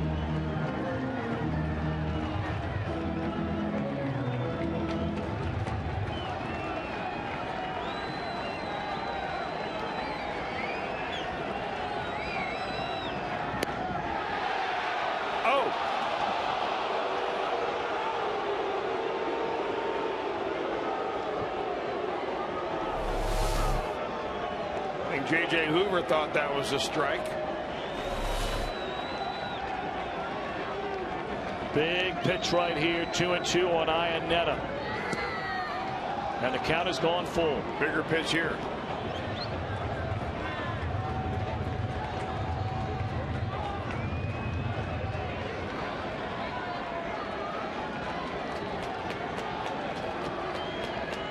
Loaded with 2 out.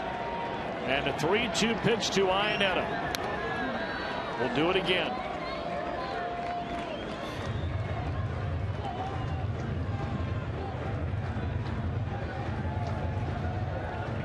Alfredo Simon throws in the bullpen, but all eyes right now on that man, J.J. Hoover. Bases loaded, 3 balls, 2 strikes, and here it comes. Once more, Iannetta able to foul it off.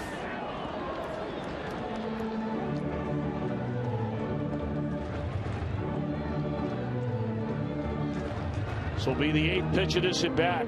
And for young J.J. Hoover, 45 pitches so far out of the bullpen. Needs a big one right here and right now.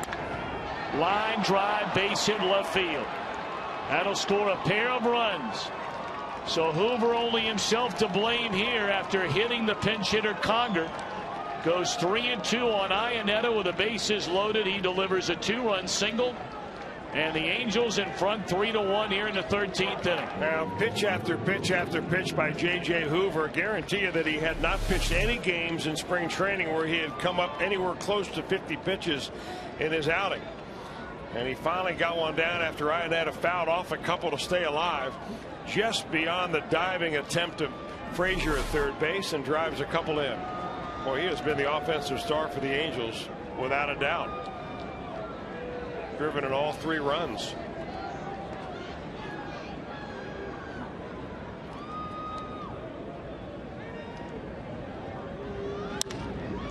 Fly ball, shallow center field, and this is going to do it. But damage done. A couple of walks in the inning, a hit batter, and the lone hit drives in 2. Reds will have Phillips and Votto to start off the bottom of the 13th, trailing 3-1.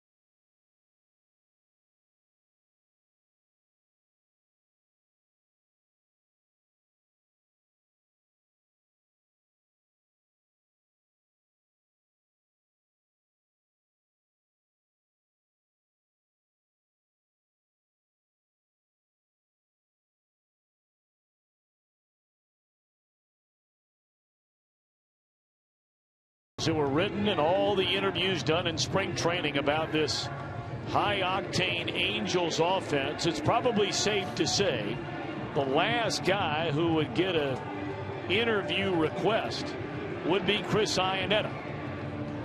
Well, the Angels have scored 3, and Iannetta has knocked in all 3. And now they'll hand it to their closer, Ernesto Frieri. What an unbelievable trade it turned out to be for the Angels last year. They picked this guy up from San Diego, who was pitching virtually in mop-up relief duty. And after he came over, wound up being their closer. And just a little more than a year ago, they picked him up in early spring training. And he put a dandy of a season together last year. Has a good running 2-seam fastball. Young man that picked up the game of baseball out of his hometown of Cartagena, Colombia, when he was about 12 years old. When he realized he had the kind of arm he did, he said, hey, I like this sport. Middle of the order for the Reds. He did not allow an earned run until the 15th of July last year, his 27th outing with the Angels. And down the stretch, he had his bumps, as a lot of young guys do. Phillips, to lead things off, looks at a strike. 3 runs, 6 hits, 12 men left on base.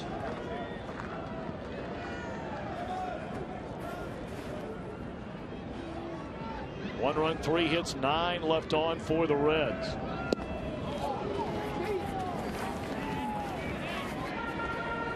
Both bullpens up until the top of this inning have been simply lights out. The Reds have only 1 hit since the 3rd inning. 1. That was a single by Chu in the 8th. And this is a soft roller to short. The only reason the Reds have had really any hope at all on offense against Weaver and then the rest of this bullpen is on sloppy defense by the Angels. They've committed 3 errors. 2 ground ball errors that permitted runners at first base, and then a pop-up drop by Pujols in foul territory.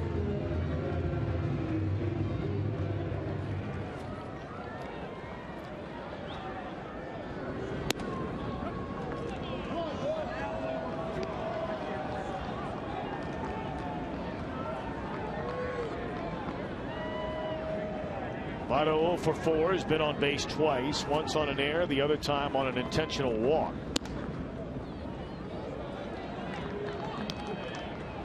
1-1 the count on Joey Votto.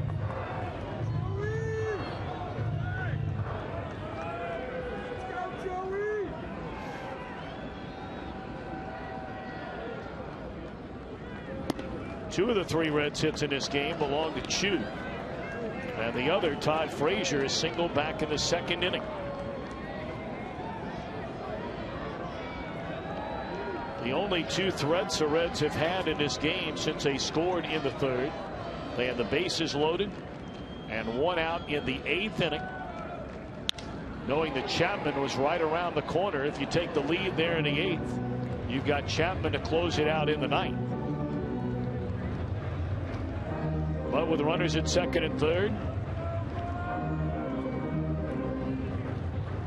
bases loaded after a sacrifice bunt. Chris Heisey was struck out. Jay Bruce struck out. Reds put 2 on with 1 out in the 11th. But Frazier struck out. And Jack Hanahan bounced out to the mound. 3-2 to Votto. Reds still with a pulse here in the bottom of the 13th inning. They're down 2, but only 1 out. And Votto trying to get aboard and bring the potential tying run to the plate.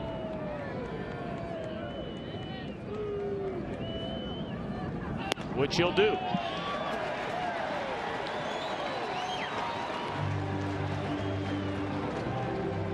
So now Heisey. We mentioned he was the one who struck out back against Garrett Richards with the bases loaded and 1 out in a 1-1 game in the 8th inning. So a chance to make amends here.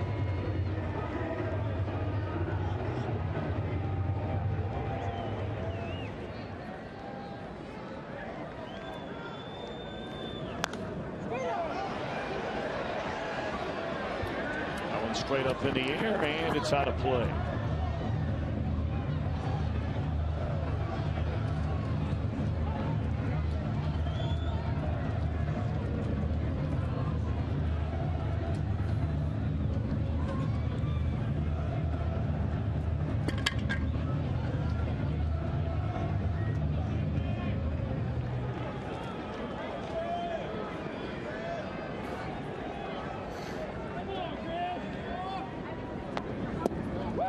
A ball and a strike.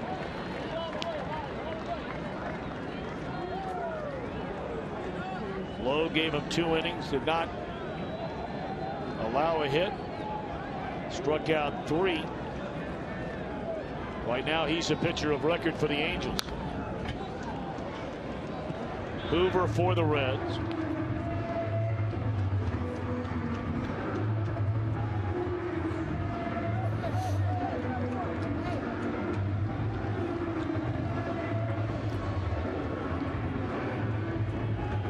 Reds hoping to rally here with 1 on and 1 out, down 2 in the 13th inning. 1-2 on Heisey. Count even up. Jay Bruce waits on deck.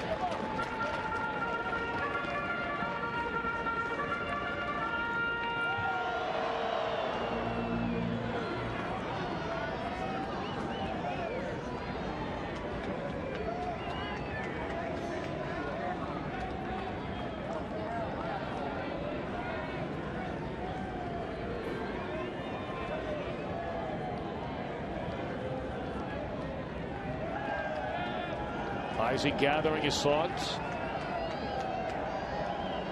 Steps out of the box. And now settles back in. Reds batting in the 13th, down a pair. 1 on and 1 out.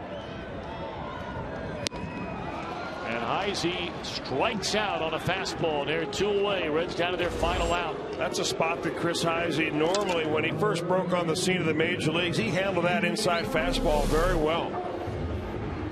In fact, that was his home run spot. He just swung right under that pitch with a little bit of late movement by Frieri.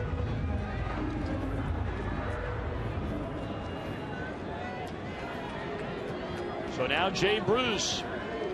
One swing at the bat could tie it up. Swing and a miss. Votto will take second base. Bruce 0 for 4 has struck out 3 times. Intentionally walked back in the 11th inning.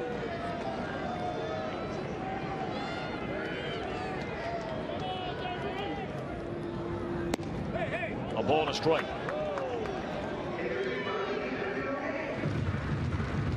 A 1-1 game until this top half of the 13th inning. A 1-out walk, a 2-out intentional walk, a hit batter loaded the bases, and Iannetta a 2-run single to break the tie. And Bruce now down in the count at 1-2 strikes. Johnny Cueto sensational here today. So is Broxton, so is Chapman, so is LeCure. But give credit where credit is due. A real sore point for this Angel team the last 2 years. Their bullpen, they have been simply spectacular so far today. They've allowed 1 hit. 1-2 to Jay Bruce.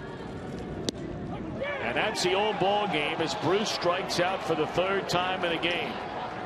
Make it the 4th time in the game.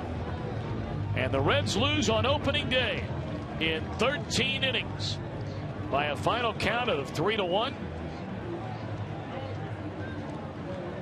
Our John Morrell hot dog play of the game. What else would it be? Iannetta in the top of the 13th inning. On a 3-2 pitch, fouled away a couple of pitches, and then drove one into left field to win it. Final count in 13. Angels 3 and the Reds 1. Reds Live, the postgame version, is coming up next on Fox Sports Ohio.